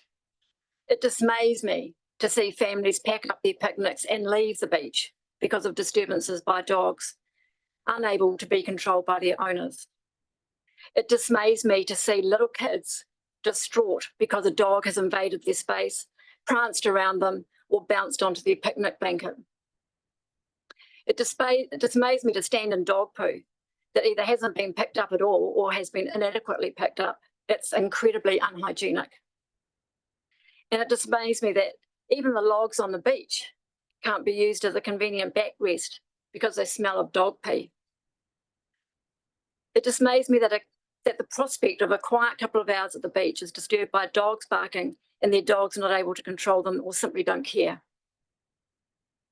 And I find it incredulous that some dog owners are surprised that other beachgoers don't want to make friends with their dog. Some dog owners who regularly use the beaches portray them as places of happy enjoyment with other dog owners. Well, this is not always the case. I've observed frequent arguments over the years between dog owners who have differing points of view regarding leash or off-leash.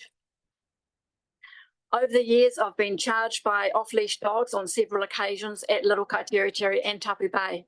Once was by 2 dogs simultaneously.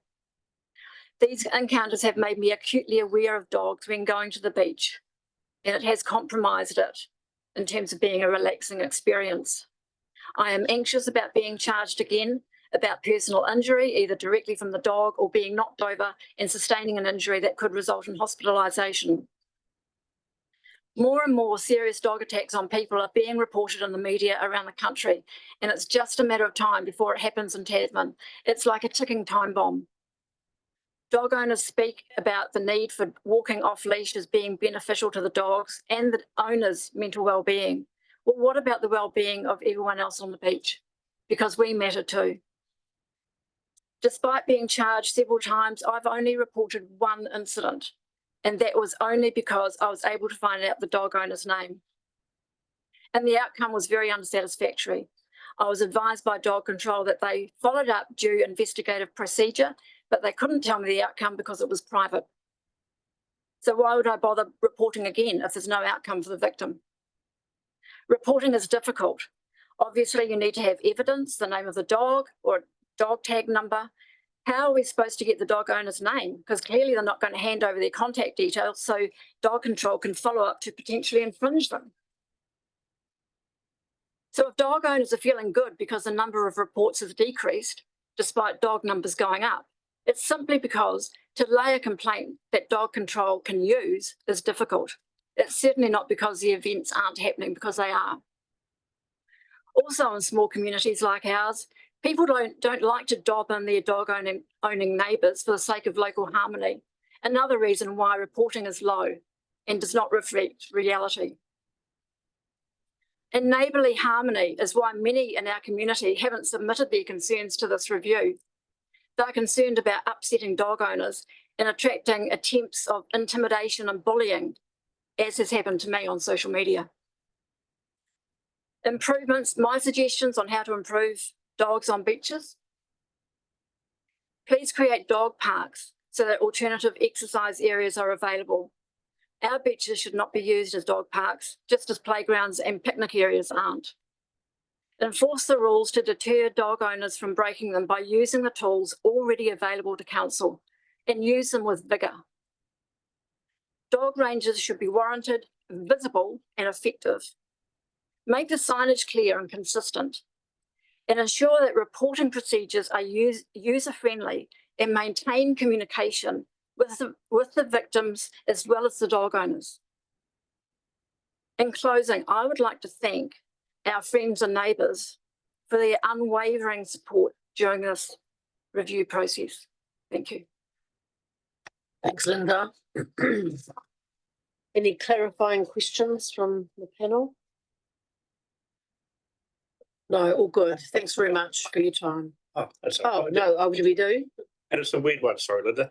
Just in terms of ACC claims going up nationally, I know it was a Nelson Mail, it was a Herald reference, but was there any indication in Nelson, Tasman, if the ACC claims had increased in terms of dog related The report that I read was nationally, but the author said that it would be acceptable that it applied to each region individually.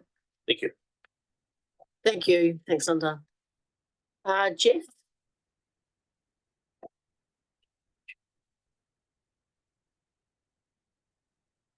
Welcome.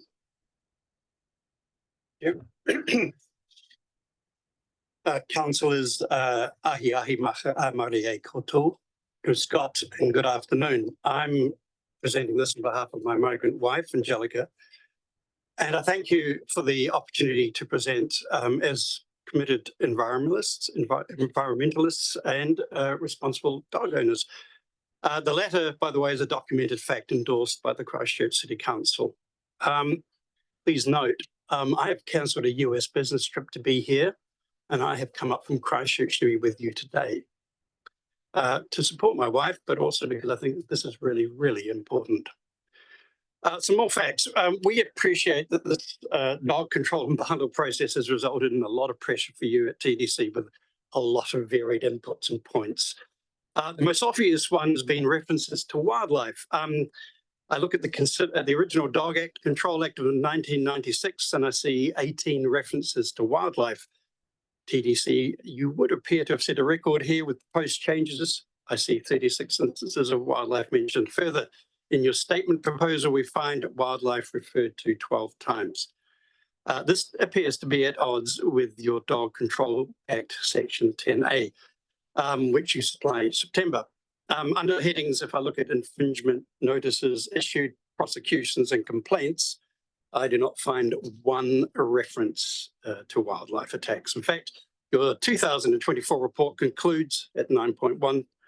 The report for the current period reflects a promising trend of diminishing complaints regarding dogs alongside a rise of dog population. You know the rest. If I call out little Kaiteri Terry specifically, the current summer seasonal dog ban aligns with the penguin molting season when for 2 weeks penguins cannot swim. So in other words, law-abiding, responsible dog owners can be environmentalists as well, as of so many of us are. Regarding Dummy Bay beaches proposed on leash, this area has not been an issue for dog owners for penguins. Again, in summer heat, dog owners prefer to be in the cooler temperatures of the day when they're down there. Angelica's the same, as am I. Furthermore, there is no public parking close to that beach. It effectively becomes a local beach on foot. Let's look at lawmaking or bylaw making and evidential inputs and rigor by law-abiding ratepayers. I'm now speaking for Angelica, of course, as I am the whole time here. Please, I won't put the German accent on for you. I can do that later if you want. I see and have experienced what feels like illegal actions taken by activists that may be in breach of the law.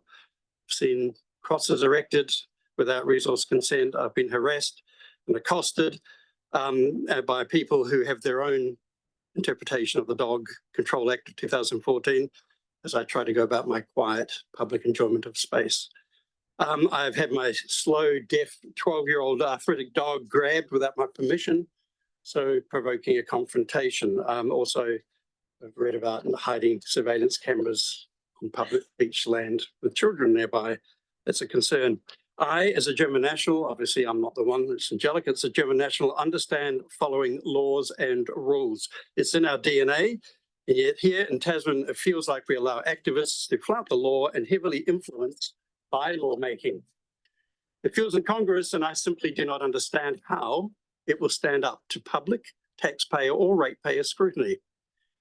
Lawmaking must have rigor, be evidence-based, as the consequences for breaking these dog bylaws and wildlife acts are enormous and brought before the courts. For example, maximum penalties of 3 years in prison, $20,000 fines. They're on the signs. Everybody can read them. We've read them many times. Angelica asked me to put this in. It wasn't in the original submission, but I'm putting it in because this is her submission. Dock and forest bird policies are often quoted and referred to by activists, including the statement, disturbance by dogs can cause ground nesting and other birds to leave their nests, resulting in loss of clutches and broods. Last March, I took my German family to the beautiful Nelson Lakes National Park within your jurisdiction. There are dock signs there that specifically say no dogs, not even allowed in cars. Instead, we found ourselves deafened by the powerboat regatta on the lake with the roar of performance engines reverberating off the valley hillsides and had to leave immediately. We could not even have a conversation with each other. And I was at a loss to explain to my German family the inconsistency of conservation policy and rules within a national park for the bird life there. But activists and conservation bodies are trying to apply the same policy on public land in a developed urban environment. I could go on here. I'm going to run out of time, aren't I? Look, it raises some questions for you guys. Just where were the TDC non-permanent resident dog owners contacted during this process? We are one of them. Specifically, coastal holiday owners as affected parties in the areas proposed for change. Do you actually have a non-permanent resident dog owners register? Do you know the dog count? You know, do you know where they reside when they're in this region? In case you have to have an investigation, or even doctors, I guess the answer is no. By the way, how did you slip in how do you slip in Dummy Bay into this change without really telling us all about it? I'm running out of time. Final thoughts and questions. Is it dogs off the leash constantly killing penguins during the day whilst they search for food in the ocean, or is it radical activists off the leash causing societal harm and damaging our community? I could talk a whole lot more, but Angelica told me to shut up and get to the point. I can do that in German for you if you wish. What would you like to talk about? Anything? Thanks, Jeff. Any clarifying questions? Councillor Maru. I'm not sure if this is for you or Angelica. I'll do my best. Okay. Carry on. So I get the wildlife part. So in terms of when you've been using the beach, have you seen occasions where there has been dogs that haven't been as well controlled as your 12-year-old deaf dog? Or yes, we have seen things we've seen bad behaviour, we've seen dog fouling. I wouldn't say actually on the beach. Angelica saw one last week and went and told them off. Very stern German woman. If you've met my wife, and she told them, they were very unhappy, and she made them go back and pick it up. So yes. And by the way, we really think you have an enforcement issue, and we would really advocate for you to have a dog ranger employed by you. However, we also would advocate that DOC would have a vet employed by them, so you could do this together and get some bloody good fines out there and some good, outcomes. So that, I think it's the one thing we all agree on in the room here today, isn't it? But maybe I'm being too German now. Carry on. Sorry. Thank you, Jeff. Your time's up. It is. Yes, your points are well made, and we've certainly read your submission. Thank you. Kia ora, Tracy. I think you're there on Zoom. Can you hear me? I can hear you. Can you hear me? I can hear you, but not see you yet. I have a... Oh, okay. You've got a PowerPoint. Yep. Yeah, I have a PowerPoint. What I'm not sure about is how I progress it. So maybe I just have to ask for the next slide. But anyway, let's see how we go. Yes, if you do that, you've got 5 minutes, as you know, and at 4 minutes there'll be a little tinkle on the bell, and then another bell when your time's up. Yes, and just say when you're ready for the slide to be changed. Okay, hey, so thank you very much. I will try and go through this quite quickly. Force of habit, I couldn't resist trying to do a visual presentation. You've probably read my original submission, which was a little bit wordy. That is a problem that I have. But so I've tried to make this one a bit more visual. My name's Tracy Osborne. I'm a permanent resident of Collingwood, a semi-retired ecologist. Next slide, thanks. So it's hard to not be aware of this process that you're going through now, because it's all the talk of our community. But I wasn't aware of the early consultation, and so I got a bit of a fright when I was at Collingwood at Milnthorpe one day and saw a map saying that I couldn't take my dog where I normally do. And it made me realise how incredibly important this amenity is for me, and how I could lose it. So I want to become a bit more active in trying to do the right thing and try and have my community do the right thing. Dog walking is my #1 recreational activity. And anywhere off-road is really, really special for this. And that's why beaches just, end up being where we all concentrate.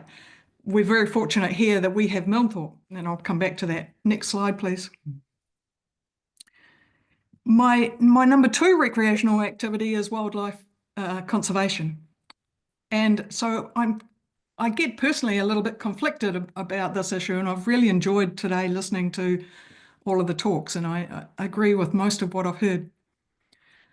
I am concerned that poorly supervised dogs running on beaches are a problem. There's definitely an issue and a problem for penguin survival and for disturbance of shorebird nesting and roosting. These photos, I don't know how well you can see them, but these are some photos of some nests on my local beach from this last summer. And I'm aware of them, and I make sure that myself and my dog behave appropriately by staying well clear of them. Next slide, please. The thing is, the reason why I live in Collingwood is because Collingwood has got this huge beach and there's room for everyone. And because this activity of walking daily with my dog is so important to me, it's also why I carefully chose a breed that I could train and trust. Next slide, please. Despite being a reasonably rural location in Golden Bay, there are actually very few public areas for running dogs. And again, that's why beaches are so important. On this map, I just show a little bit to you about how the yellow lines are places where I walk for fun. I love to walk and I walk for fun, but I'm not allowed to take my dog on any of those yellow lines.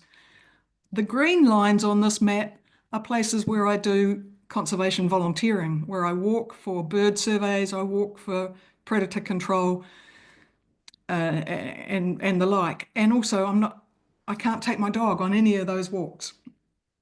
But every day I walk my dog and I have to walk her, and in this case, I walk her in the areas that are shown on the map as blue lines. And the red lines shown on the map are areas where your proposed policy and bylaw impact on my walking. So what I'm really trying to say is that most of the places I walk in Golden Bay are already prohibited for dogs. And it makes our dog walking areas just so incredibly important to us. Next slide, please. Just zooming in, I've chosen to live in Collingwood because I love walking my dog.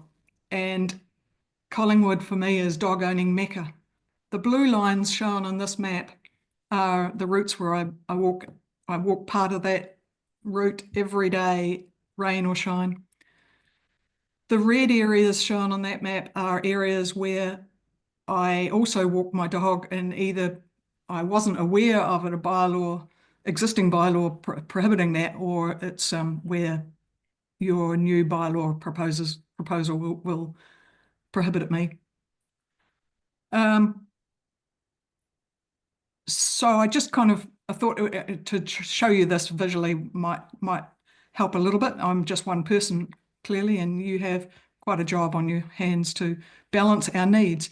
But I don't ask of you for sports stadiums or concert halls or, all of the other many amenity values that you provide our society. I just ask that I be able to walk my dog off lead in areas that are not next to a road.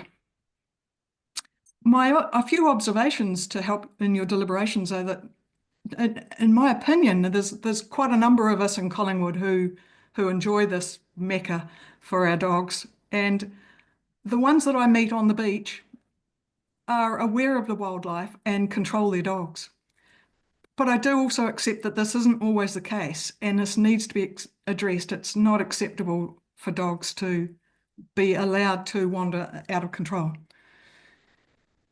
But I would add that it's in my opinion, and from my observations on these walks, that it's more typical to see walkers without dogs disturbing roosting birds than those with dogs. It seems to me that often dog owners are more conscious and aware of the behaviour of their dogs. We're particularly aware of the behaviour of bad behaving dogs because it affects us and our dogs. So but it's walkers without dogs often who I will see walking blithely right through a roosting area and causing the birds to take flight. So everybody needs educating. Next slide, please. Tracy, how many more slides have you got? Yeah, They're very good. It's interesting. You're past 5 minutes and we do have a time schedule today. So if there's a last key point or two, perhaps. Yeah, let's skip through. Next slide, right to the end. This is the last one. But so mainly my concern is that drawing lines on maps is a very crude way of managing this. It's changes in behaviour that we should be trying to get, not just alienating people by drawing lines on maps. And for example, these two estuaries shown here as dog prohibited areas. Do you really mean to prohibit me from taking my dog on a paddleboard out onto the calm waters of Ruatanawha out in front of where I live? I don't think that's the intention, but it is, in effect, you're creating me a situation of being a rule breaker. And similarly, the boat ramp at Collingwood, you know, what on earth are you trying to protect at the boat ramp at Collingwood? I've never seen a bird there. I would like to see more emphasis on trying to educate people and trying to encourage good behaviours. I would love to see some aversion training be made available for penguins. I've put all this in writing, and so I'll stop there. Thanks, Thank Tracy. you very much for the opportunity. Yeah, sorry to cut you off a bit. No, it's all right. We've got 60 people to hear from today, so hence the 5 minutes. But thank you, impactful presentation, and that'll be made available to us to read through the notes on the slides we didn't have time to read, and thanks for the detail in your submission. Thank you.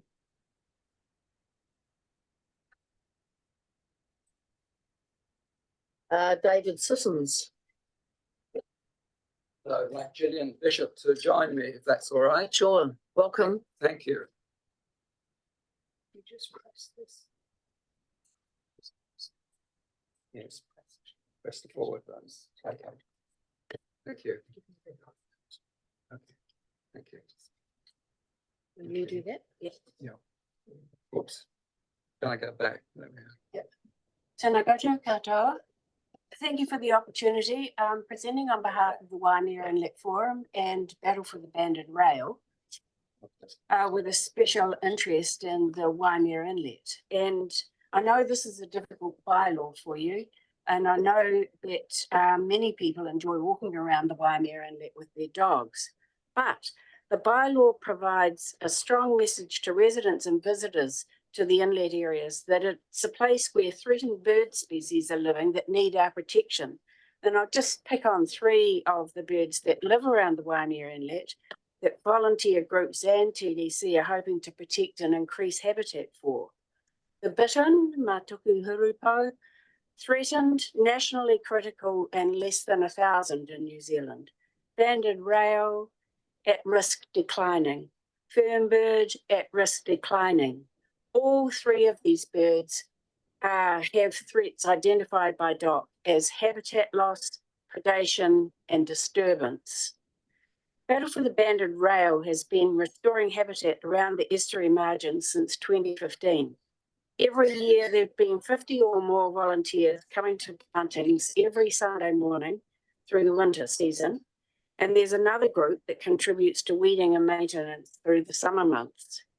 They're working to enhance the habitat, increase biodiversity, and protect the bird life, not to create an attractive dog walking park. Also, there are now over 1,000 DOC 200 traps managed by a network of approximately 60 volunteers and approximately 12,000 predators who've been captured. This level of effort and dedication deserves respect.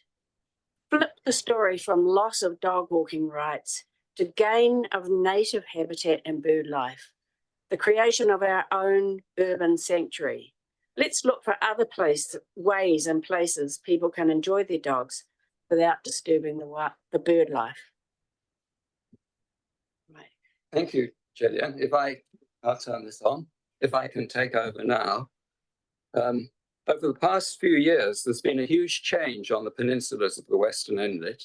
They were covered with apple orchards, but now most of the land has become rural residential, and a lot of the shoreline has been put into reserves, esplanade strips, and marginal strips. So public access to the shoreline has boomed from virtually none in the orcharding days. A lot of people now use the shoreline to take their dogs, and regrettably, a number of the dogs like to chase the wildlife. But even the presence of well-behaved dogs is enough to scare the birds away. We are lucky to have a baseline survey showing where the banded rail were living in 1981.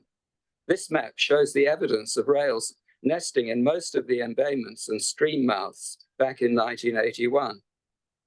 Fast forward to 2022, when we did our last survey, the embayments have lost many of their rails despite all of the trapping and the planting. But further east, around the fan of the Waimea River, you can see the opposite. The rails are doing really well. We're still catching predators, so they are still chasing the rails, but it also seems very likely that dogs are contributing to this pattern.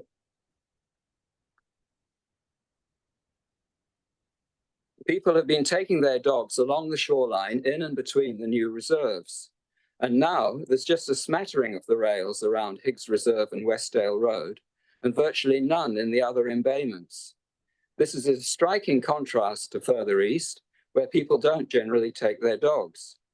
And it was very good forethought that back in 2015, when the cycle trail was put through the Pearl Creek area, that bit of the trail was made a dog prohibited area. You can see here how in 1981, the rails were living around where the new reserves now are. And now there are very few left in that area. And this has been borne out by the comments of people who've been watching the rails around there. They've seen the rails driven out by dogs from the Hoddy Park embayment and the Trafalgar embayment, the two areas ringed in blue on this slide, which both had rails back in 1981.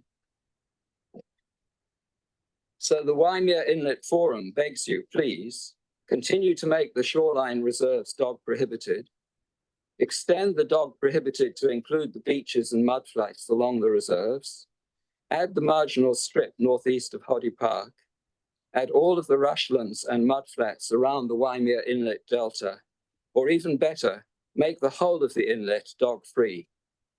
Thank you very much, and we'd be pleased to answer any questions. Thank you both. Questions from panel members? Councillor Maru. Thank you, Madam Chair. So dogs, one of the predators we think. What are the other predators that you're trapping currently? We're trapping rats and stoats and hedgehogs. Yeah. So cats aren't an issue on the estuary? We also have a limited cat trapping effort focused on Pearl Creek, which involves the landowners around that area. It just takes place over 6 weeks, once a year.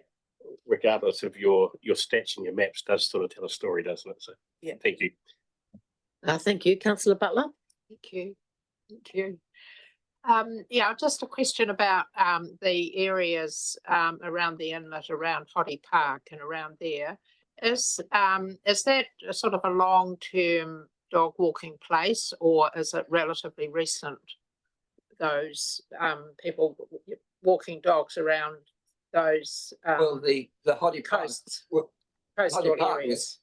In our terms, Hoddy Park was created quite recently, and before that it was the research orchard, and so the dogs would have increased as a result of opening it up for public use, which is what I've been saying about the other reserves as well. And our statistics our baseline is back in 1981, and I just forget when the research orchard was closed, but it was probably around about then or after then. It was not that long ago. Thank you both, and great to have the slides. It's always helpful to see. Gay Hamilton from Good Dog Owners, Golden Bay. Kia ora, Gay. Welcome. We've got a little bell thing going on, you might have noticed. There's a bell at 4 minutes. Yeah. Oh, we can go down that road if you like. Yes. Yeah. So just there's a bell at 4 minutes and another one at 5. Yeah. Okay. And just pop the mic on if you press a button in front of it. Press one of those. There we go. We're there. Good to go. Kia ora. My name is Gay Hamilton and I represent Good Dog Owners Golden Bay. Our members number 180 plus of residents and ratepayers, including all the canine service related professionals in the Bay. I set up this group because I became aware of increasing unrest in the Bay of people who felt they were being blamed for things and steamrolled by other groups' agendas. Our members were very wary of the submission process due to past experiences and felt unheard and helpless, that their submission would be a waste of time. And that concerned me, and it should concern you too. In residents' frustration, signs have been damaged and destroyed, which is not helpful to anyone. And I could see this escalating, and so I decided it was time for us to be proactive and to take control and responsibility. I'll talk about our submission first, which you've all got, lengthy thing. Then I'll come to some concerns and suggestions that have come to light after the submission went in. Our submission was formed after a series of meetings with residents all over the Bay. It's based on their experience of the places they walk most days. I'm one of those walkers, and I'm also a mobile dog groomer. So I work up and down the length of the Bay, visiting several beaches each time I go with my dogs. So I know these beaches really well, and I felt I could coordinate a joint submission. All of our members are nature lovers too. We don't move here to destroy the place. We come here because it's beautiful and we respect and enjoy the nature around us. We don't deserve to be treated as anti-bird heathens. We are there picking up rubbish and glass after parties, putting out smouldering fires, taking sick and fatigued birds to the vet, reporting seal or stock carcasses, and helping and monitoring visitors. We are the ones that tell visitors where they can and can't walk their dogs, and making sure our bay and the wildlife in it is not disrespected. Basically, we are unpaid TDC workers. In our submission, we went through the beaches where residents had concerns and formulated suggestions for each. Some we agree with the TDC proposals, some we totally reject, and some we put forward what we think is a workable solution. We wanted to take responsibility and take some of the heat off Forest and Bird and Penguin Trust so they can do their job and the TDC can do theirs. We're very aware of how inflamed the situation is over in Kaiteri and beyond, where neighbour is against neighbour, and we wanted to nip this in the bud. But Golden Bay isn't like over the hill. We have many, many kilometres of coastal areas that are not easily accessible by humans, so vast areas where birds can roost and breed in relative safety. I say relative because no one can protect them anywhere from cats, whacker, possums, hedgehogs, seagulls and other predators. Yet we get the blame. We live in a tourist area and all of our businesses benefit from tourism. We need visitors to come, and a fair chunk of those are Kiwis travelling with their pets. They need to feel welcome and know where and when they can take their pets. We need welcoming and informative signage, not bans on the beaches, as this will hurt us greatly. Many holiday makers will just go elsewhere. We wholeheartedly welcome the TDC-sponsored baseline survey and are very happy to learn that we have a lot of birds in the Bay. Therefore, we totally support the recommendation that the bird survey be repeated in a year or two's time, and agree that on the second survey, you'll be able to compare the numbers and get baseline data for future decisions. Based on this recommendation, we would strongly argue that it would be logical to wait for accurate data to ensure that the TDC are making evidence-based decisions using best practice modelling. This means that any future decisions are taken seriously and are more likely to gain local support. As the recent survey suggests, we seem to be doing pretty good in the Bay. Sorry, we seem to be doing a pretty good job for birds in the Bay right now. We would like to raise a huge red flag with the suggestion that the subsequent survey be done by local bird groups. Comments made on stuff by our local forest and bird group blamed 50% oyster catcher chick mortality on dogs, which is utterly false and has seemed to influence some submissions. Forest and Birds Central Office have not backed this up. Oyster catcher chicks' survival rates are apparently 30 to 50%, with the main causes of failure being predation by a range of mammals and birds, flooding of nests by big tides, and disturbance from humans. While we want 100% to survive, 50% is doing okay, and when there are quite a range of threats. In light of this, and to ensure community support, we ask that this follow-up survey is done by persons or groups with integrity and transparency that can act truthfully without causing controversy and division. In conclusion, we ask that you view our submission with its purpose in mind. We also want to preserve and protect our region and all of its inhabitants. A blanket ban on dogs is not the way to do it. We would like funded or subsidised bird and penguins avoidance education and training for dogs and owners. This could possibly be linked to a dog registration fees discount to encourage more engagement. We want clear, positive signage about where you can walk your dog and where you can't. In our submission, we suggested on-beach signs, so people don't have to interpret dodgy car park maps and know where to turn around or leash their dogs when requested. Most people want to do the right thing if they know the reason, and the reason is fair. Better bird signage. We think that all residents would benefit from education on the birds and their breeding cycles. Most of us don't know when the birds are nesting, when they're at their most vulnerable, when it's a better time to walk elsewhere. If we don't know, we can't make good decisions to help them. We'd like no general changes to bylaw wording without proof that changes are necessary and would give the desired outcomes. We would like to offer ourselves as an interested party to give feedback, suggestions, consultation and support on anything dog related. If you want people to take ownership and responsibility, then you need to give them some control and respect. And so we're putting our hands up. Thank you. Right, Gabe. Good submission and well presented. In terms of signage, I don't know if you've seen Forest and Birds, Nelson, maybe. I've just got. Yes, I have been sent those. I just wonder what you thought about that as a. I think it's very clear, but they need to be in situ. Yes, absolutely. Car park stuff, no good. So you're walking along the beach and you come across the red sign, you come across the orange. Yeah, like on Tahuna, you know, where you go to Tahuna, you come out on the park with your dog and you've got a sign saying no dogs this way. So you go that way. Easy, easy, easy. Councillor Shelkis has a question. Yeah, thanks, Gay. Just, I might have missed it, but how long have you had this group running for? Group, the group was made for the submission. Oh, just for the submission, okay. Very anxious about it, yeah. Yeah.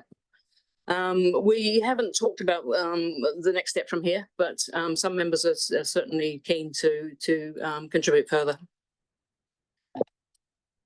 Anything further from panel members?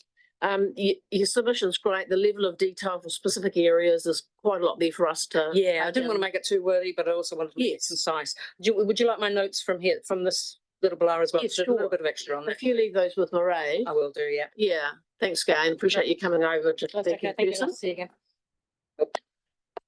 Right. And next we have Mana.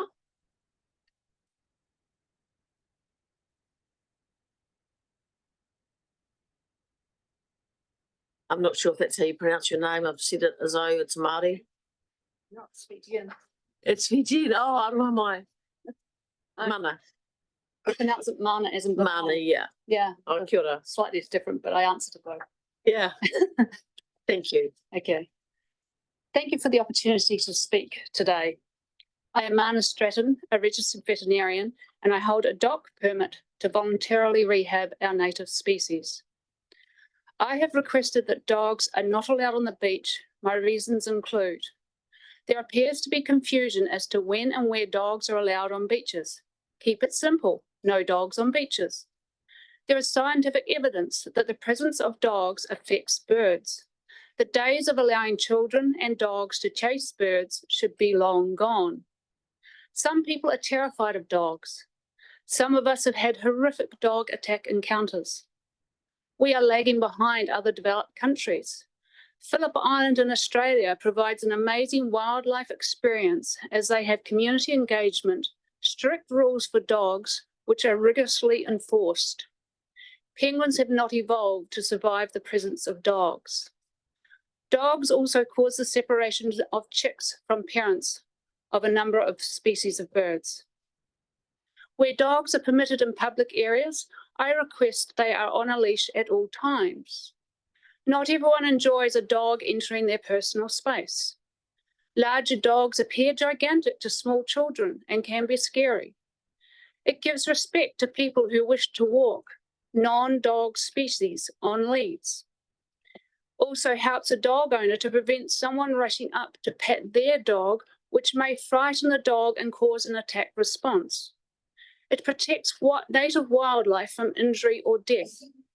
It protects other domestic animals. It provides safety for cyclists. I request dogs only be allowed off-leash in dog parks or dog-secure private properties for reasons I have already mentioned. I believe owning a dog is a privilege, not a right. If a person wants to exercise on a beach, please do it without your dog. Dogs are a predator. They are not a natural predator of New Zealand native wildlife. None of our wildlife should be injured or killed by dogs, as such attacks are all preventable. Different predators attack differently and leave different attack injury patterns. This is well explained in the document for post-mortem examination of penguins by A.J. Hocken, 2002. This is an opportunity for TDC to be a leader with regards to safe dog management. The more media reports of dog attacking people, domestic animals, and native wildlife, causing serious injury or death, the worse this makes New Zealand look to the rest of the world. Yes, dogs make wonderful companions. I have had many special times with dogs. Unfortunately, I have lost count of the number of dog attacks or harassments I have endured when trying to have time with my pets or on a bike. I have also witnessed my animals being worried on my property. In one case, I was out with my pony and was encircled by 4 dogs in a pack mode. It was a very harrowing experience. I claim dog numbers are going up while complaints are going down. It's not that straightforward. I have not reported my attacks for many reasons. If the attack occurs with a dog belonging to family, friends, or neighbours, you can feel you can't say anything. If it occurs in the public, I have found the owners are very good at disappearing with their dog without even checking if you're okay. Whatever the final outcome, I please request that the rules are rigorously enforced. Please consider honorary dog control officers to increase the number of people with authority to enforce the rules. Please consider instant fines. Please consider the New Zealand Veterinary Association's position statement regarding safe dogs. Please have a reporting system that is user-friendly and advertise it. Please request all incidents be recorded, even if dog owner details are not known or no medical treatment is required, so a clearer picture of the issue is obtained. Please consider the rights of non-dog owning people too. We also like to safely enjoy our wonderful surroundings. Finally, I would like to clarify one misunderstanding. New Zealand fur seals that breed in New Zealand do not routinely eat penguins. Scientific evidence includes a document by Laura Beren. Other work by Hocken actually relates to the yellow-eyed penguin, and he was indicating the New Zealand sea lions, not the New Zealand fur seal. New Zealand fur seals are attacked, injured, and killed by dogs. Thank you. Thank you. Councillor Maru has a question. Thank you, Madam Chair. Thank you. My only question is you stated that there has been incidents where your animals have been attacked by dogs and you haven't reported them. So there's already rules that exist to do something about that. So regardless of what the rules are, doesn't that rely on people reporting? We can have all the rules in the world, but if nobody's going to report them, But if you don't know, don't know. if you don't know, I mean, my first attack occurred when I was a 4-year-old. One of my most horrific attacks occurred when I was a 17-year-old. Okay. I did not know. At later times when I was aware that apparently you could report, I did not know where or how, and the owners disappeared. And that's in Tasman. So in Tasman and Nelson regions, yes. So is that more about having easy, like you talked about reporting systems being easier? Yes. Okay. So that's, thank you. So like even just online and have it advertised and basically encourage people, report it, even if it was a neighbour or family's dog, even if you don't know the owner's details or whatever, just get us to report so we actually know what's really happening. For dog owners, non-dog, just everyone in the community knows what's happening. Yep, we agree. Yep, that's the reporting part. So if it happened again, would you report it? Yes, definitely. Anything further? Well, thanks very much for your submission and your time today to come and speak to us. I did bring the position statement for you in case you didn't. Yes, if you can give that to Mairead. Thank you. Jean?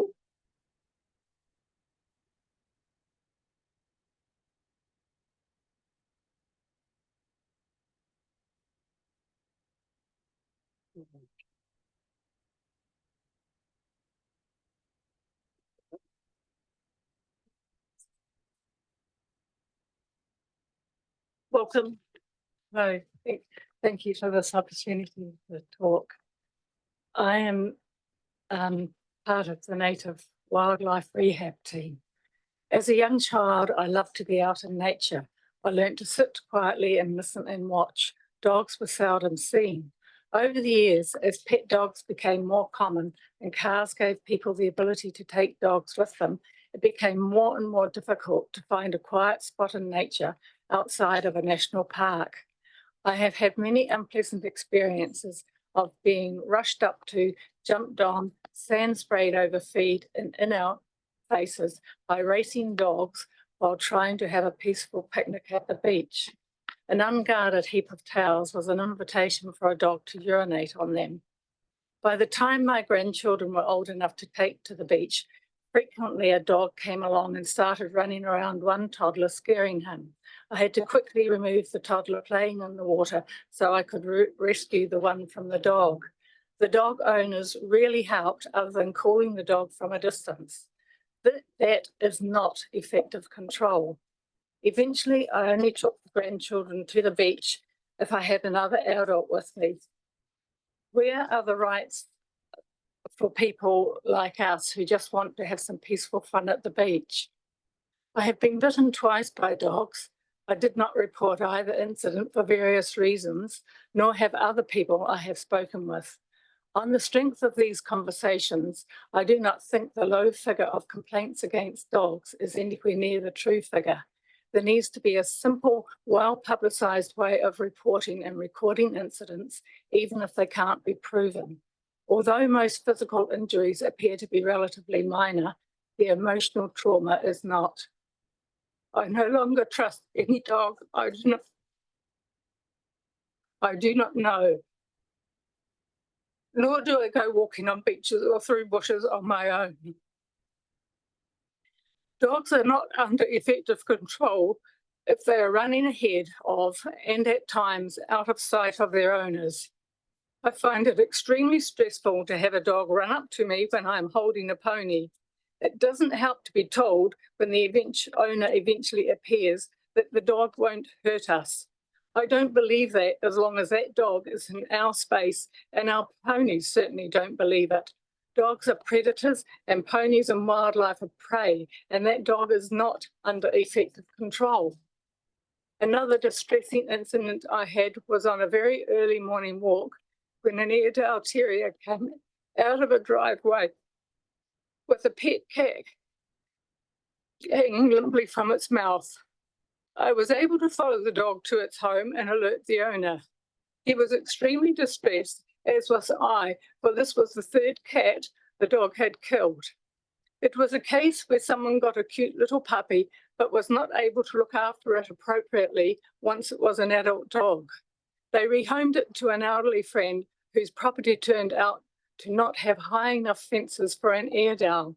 It was subsequently rehomed again to the countryside. This is a situation we have frequently encountered. Prospective dog owners should be made aware they need to consider the adult requirements of the puppy they are about to obtain, and are they going to be able to fulfill its needs for its entire life. It is not in any dog's best interest to be rehomed because of insufficient planning by the prospective owners. It should not be an automatic right to own a dog. In my opinion, the dog's needs should take priority over the desires of the owner. So if going to a dog park is not your preferred place of exercise, then you need to consider that when getting a dog. Likewise, if you live in an urban area with a small section, then a large dog or breed that needs a lot of exercise may not be the best choice. There needs to be an education pamphlet, paper and/or electronic, for people to read before they take ownership of a dog. Except for certified service dogs, I would like to see a total ban of all dogs on beaches and to be on leash in all other public spaces, except for designated dog parks. I would support TDC making dog parks in the region.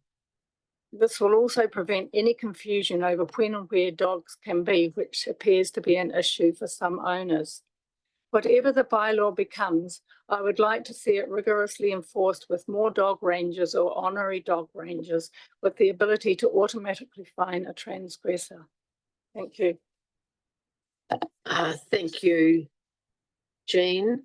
It's something, isn't it, when you've had a dog have a go, and I had that a little bit, and it's just it comes up quite quickly, doesn't it? Even if it's like nothing's going to happen, but the feelings that arise, don't they? And I always loved dogs, but yeah, it just takes away your confidence with them. Yeah. Any questions? Look, thank you for your submission. We appreciate you writing in as you have and taking your time today. Thank you. Thank you. Paul Dayman. Welcome, Paul. Thank you.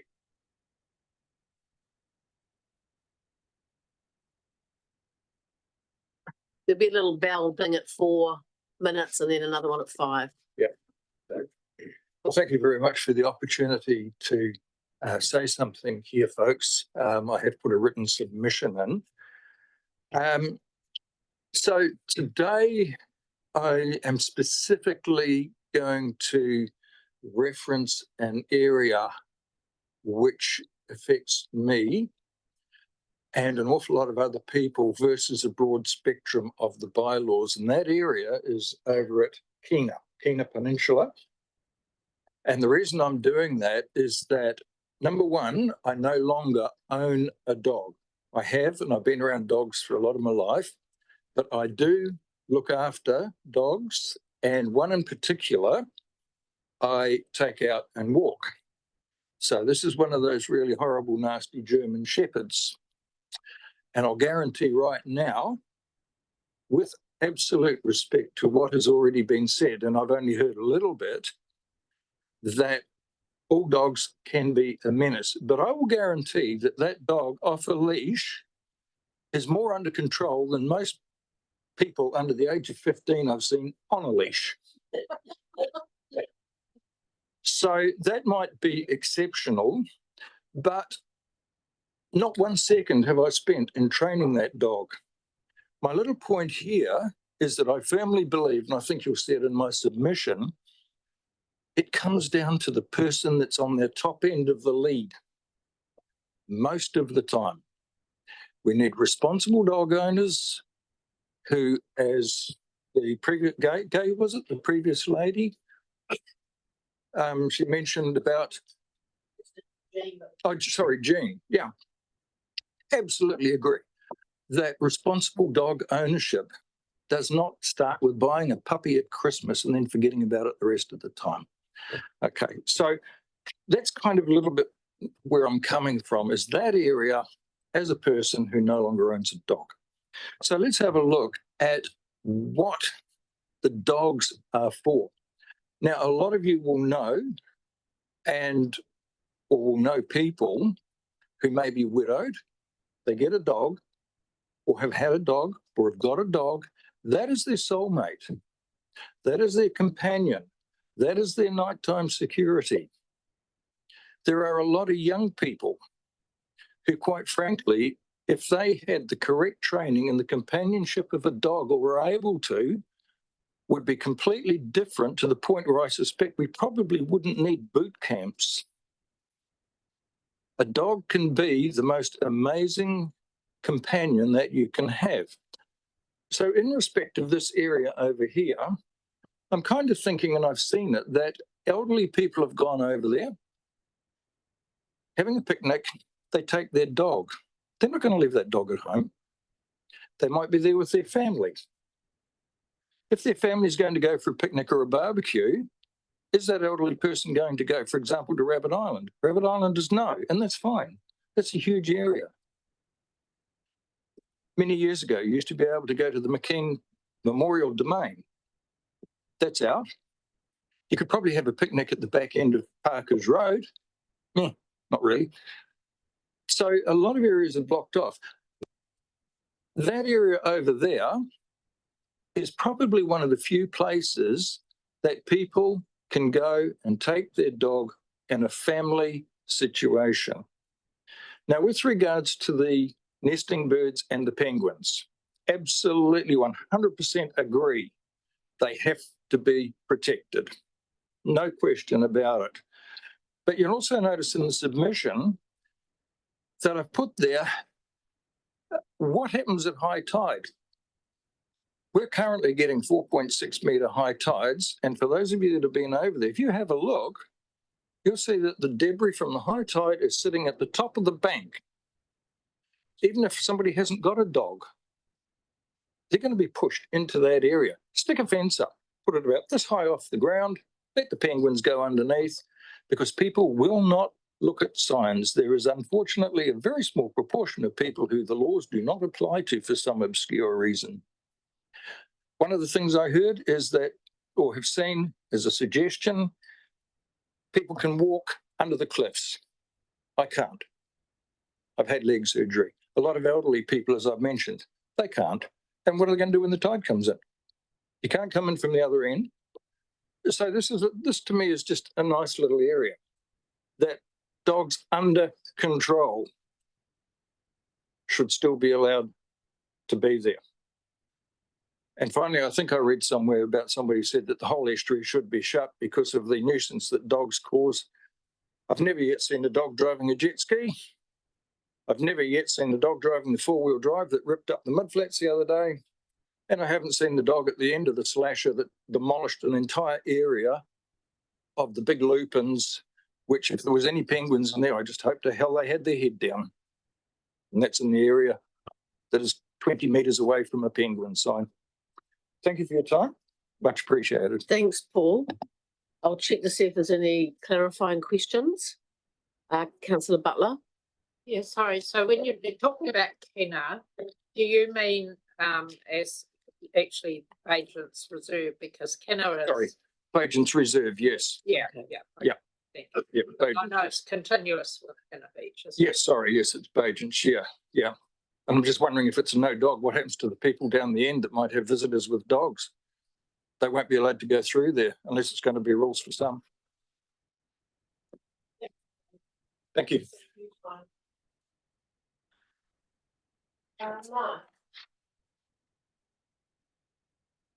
Welcome.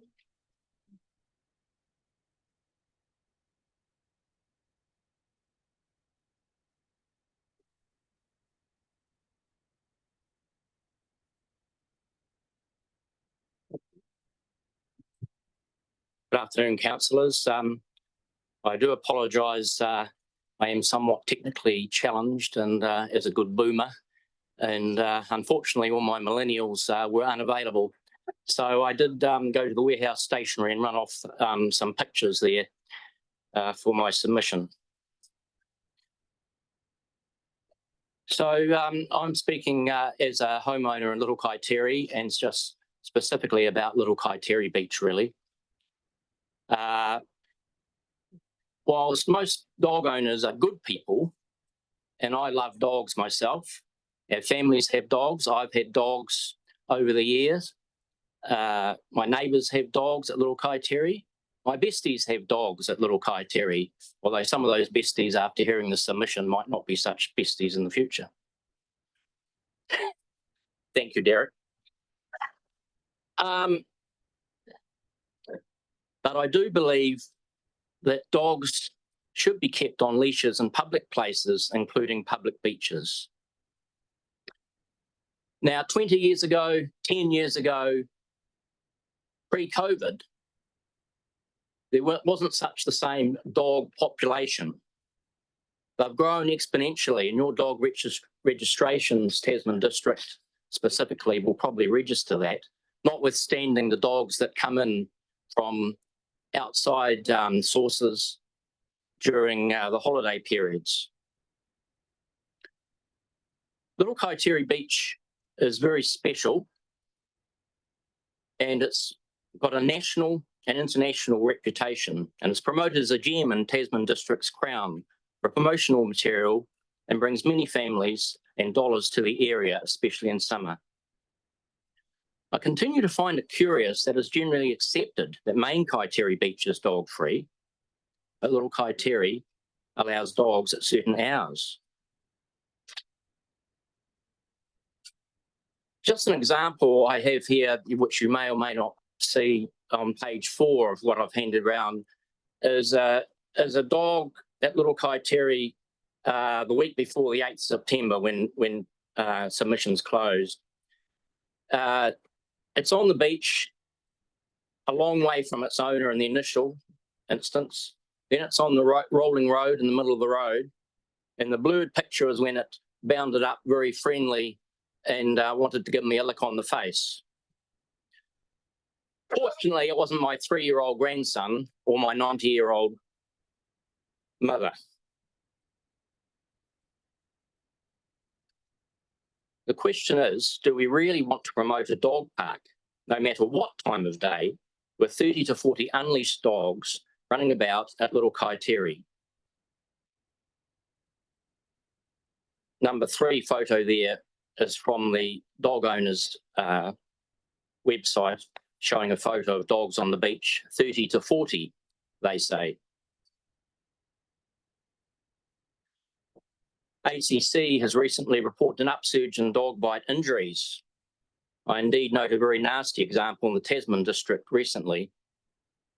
Do we really want to risk such horrific injuries from unleashed dogs on the beach and environs on our children and grandchildren? I repeat, most dog owners are responsible people, including picking up their deposits. However, sadly, I've had the misfortune of taking our 3-year-old grandson with his bucket and spade after 9 AM, after off-leash dog frolics, only to dig up fresh dog feces, obviously just covered up by sand. Is it really that hard to pick it up, please? Logs on the beach are usually foul with urine and not suitable for leaning upon. Hence, I'd be more than happy for no dogs on Little Kaiteri Beach, just the same as main Kaiteri. However, I realise they are parts of people's families, but at the very least, I request they be leashed at all times. A prime important reason for dogs to be leashed outside the designated dog park is the danger to the established wildlife, including little blue penguins breeding and nesting in Little Kaiteri. Dog bite deaths have been well documented. Dogs roam and can quickly kill and disturb nests. Some residents have nesting boxes under their homes and a dedicated group with DOC-maintained predator traps. It must be heartbreaking. In summary, public safety, wildlife protection, beach fouling, and reputational damage for Little Kaiteri. I have a bit of a vested interest in that in terms of a registered homeowner for accommodation. I haven't actually used it, but I know some people have mentioned to me they've packed up their bags and walked away from Little Kaiteri Beach because of the dogs, even though that's outside the designated 5 to 9 AM time. They might be on leashes, but still they are quite threatening, as I think a previous speaker mentioned. Thank you, councillors. Thank you, Mark. And all members are leafing through your documentation. I think there's no questions for you, but the points you've made are very clear. And thank you for the additional documents. Thank you. I'll leave this one here for someone. Right. Thank you. I'm overwhelmed by the interest. I thought it was 5 on the hearings panel. What was that? Or perhaps there was 5 on the hearings panel. Yes, there is. I'm on it as well. I'm not quite sure. Thank you. Oh, I see. I made 5 calls. Oh, yes, the other people here are TDC staff members. Michael? Is it? Michael. Welcome. Thank you, much appreciated. Thank you for giving me time to speak to you. You have 5 minutes, and at 4 minutes the bell will ring, and letting you know there's a minute to go. I'll probably even don't use that, just very short. As you can see, I didn't prepare anything on a paper. I just like to speak from my heart. Yeah. That's what I usually do. So starting about, go back 100,000 years ago, when we become humanity, when we first have a companion, and the first companion was a dog. And that's where human history actually starts. Humans and dogs have always been together and always been, part of our life. Dogs been part of our life, and we always associate, humanity with dogs. And looking what happened previously, and even 20 years ago, was dogs been very welcome. You have a right to own the dog. You have the right to go almost anywhere. And I still believe, that owning a dog, actually not just a dog, owning an animal, it should be a human right. And humans come far better who are actually associated with animals. Small kids, when they grow up with animals, they become better humans usually. Of course, I do not deny that there are some dogs that misbehave, but usually that comes from the owner. And anything that like that, it should be, of course, it should be controlled. It's if there is, misbehaving dog, if there is some issues that should be addressed and executed, in a sort of control. But we can't sort of state to start, that every dog is a predator, because actually look at us humans. We're the worst predators in the world. We create far more damage than any other species in the world. And yes, most of the dog owners are really responsible dog owners, and as I said, that's how it should be. But with few small exemptions that there are misbehaving dogs, putting the whole ban of control and restriction to all of us, it's like we've got some males that are rapists. We should forbid all the males going to public places? No. I'm sorry, using very hard, point, but it's anything to who is actually not acting and behaving properly, it should be addressed and should be penalized for their bad behavior. But we cannot penalize people for something that hasn't happened. So dogs are, as I said, our real companion. And you like to, people, they own dogs. I myself own a dog. I want to spend time with my dog all the time. My dog is my #1 family. And now we'll go to a little bit specific to a place like a beach. One of the beaches that I very often go with my dog is Dummy Bay, very small beach.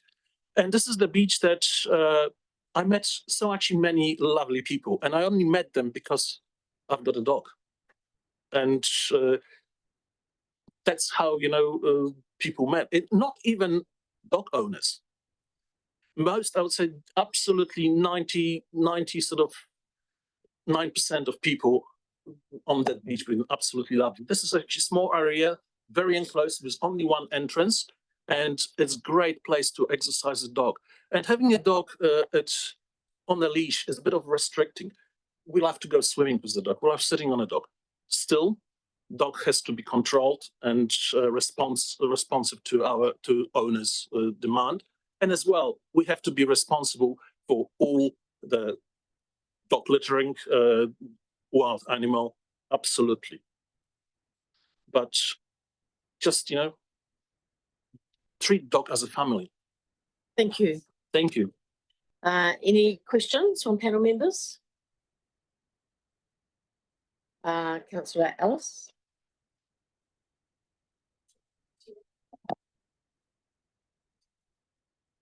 Maybe grab the neighbouring ones.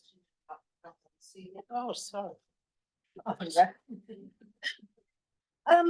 Thank you for your submission. You did acknowledge that there are some bad dog owners. What do you recommend we could do about those that do cause a problem? It is, you can't arrest the dog, or you theoretically you can, but it basically, if there is a proven offender, I think it should be registered, and possibly first thing, be education. I always say that education is always number one before penalizing people. If that doesn't work and there will be repeated offenders, then possibly even, taking the dog, the person cannot own the dog, or they're being penalized for that, if the dog is a real offender. Thank you. Thank you. This brings us to our afternoon tea adjournment. Thank you very much. Thank you. We do need to pass a resolution to extend the meeting because we've gone beyond 6 hours. Is that correct framing? If somebody's having a move, Councillor Maru, second by Councillor Alice. All those in favour, please say aye. Against? Carried. Thank you. We're going to break now for 10 minutes. Let's come back just before 20 past. Thank you. Our conversations to a close, please. Dan, Celia. Thank you. Thank you, everybody. We're going to make another beginning. There we go.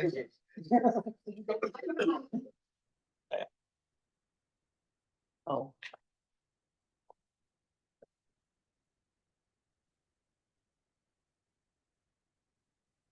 David. David Melville on behalf of the Ornithological Society of New I Zealand. think they separated the pros and the cons. Yes.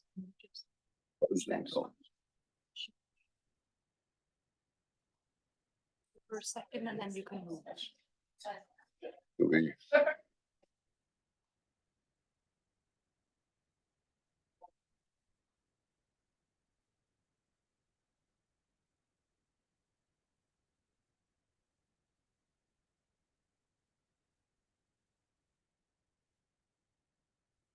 It's coming and going.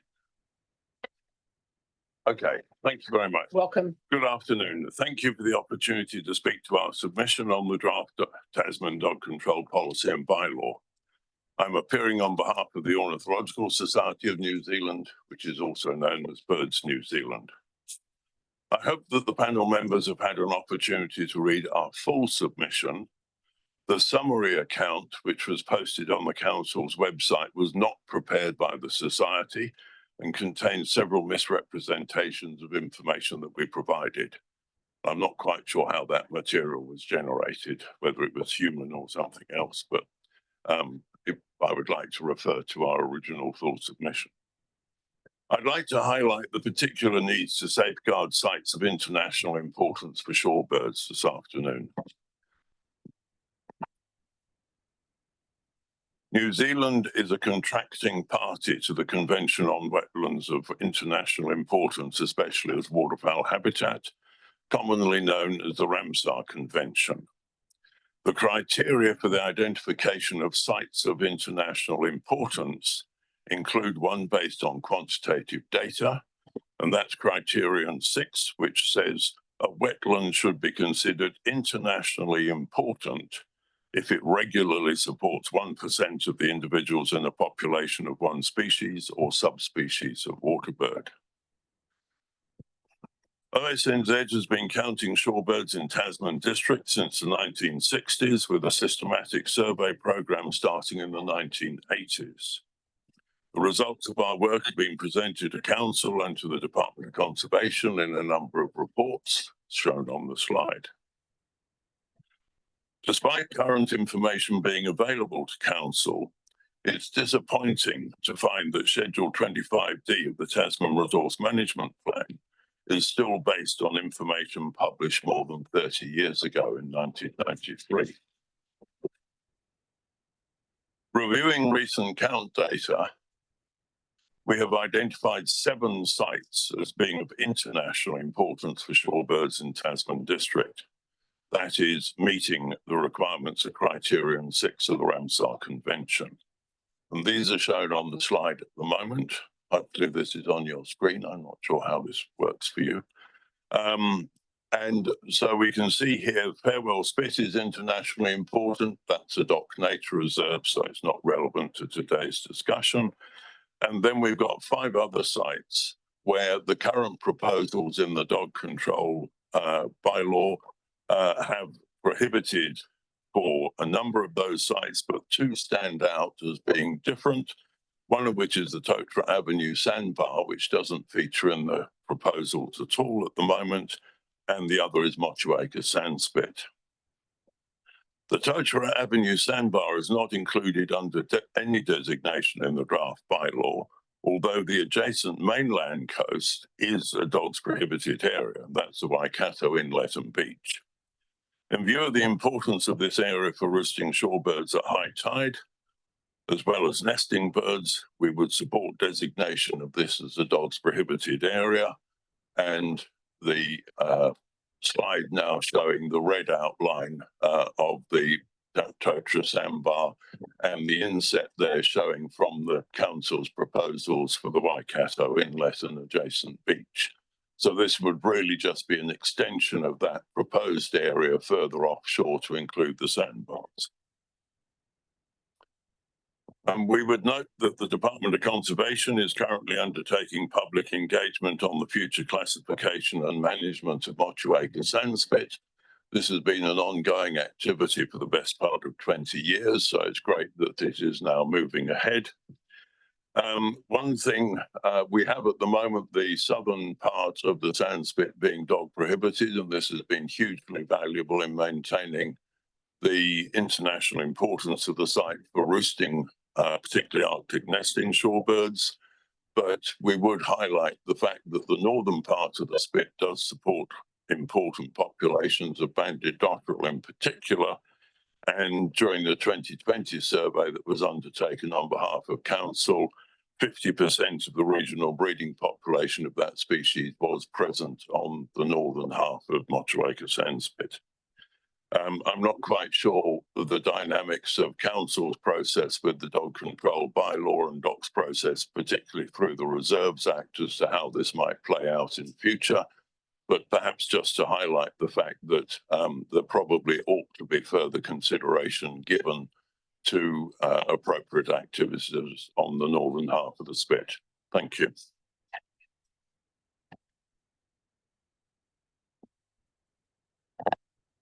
Thank you.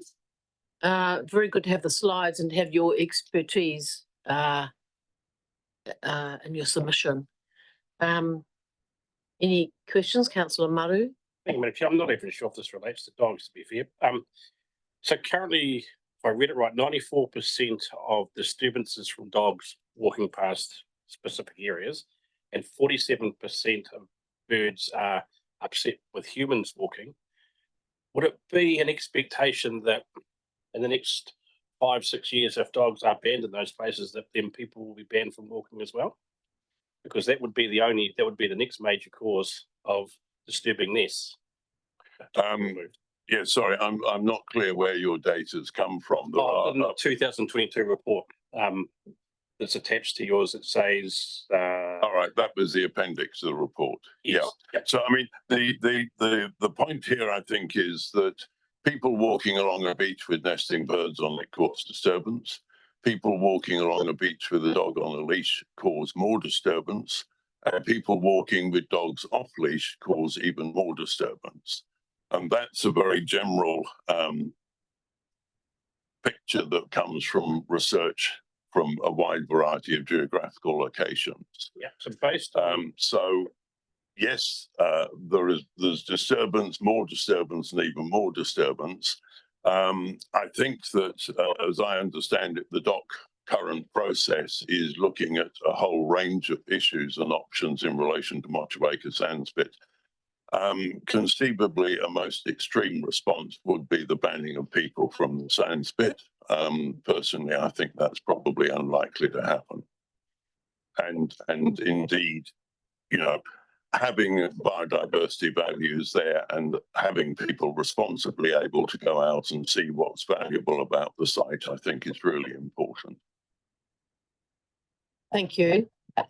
And what would you say, David, to those that have submitted today saying that the evidence just isn't there?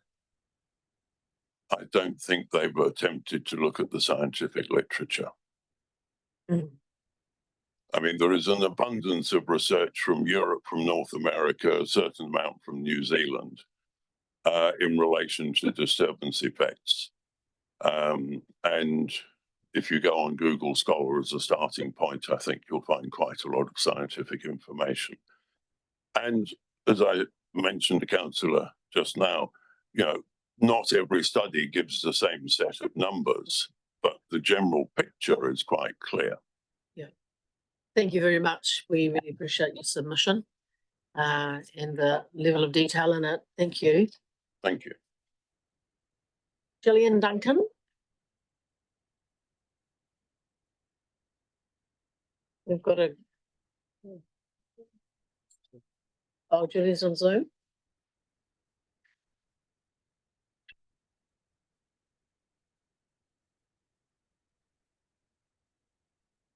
Hi, Gillian. Can you hear me?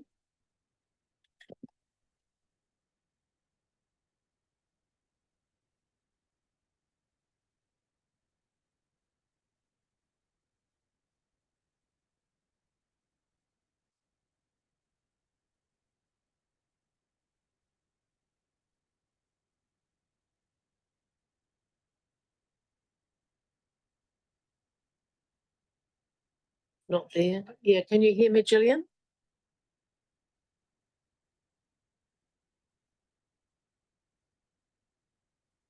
Might be having a cup of tea. We are moving into the Zoom calls now. So that's the last of people presenting in person.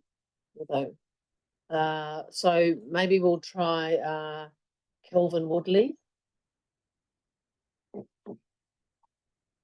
And then come back to Gillian.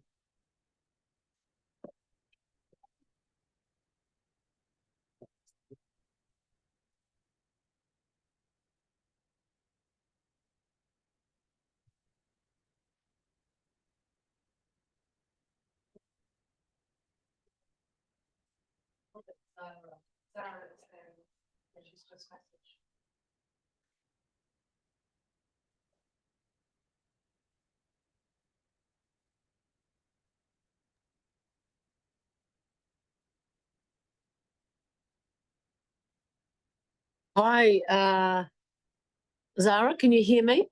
Yeah, hi, how are you? I've been listening to you guys since 10 a.m. this morning. Oh, good on you. Yeah, it's been very interesting. Yeah, great. There'll be about 4 minutes, Zara, and then 1 at 5 when your time's up. Okay, thank you. Kia ora, everyone. I live 5 minutes north of Puckleball and 4 kilometres south of Puponga. So I'm in the middle of the area that you guys want to prohibit for all dog use. Right across the road there. Sorry, I've got a phone call coming. Just turn that off. Right across the road from my house is the ocean, and I live here alone, and I have 3 dogs. I have really well trained my dogs. I've taught them not to chase any birds. And I mean, the problem isn't well controlled dogs. The problem is owners who don't train their dogs. The other thing with me is I have a horse. She's somewhere in the garden. And I ride about 1 to 6 kilometers north and south of my gate on a daily occurrence, and I take my dogs with me.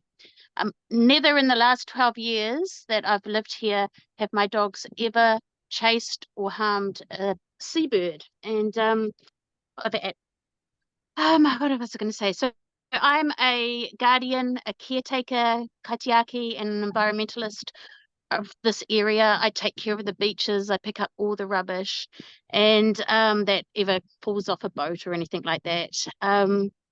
I've trained my dogs to follow my horse, and so that's something that we do daily. And I cannot have my 3 dogs on leashes while I ride, because it would be very dangerous for myself and my horse. My dogs have never chased any birds. They're very well trained. I also pay my rates. Obviously, I don't get any sewage or water here because I'm very rural. But what I suggest, now this is a suggestion, I would love a permit for local residences who have well-trained dogs and can prove that their dogs are completely well-trained and will not attack any bird life, to be able to continue to be able to use the beach the way that I do. When the tide is in, it's right up onto the road sometimes, and sometimes covers the road. And when the tide is out, it's about 1 kilometre back out. So I usually ride when the tide is out and along the water halfway through the beach, so about 500 meters that way. And so there's no bird life there. There's no nesting birds there.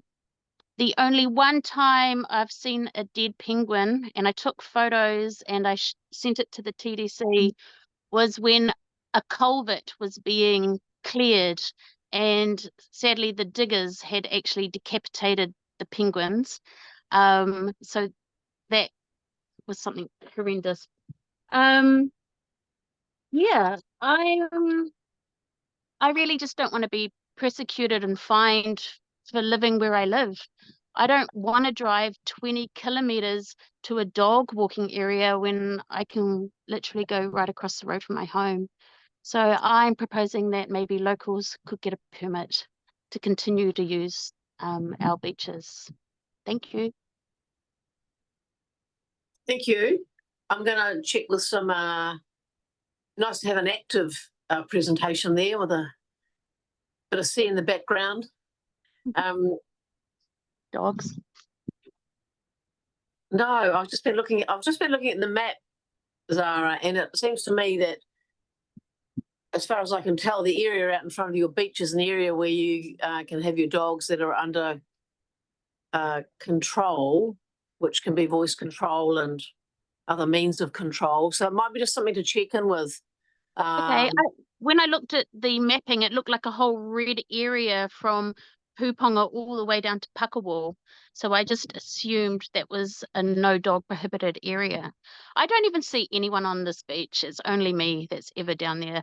The only other times I see possible life signs is when people have taken their little quad bikes and they've zoomed along the beaches. Yeah, but yeah, conversation for another day. Yeah, I've got no neighbours. They're at least 1 kilometre away, and I'm like 45 kilometres from my closest town. So yeah, I kind of need a sanctuary out here with my furry friends. Yeah, thank you. But I'll just check with Kat.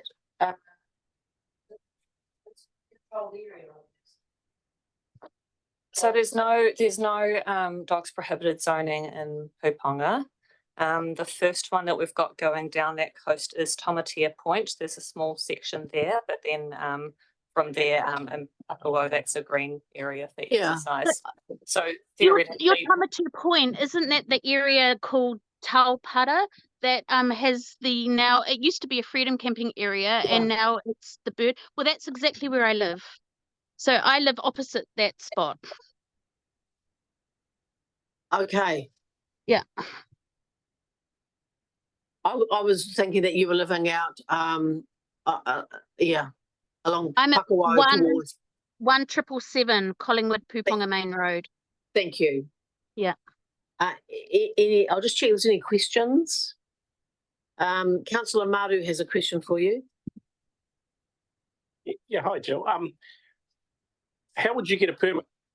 What would define an application to get a permit? Well, like when I wanted a horse ride triangular flat, which I just contacted Department of Conservation and filled in some forms, and they allowed me to horse ride there. Obviously, I can't take the dogs there, and I never did. But maybe it could be the same situation. Maybe residents could apply and can prove, because I mean, the people that are training their dogs aren't the problem, Yep. Yeah, and can prove that our dogs are well controlled, come straight back on command, and have been trained not to chase birds or search birds out.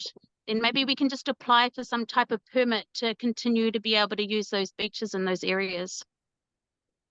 Thank you. Thank you. I think you would have got a concession from DOC to go on Triangle Flat. Yeah. Yeah. Look, really appreciate you coming on Zoom and sending your submission through to us. Thank you. Thank you.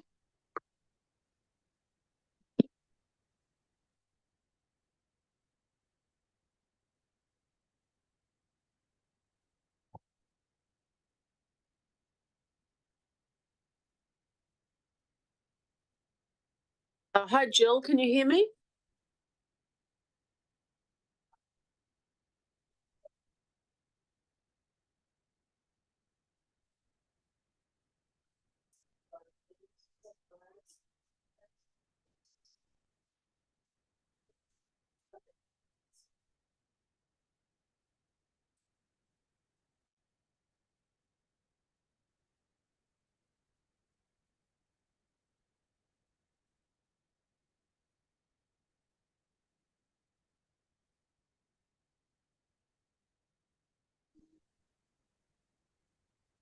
Kia ora. Kia ora.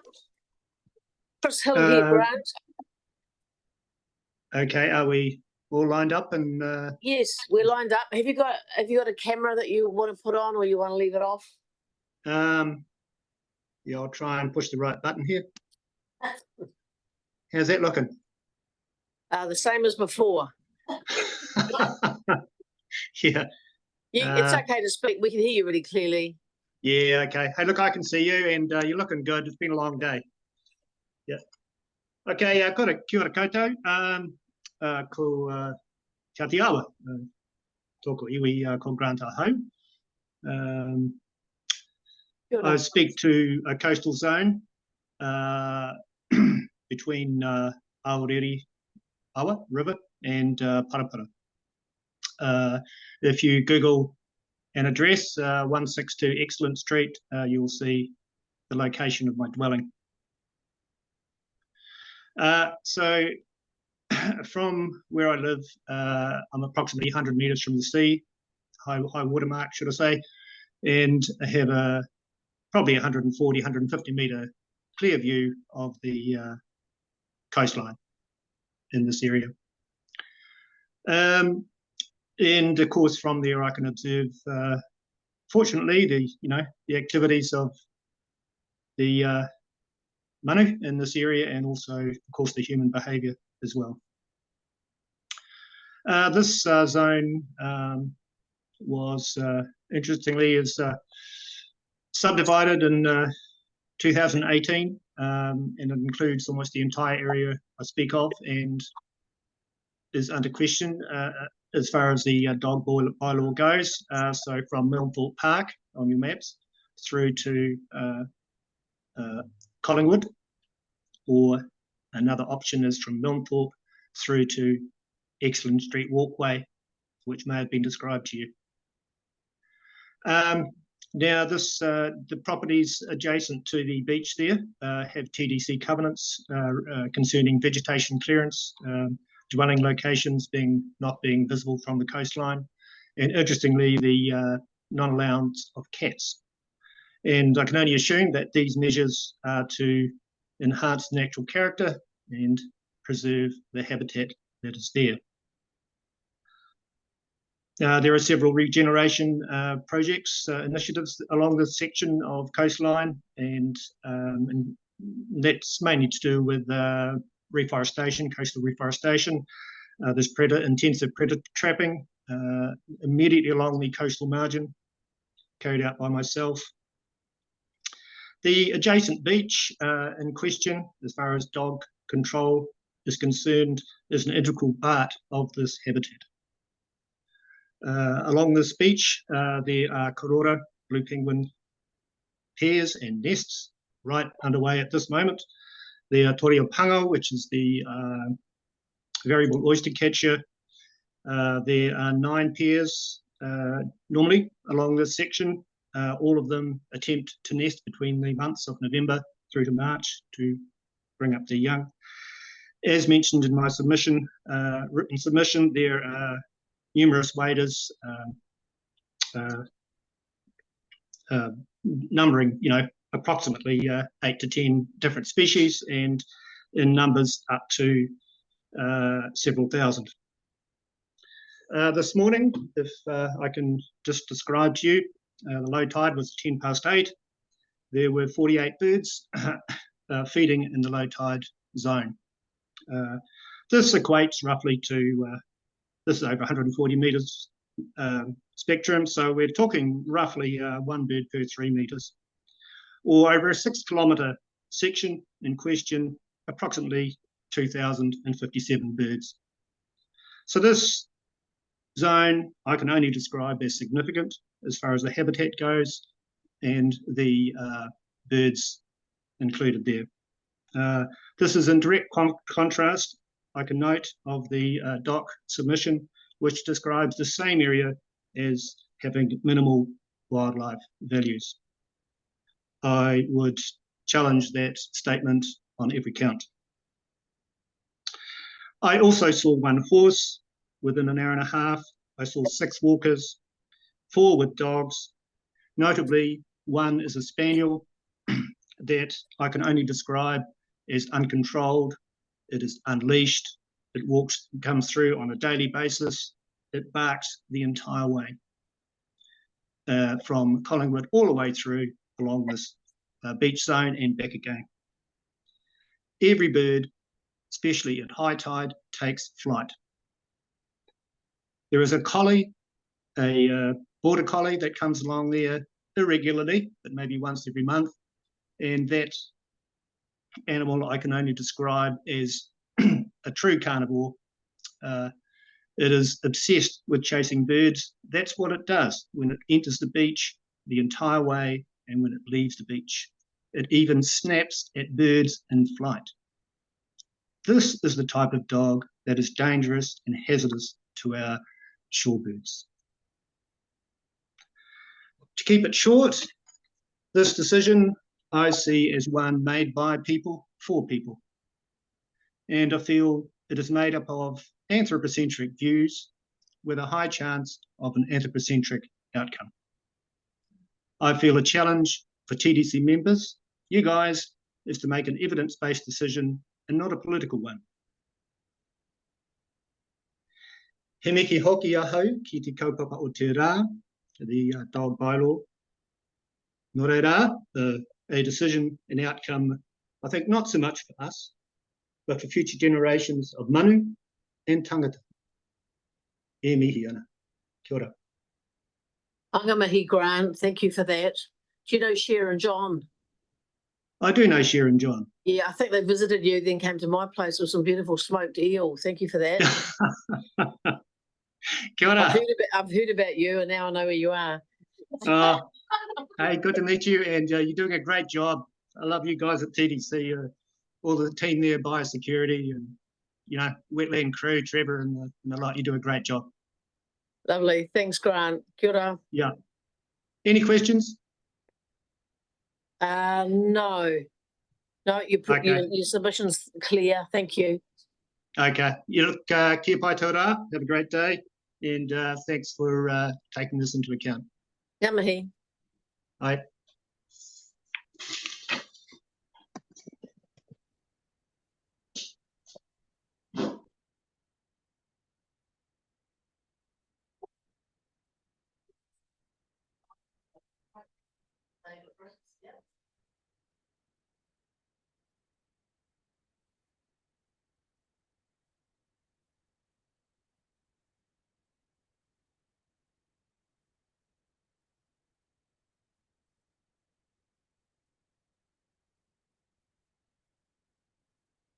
Hi, David. Can you hear me?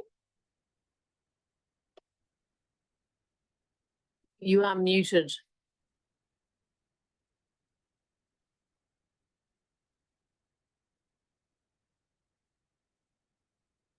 You there, David? David Briggs?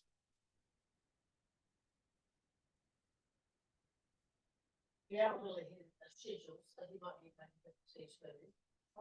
So Roger. This feels like a talk show. Trying to find callers.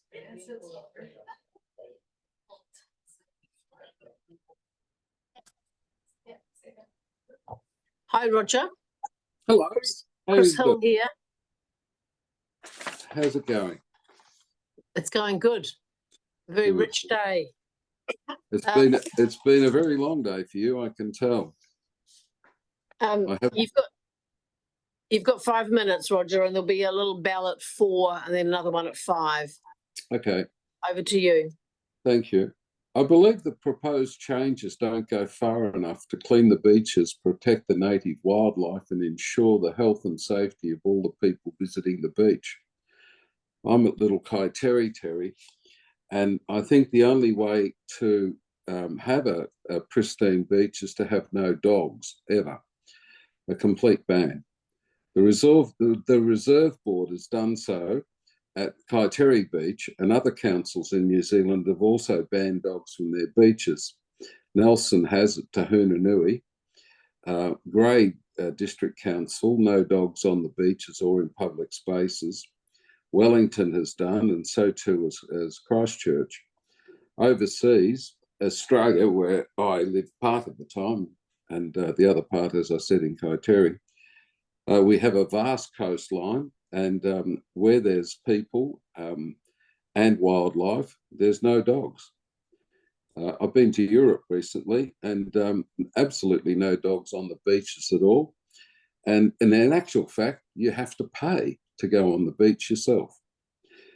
Dog owners have been saying that they'll always pick up the feces, but how do they pick up the urine?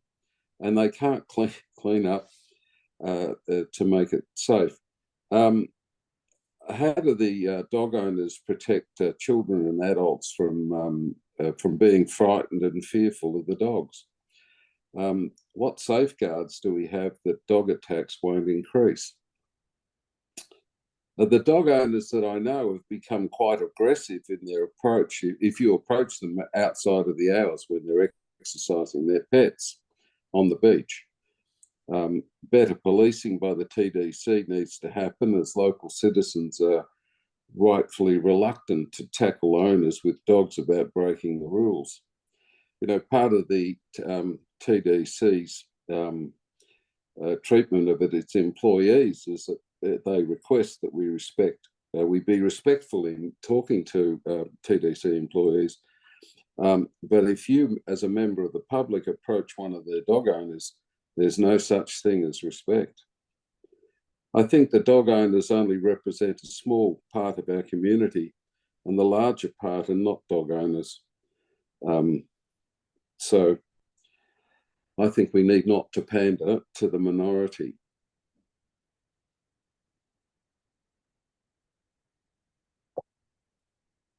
Thank you. Thank you. I'll check to see whether there are any questions from the panel members. Councillor Shellcrass has got something for you. Just want to clarify Tahuna Beach. Will you say Yeah. that there's no dogs at Taylor Beach? Because I'm sure There is an area at the end of the town. yeah, There can go to the, but the majority of the beach is dog free. yeah, there's a dog area at the end there. Yeah. Thanks. Look, thank you for your time today and coming on Zoom to us. Thank you. Thank you. Bye-bye. Bye.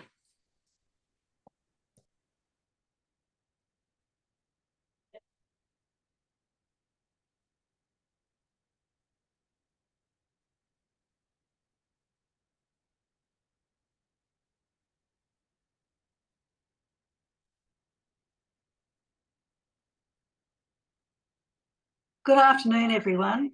Good afternoon, Juliet. Chris Hill here, chairing the panel. Hello. Hi. You'll know, I think you've got 5 minutes. There'll be a little bell at 4, then another one at 5 when your time's up. Okay. Over to you.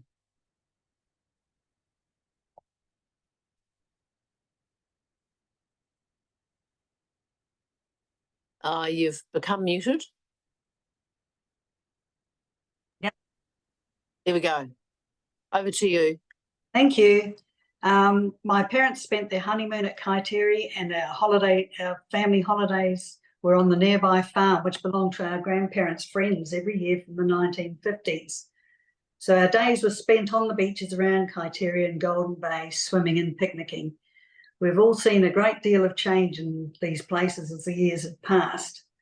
The increasing number of dogs, along with increasing numbers of tourists and residents, is now having a major impact on the environment, which we are noticing particularly at Little Kaiteri Beach, Dummies Bay, Stevens Bay and Tapu Bay, near where we have our home, as well as all around the coastline of Golden Bay.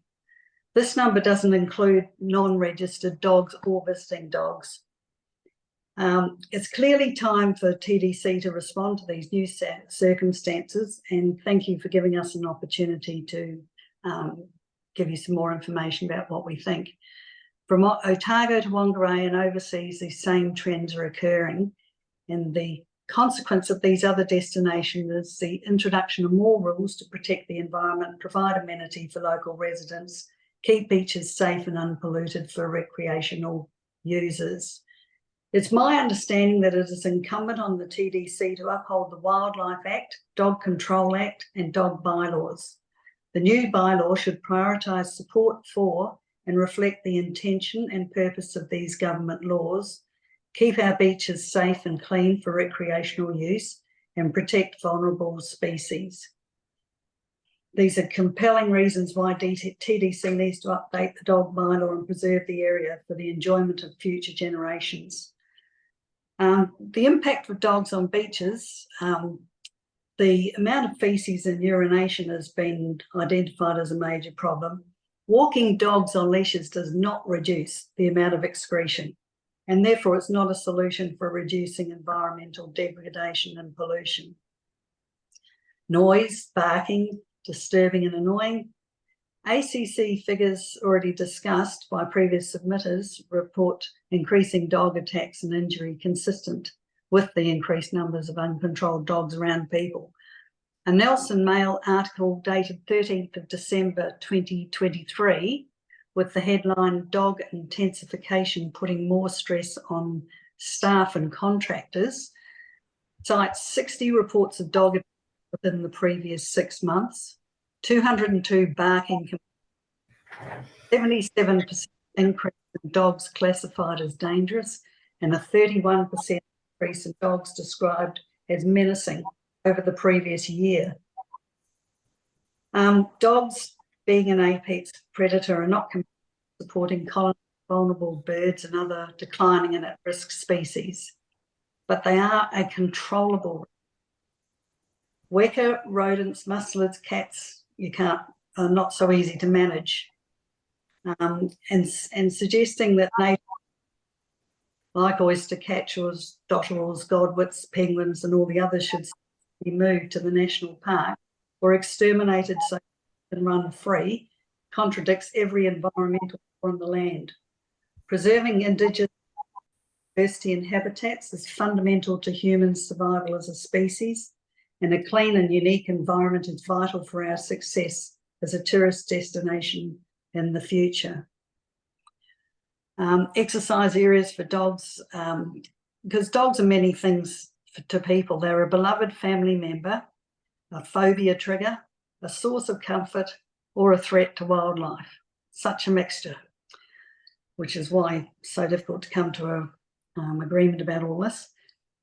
Dog parks have not been provided in our local area, where the increase in dog numbers is certainly justification for providing separate dog-friendly spaces. I believe it's the council obligation to provide opportunities for both dog owners and non-dog owners to exercise and enjoy recreation in the local area. It's my understanding that there is a reserved financial contribution for new allotments as part of every new subdivision and housing development.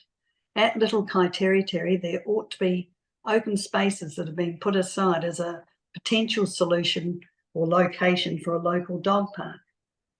I have contacted the TDC reserves team several weeks ago, but haven't had a response to date about the status of land available at Little Kaiterri. It's established dog owners living in other areas routinely drive their dogs to the beach, so they could drive anywhere for a dog park. Tokengawa Reserve is not a suitable solution. The reserve and Split Apple Rock, where there are no restrictions, are likely to be inundated, which is exactly what's happening now at Little Kaiterri, Tapu Bay, and all the other unprotected beaches in the TDC area. My suggestion is increase the cost of dog registration in Nelson to fees of up to $115 per dog to fund dog parks. It's not viable to have dogs allowed on the beach at any time because all kinds of different wildlife species are present all year round. Fines, issuing more and higher fines for non-compliance by rangers is both a deterrent and a source of TDC income that can pay for dog-friendly facilities. It was suggested in an August 2024 TDC meeting that locals take responsibility for telling non-compliant dog owners on the beach to control their dogs, putting the local people, whether they have dogs or don't, in the position of being vigilantes responsible for confronting often aggressive non-compliant dog owners is not on. A council representative, a ranger, needs to do this job. Roaming dogs is, I'm not sure whether there's with other laws, but this anywhere dogs reside need to be covered by the bylaw to ensure the provision to secure dog runs or fencing to keep dogs from straying onto roads and into areas where vulnerable species live. Signage, I think everybody's discussed that. It would be wonderful to have a clear, simple sign saying that, making it clear there are consequences for killing wildlife, fouling the beach. And it'd be a real bonus if there was a sign that indicated where the toilets were at Little Kaiteriterri, because that has been a real problem. People can't find it and they just go anywhere. The tourists, Kaiterri Camping Ground has a no dog policy, and the same rules ought to apply at the other holiday camps or other holiday accommodation advertised as being pet friendly. They must provide secure areas within the property if they're going to say that they're going to host dogs. It makes commercial sense to keep the beaches clean and protect the wildlife because that's what tourists come to see. My recommendations are 84% of residents in Tasman are non-dog owners. Many of the 84% in our area who haven't made a submission prefer a dog-free, safe beach to enjoy, but they've said they fear they risk estrangement from friends and neighbours if they speak up. The number of examples around New Zealand and overseas where dogs are not welcome at beaches where people and or wildlife share the environment far exceeds those beaches where there are no restrictions, for all the very good reasons outlined in many submissions heard today. TDC needs to take prime responsibility for upholding the bylaws, needs to pay for more ranger enforcement, provide clear signage and space for dogs to exercise safely. And Thanks, Juliette. We're at time there. Okay, I just wanted to say, obviously, that my opinion is not out on any beach at any time. like Kaiteri Beach and Breaker Bay. Thank you. Thanks for your submission. You've made very clear points, and thanks for coming on Zoom today to us. Thank you for listening to me, and I wish you luck trying to sort it all out. It's quite challenging, isn't it? Thank you. And while the luck's appreciated, I'm not sure it'll help us. Kia ora. Goodbye.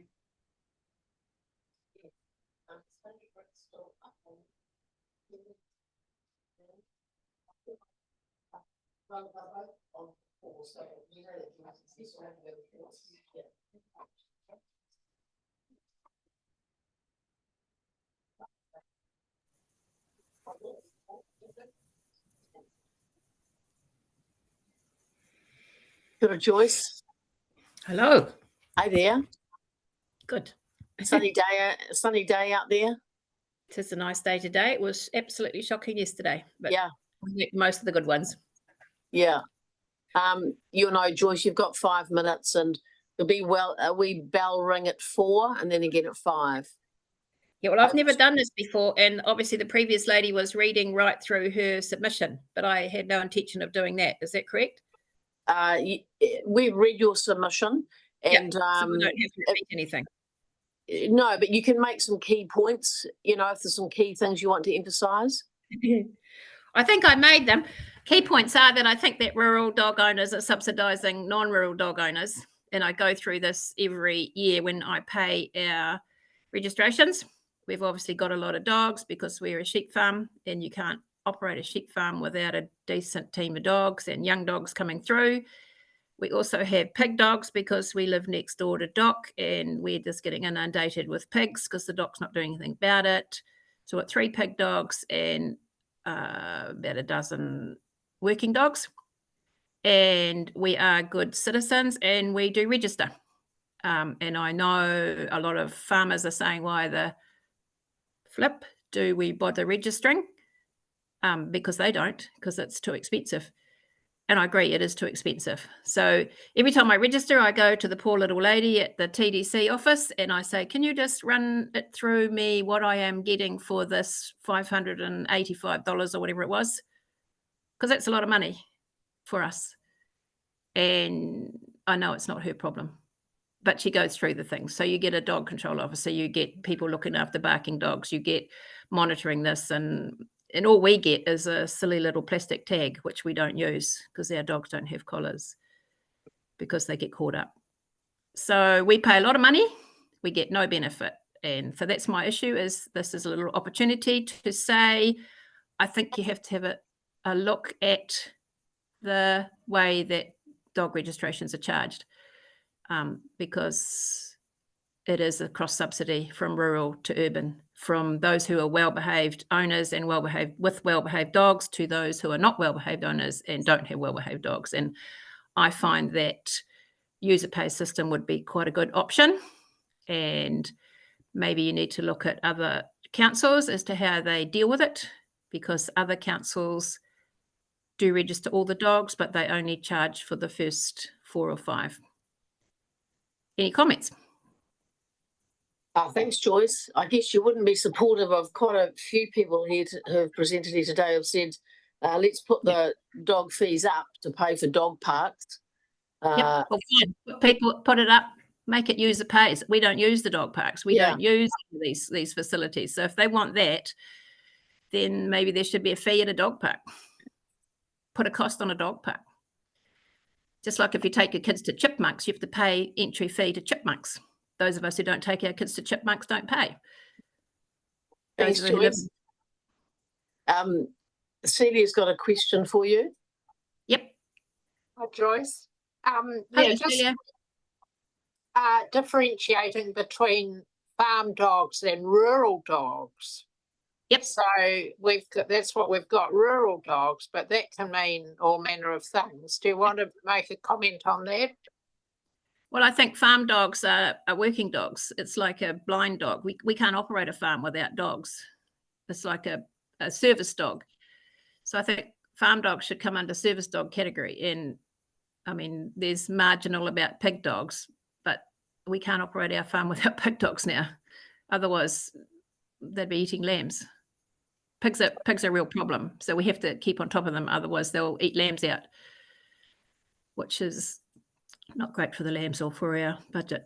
So our dogs are all working dogs, and farm dogs, as you say, Celia, are different. Rural dogs, well, there's a lot of people live rurally with some very badly behaved dogs as well, of course, unfortunately. We pick some of them up on our road here. That was the point that I was wanting to make, to just raise. So thanks for delineating that difference. Thank you. Yeah, that's right. I mean, we pick up dogs on the road, and we do ring the dog control guy, and he comes out and picks them up. But it's actually not our dogs that he's coming out to our place to make a call for. Mostly they're pig dogs that haven't been well looked after.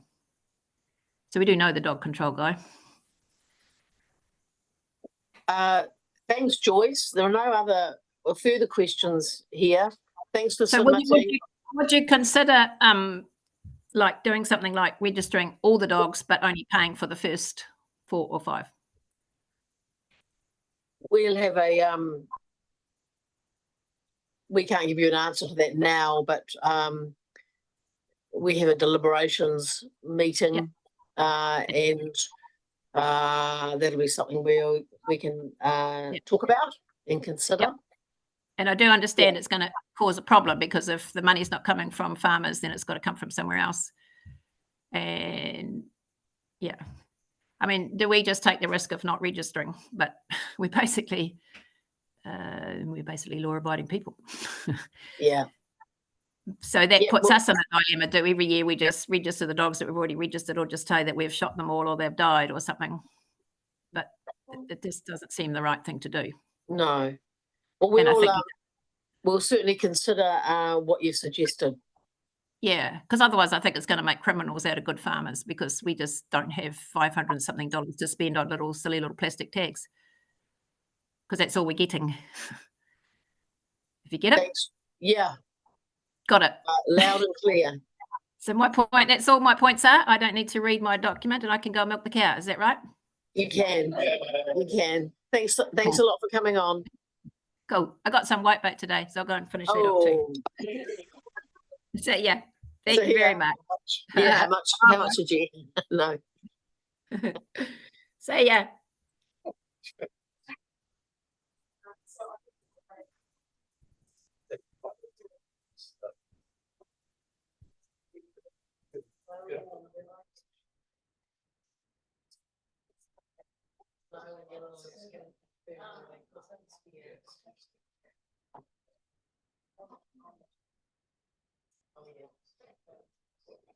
Hi, Jill. Can you hear me?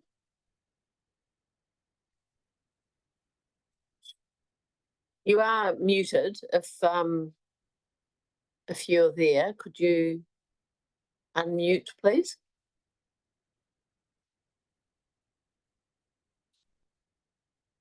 And sorry if you're feeling badgered. Okay.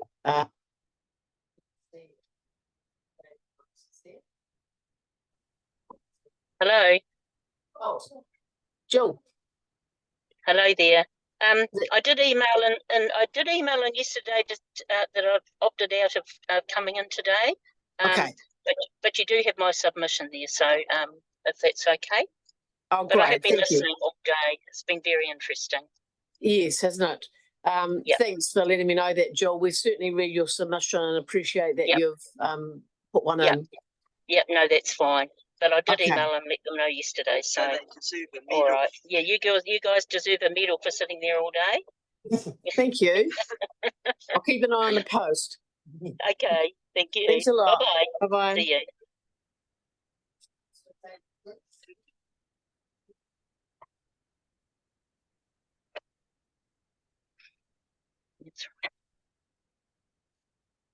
Hi, David. Can you hear me? Right, we're fine. Not good. Hello?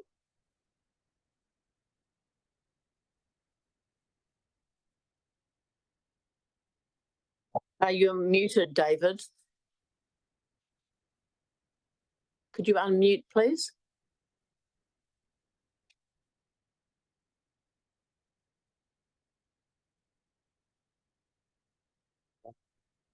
I could hear. Yeah.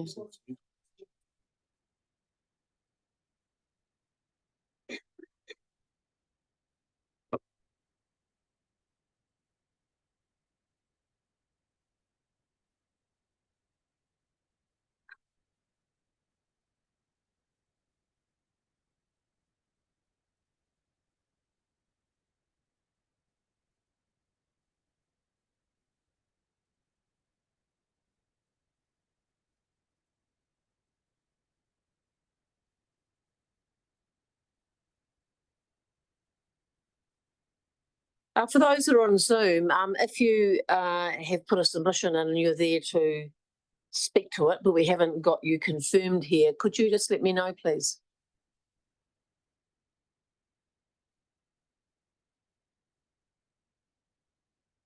No, I think we're there then.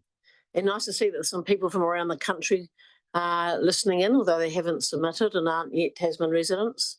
So great to see there's a level of interest.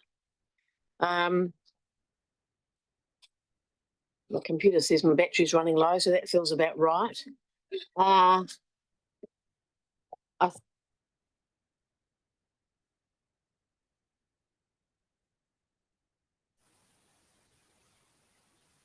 Look, thank you so much, everybody that submitted, those in person and those on Zoom. It's been a very, very rich day and a lot to take in. And obviously there's a... Sorry, can I jump in, please? Who's that? Pax? Pax Bleach. Oh, did you put a submission in, Pax? I'm here to speak to Federated Farmers as well. Aha. So we've got Lionel Hume here, but you're going to speak for that slot? Well, no, I was hoping Lionel would sort of be the brains of the outfit, but he doesn't seem to be here. I think he was aiming for 4:30. Yeah. But yeah, we're a bit ahead of schedule. So would you like us? Well, would you like us to wait for that, or are you happy to give it a crack? No, I'm happy to give it a crack. Yeah, yep, if you like. Thanks very much. We just had him down as an unconfirmed to speak. So great that you're there. I saw your name up there. So yeah. Okay. Over to you. Yeah. Oh, righto. Okay, thank you. Righto. Yeah, thank you for the opportunity to submit on this. Thank you for considering our submission, and I'm hoping that you've read it. I'm not sure if I need to go through it at all with you. I just caught the end of Joyce there, but probably along the similar lines where we at Fed Farmers feel that working dogs are not really a problem child as far as dog control and things go, and we feel that they're probably farmers are paying an unfair rate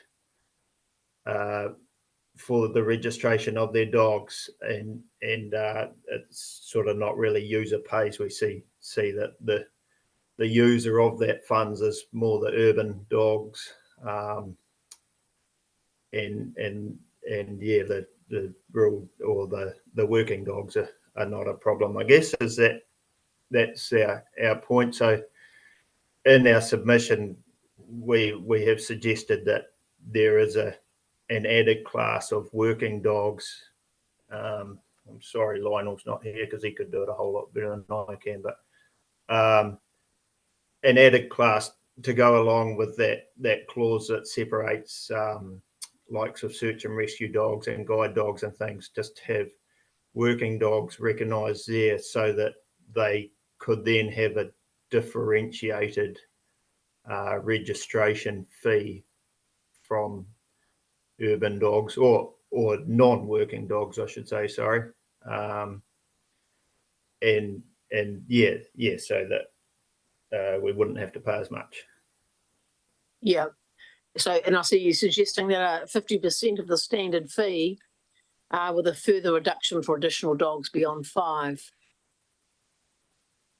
Yeah, it's just a huge cost for us. Like we've got 8 dogs at home, working dogs, and it adds up a lot, and we don't actually see any benefit from that money, I guess. Yeah. I'll just chime in there too. It's Stephen Todd from Nelson Federated Farmers there. And yeah, well said, Pax. Yeah, basically that's the bones of it. It's 50% reduction and then maybe a further reduction for big working dog teams. Because you find if those sheep and beef guys, especially that have big working dog teams, they'll they'll have, if they've got over 5 dogs, they're an active team that they're using them all the time. Dogs that are used aren't problem dogs. They're well trained and that sort of thing. People have got amounts of dogs like that. So, really good if we can keep the cost of that down for, farmers really, especially. And, it's sort of need to be able to do that at reasonable costs so people are willing to register them all and without permits for kennels and that sort of thing, as it is now. Having it so that we can basically kennel all those dogs on farm without any need for any further permits is very important to us. And covering 100% of the costs from our point of view, of federated farmers isn't a problem. We just don't want that to be pushed onto farming to be expected to pay for the town dog troubles really, and walking parks and that sort of thing. So hence we're after a new category really, and have the reduced fee on that. Would be great. And thanks for your time and cheers. Thank you. Your submission is laid out very clearly, and we certainly have read that. I'll just check to see if there's any questions from panel members. Yep. Councillor Shellcrass has a question for you. Yeah, I know you're obviously a tight knit community with your farmers, great crew. It's a hard one to say it, but is there a percentage you believe out there that just aren't paying already in that farming sector? I honestly couldn't answer that one. I know on my farm all our dogs are registered, but I couldn't speak for my staff's dogs. They register their own dogs, and from what I know, they're all registered, but I don't actively pursue that. I know we have had in the past people that haven't registered their dogs, and then they've been caught up with by your dog control officer along the way. But yeah, all mine are registered, and mine and my father's dogs are all registered together. Yeah. What about you, Pax? You got an answer to that? Yeah. I would say that by and large, most farm dogs are definitely registered as a whole. There'll be a few, as with everything else, that aren't.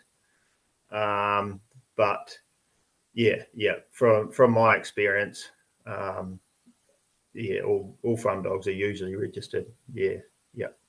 Yeah, no, thanks. At least we can get some data and some real numbers on that. Looking at that, so thanks. Thank you. Councillor Alison has got a question too.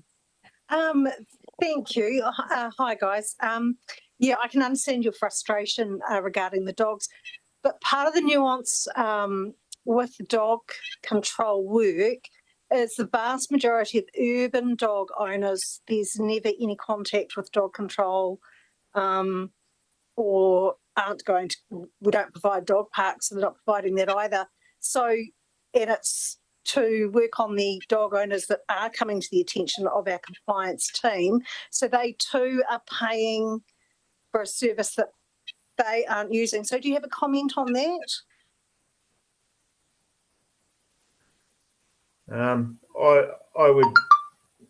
I would just guess I would ask who is using that service, but I know for a fact that most farmers haven't seen a dog control officer since the late 80s when the high-dated strip finished.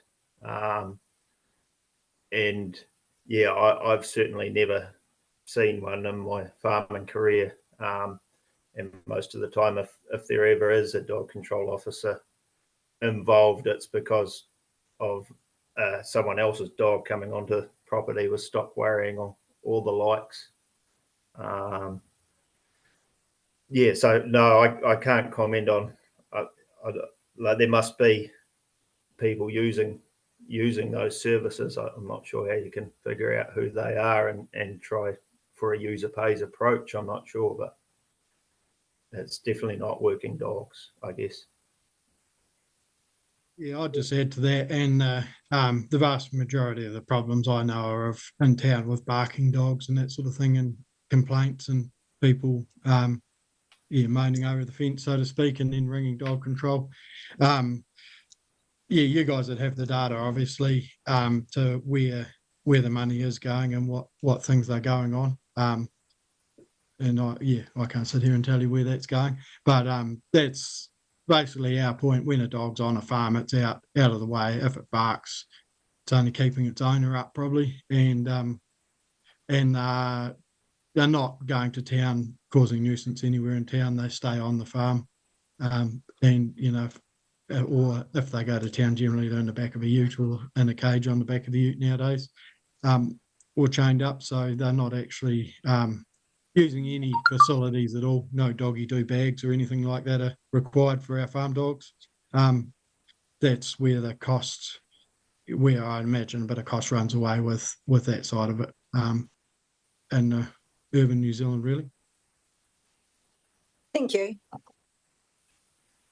Thank you both very much. Appreciate you coming on Zoom, and as I said, your submission's very clear, and we'll certainly consider what you're proposing. All right, thank you very much for your time and considering it. Thank you.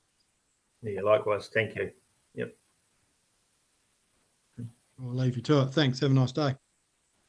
You too. Thank you.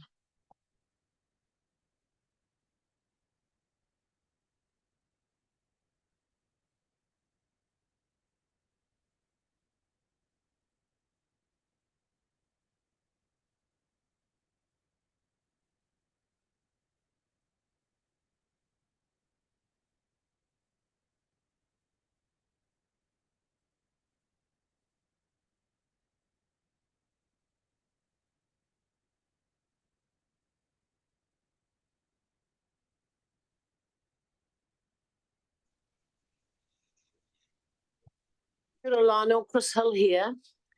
We went a bit early with Pax and Stephen. They were calling you the brains of the unit. I didn't believe that. I mean, I think they were probably overstating the case. I've got to be careful now. They were clearly brainy. Is there anything you'd like to add, Lionel?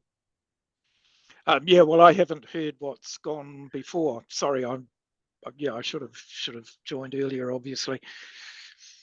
We've read your submission, and the points you've made are very clear in it. And I've just spoken to them and added a little extra about what you're requesting. So, and we've asked a couple of questions of them. So we feel like we know where you're coming from with it. Yep. Okay, that's fine by me. Okay. Thank you. Okay. Thank you. Bye.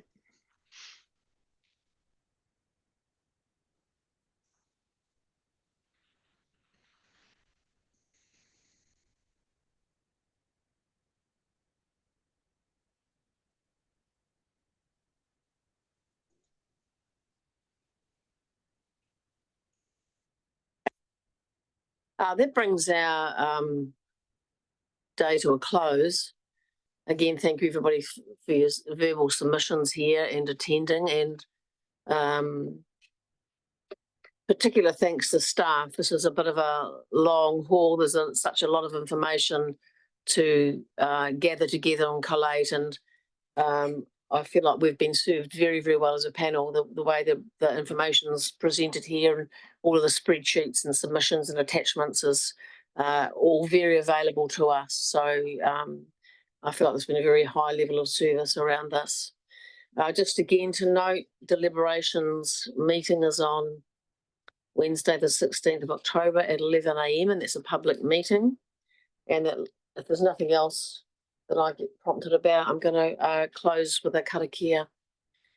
Karake tātou, tāwhare mai ngā hua o te taao, mai papatonu ki tākoto nei, kia rangi nui e tu iho nei, tuturu whakamaua ki a Tina, hui e, tae ki e. Thank you, everybody.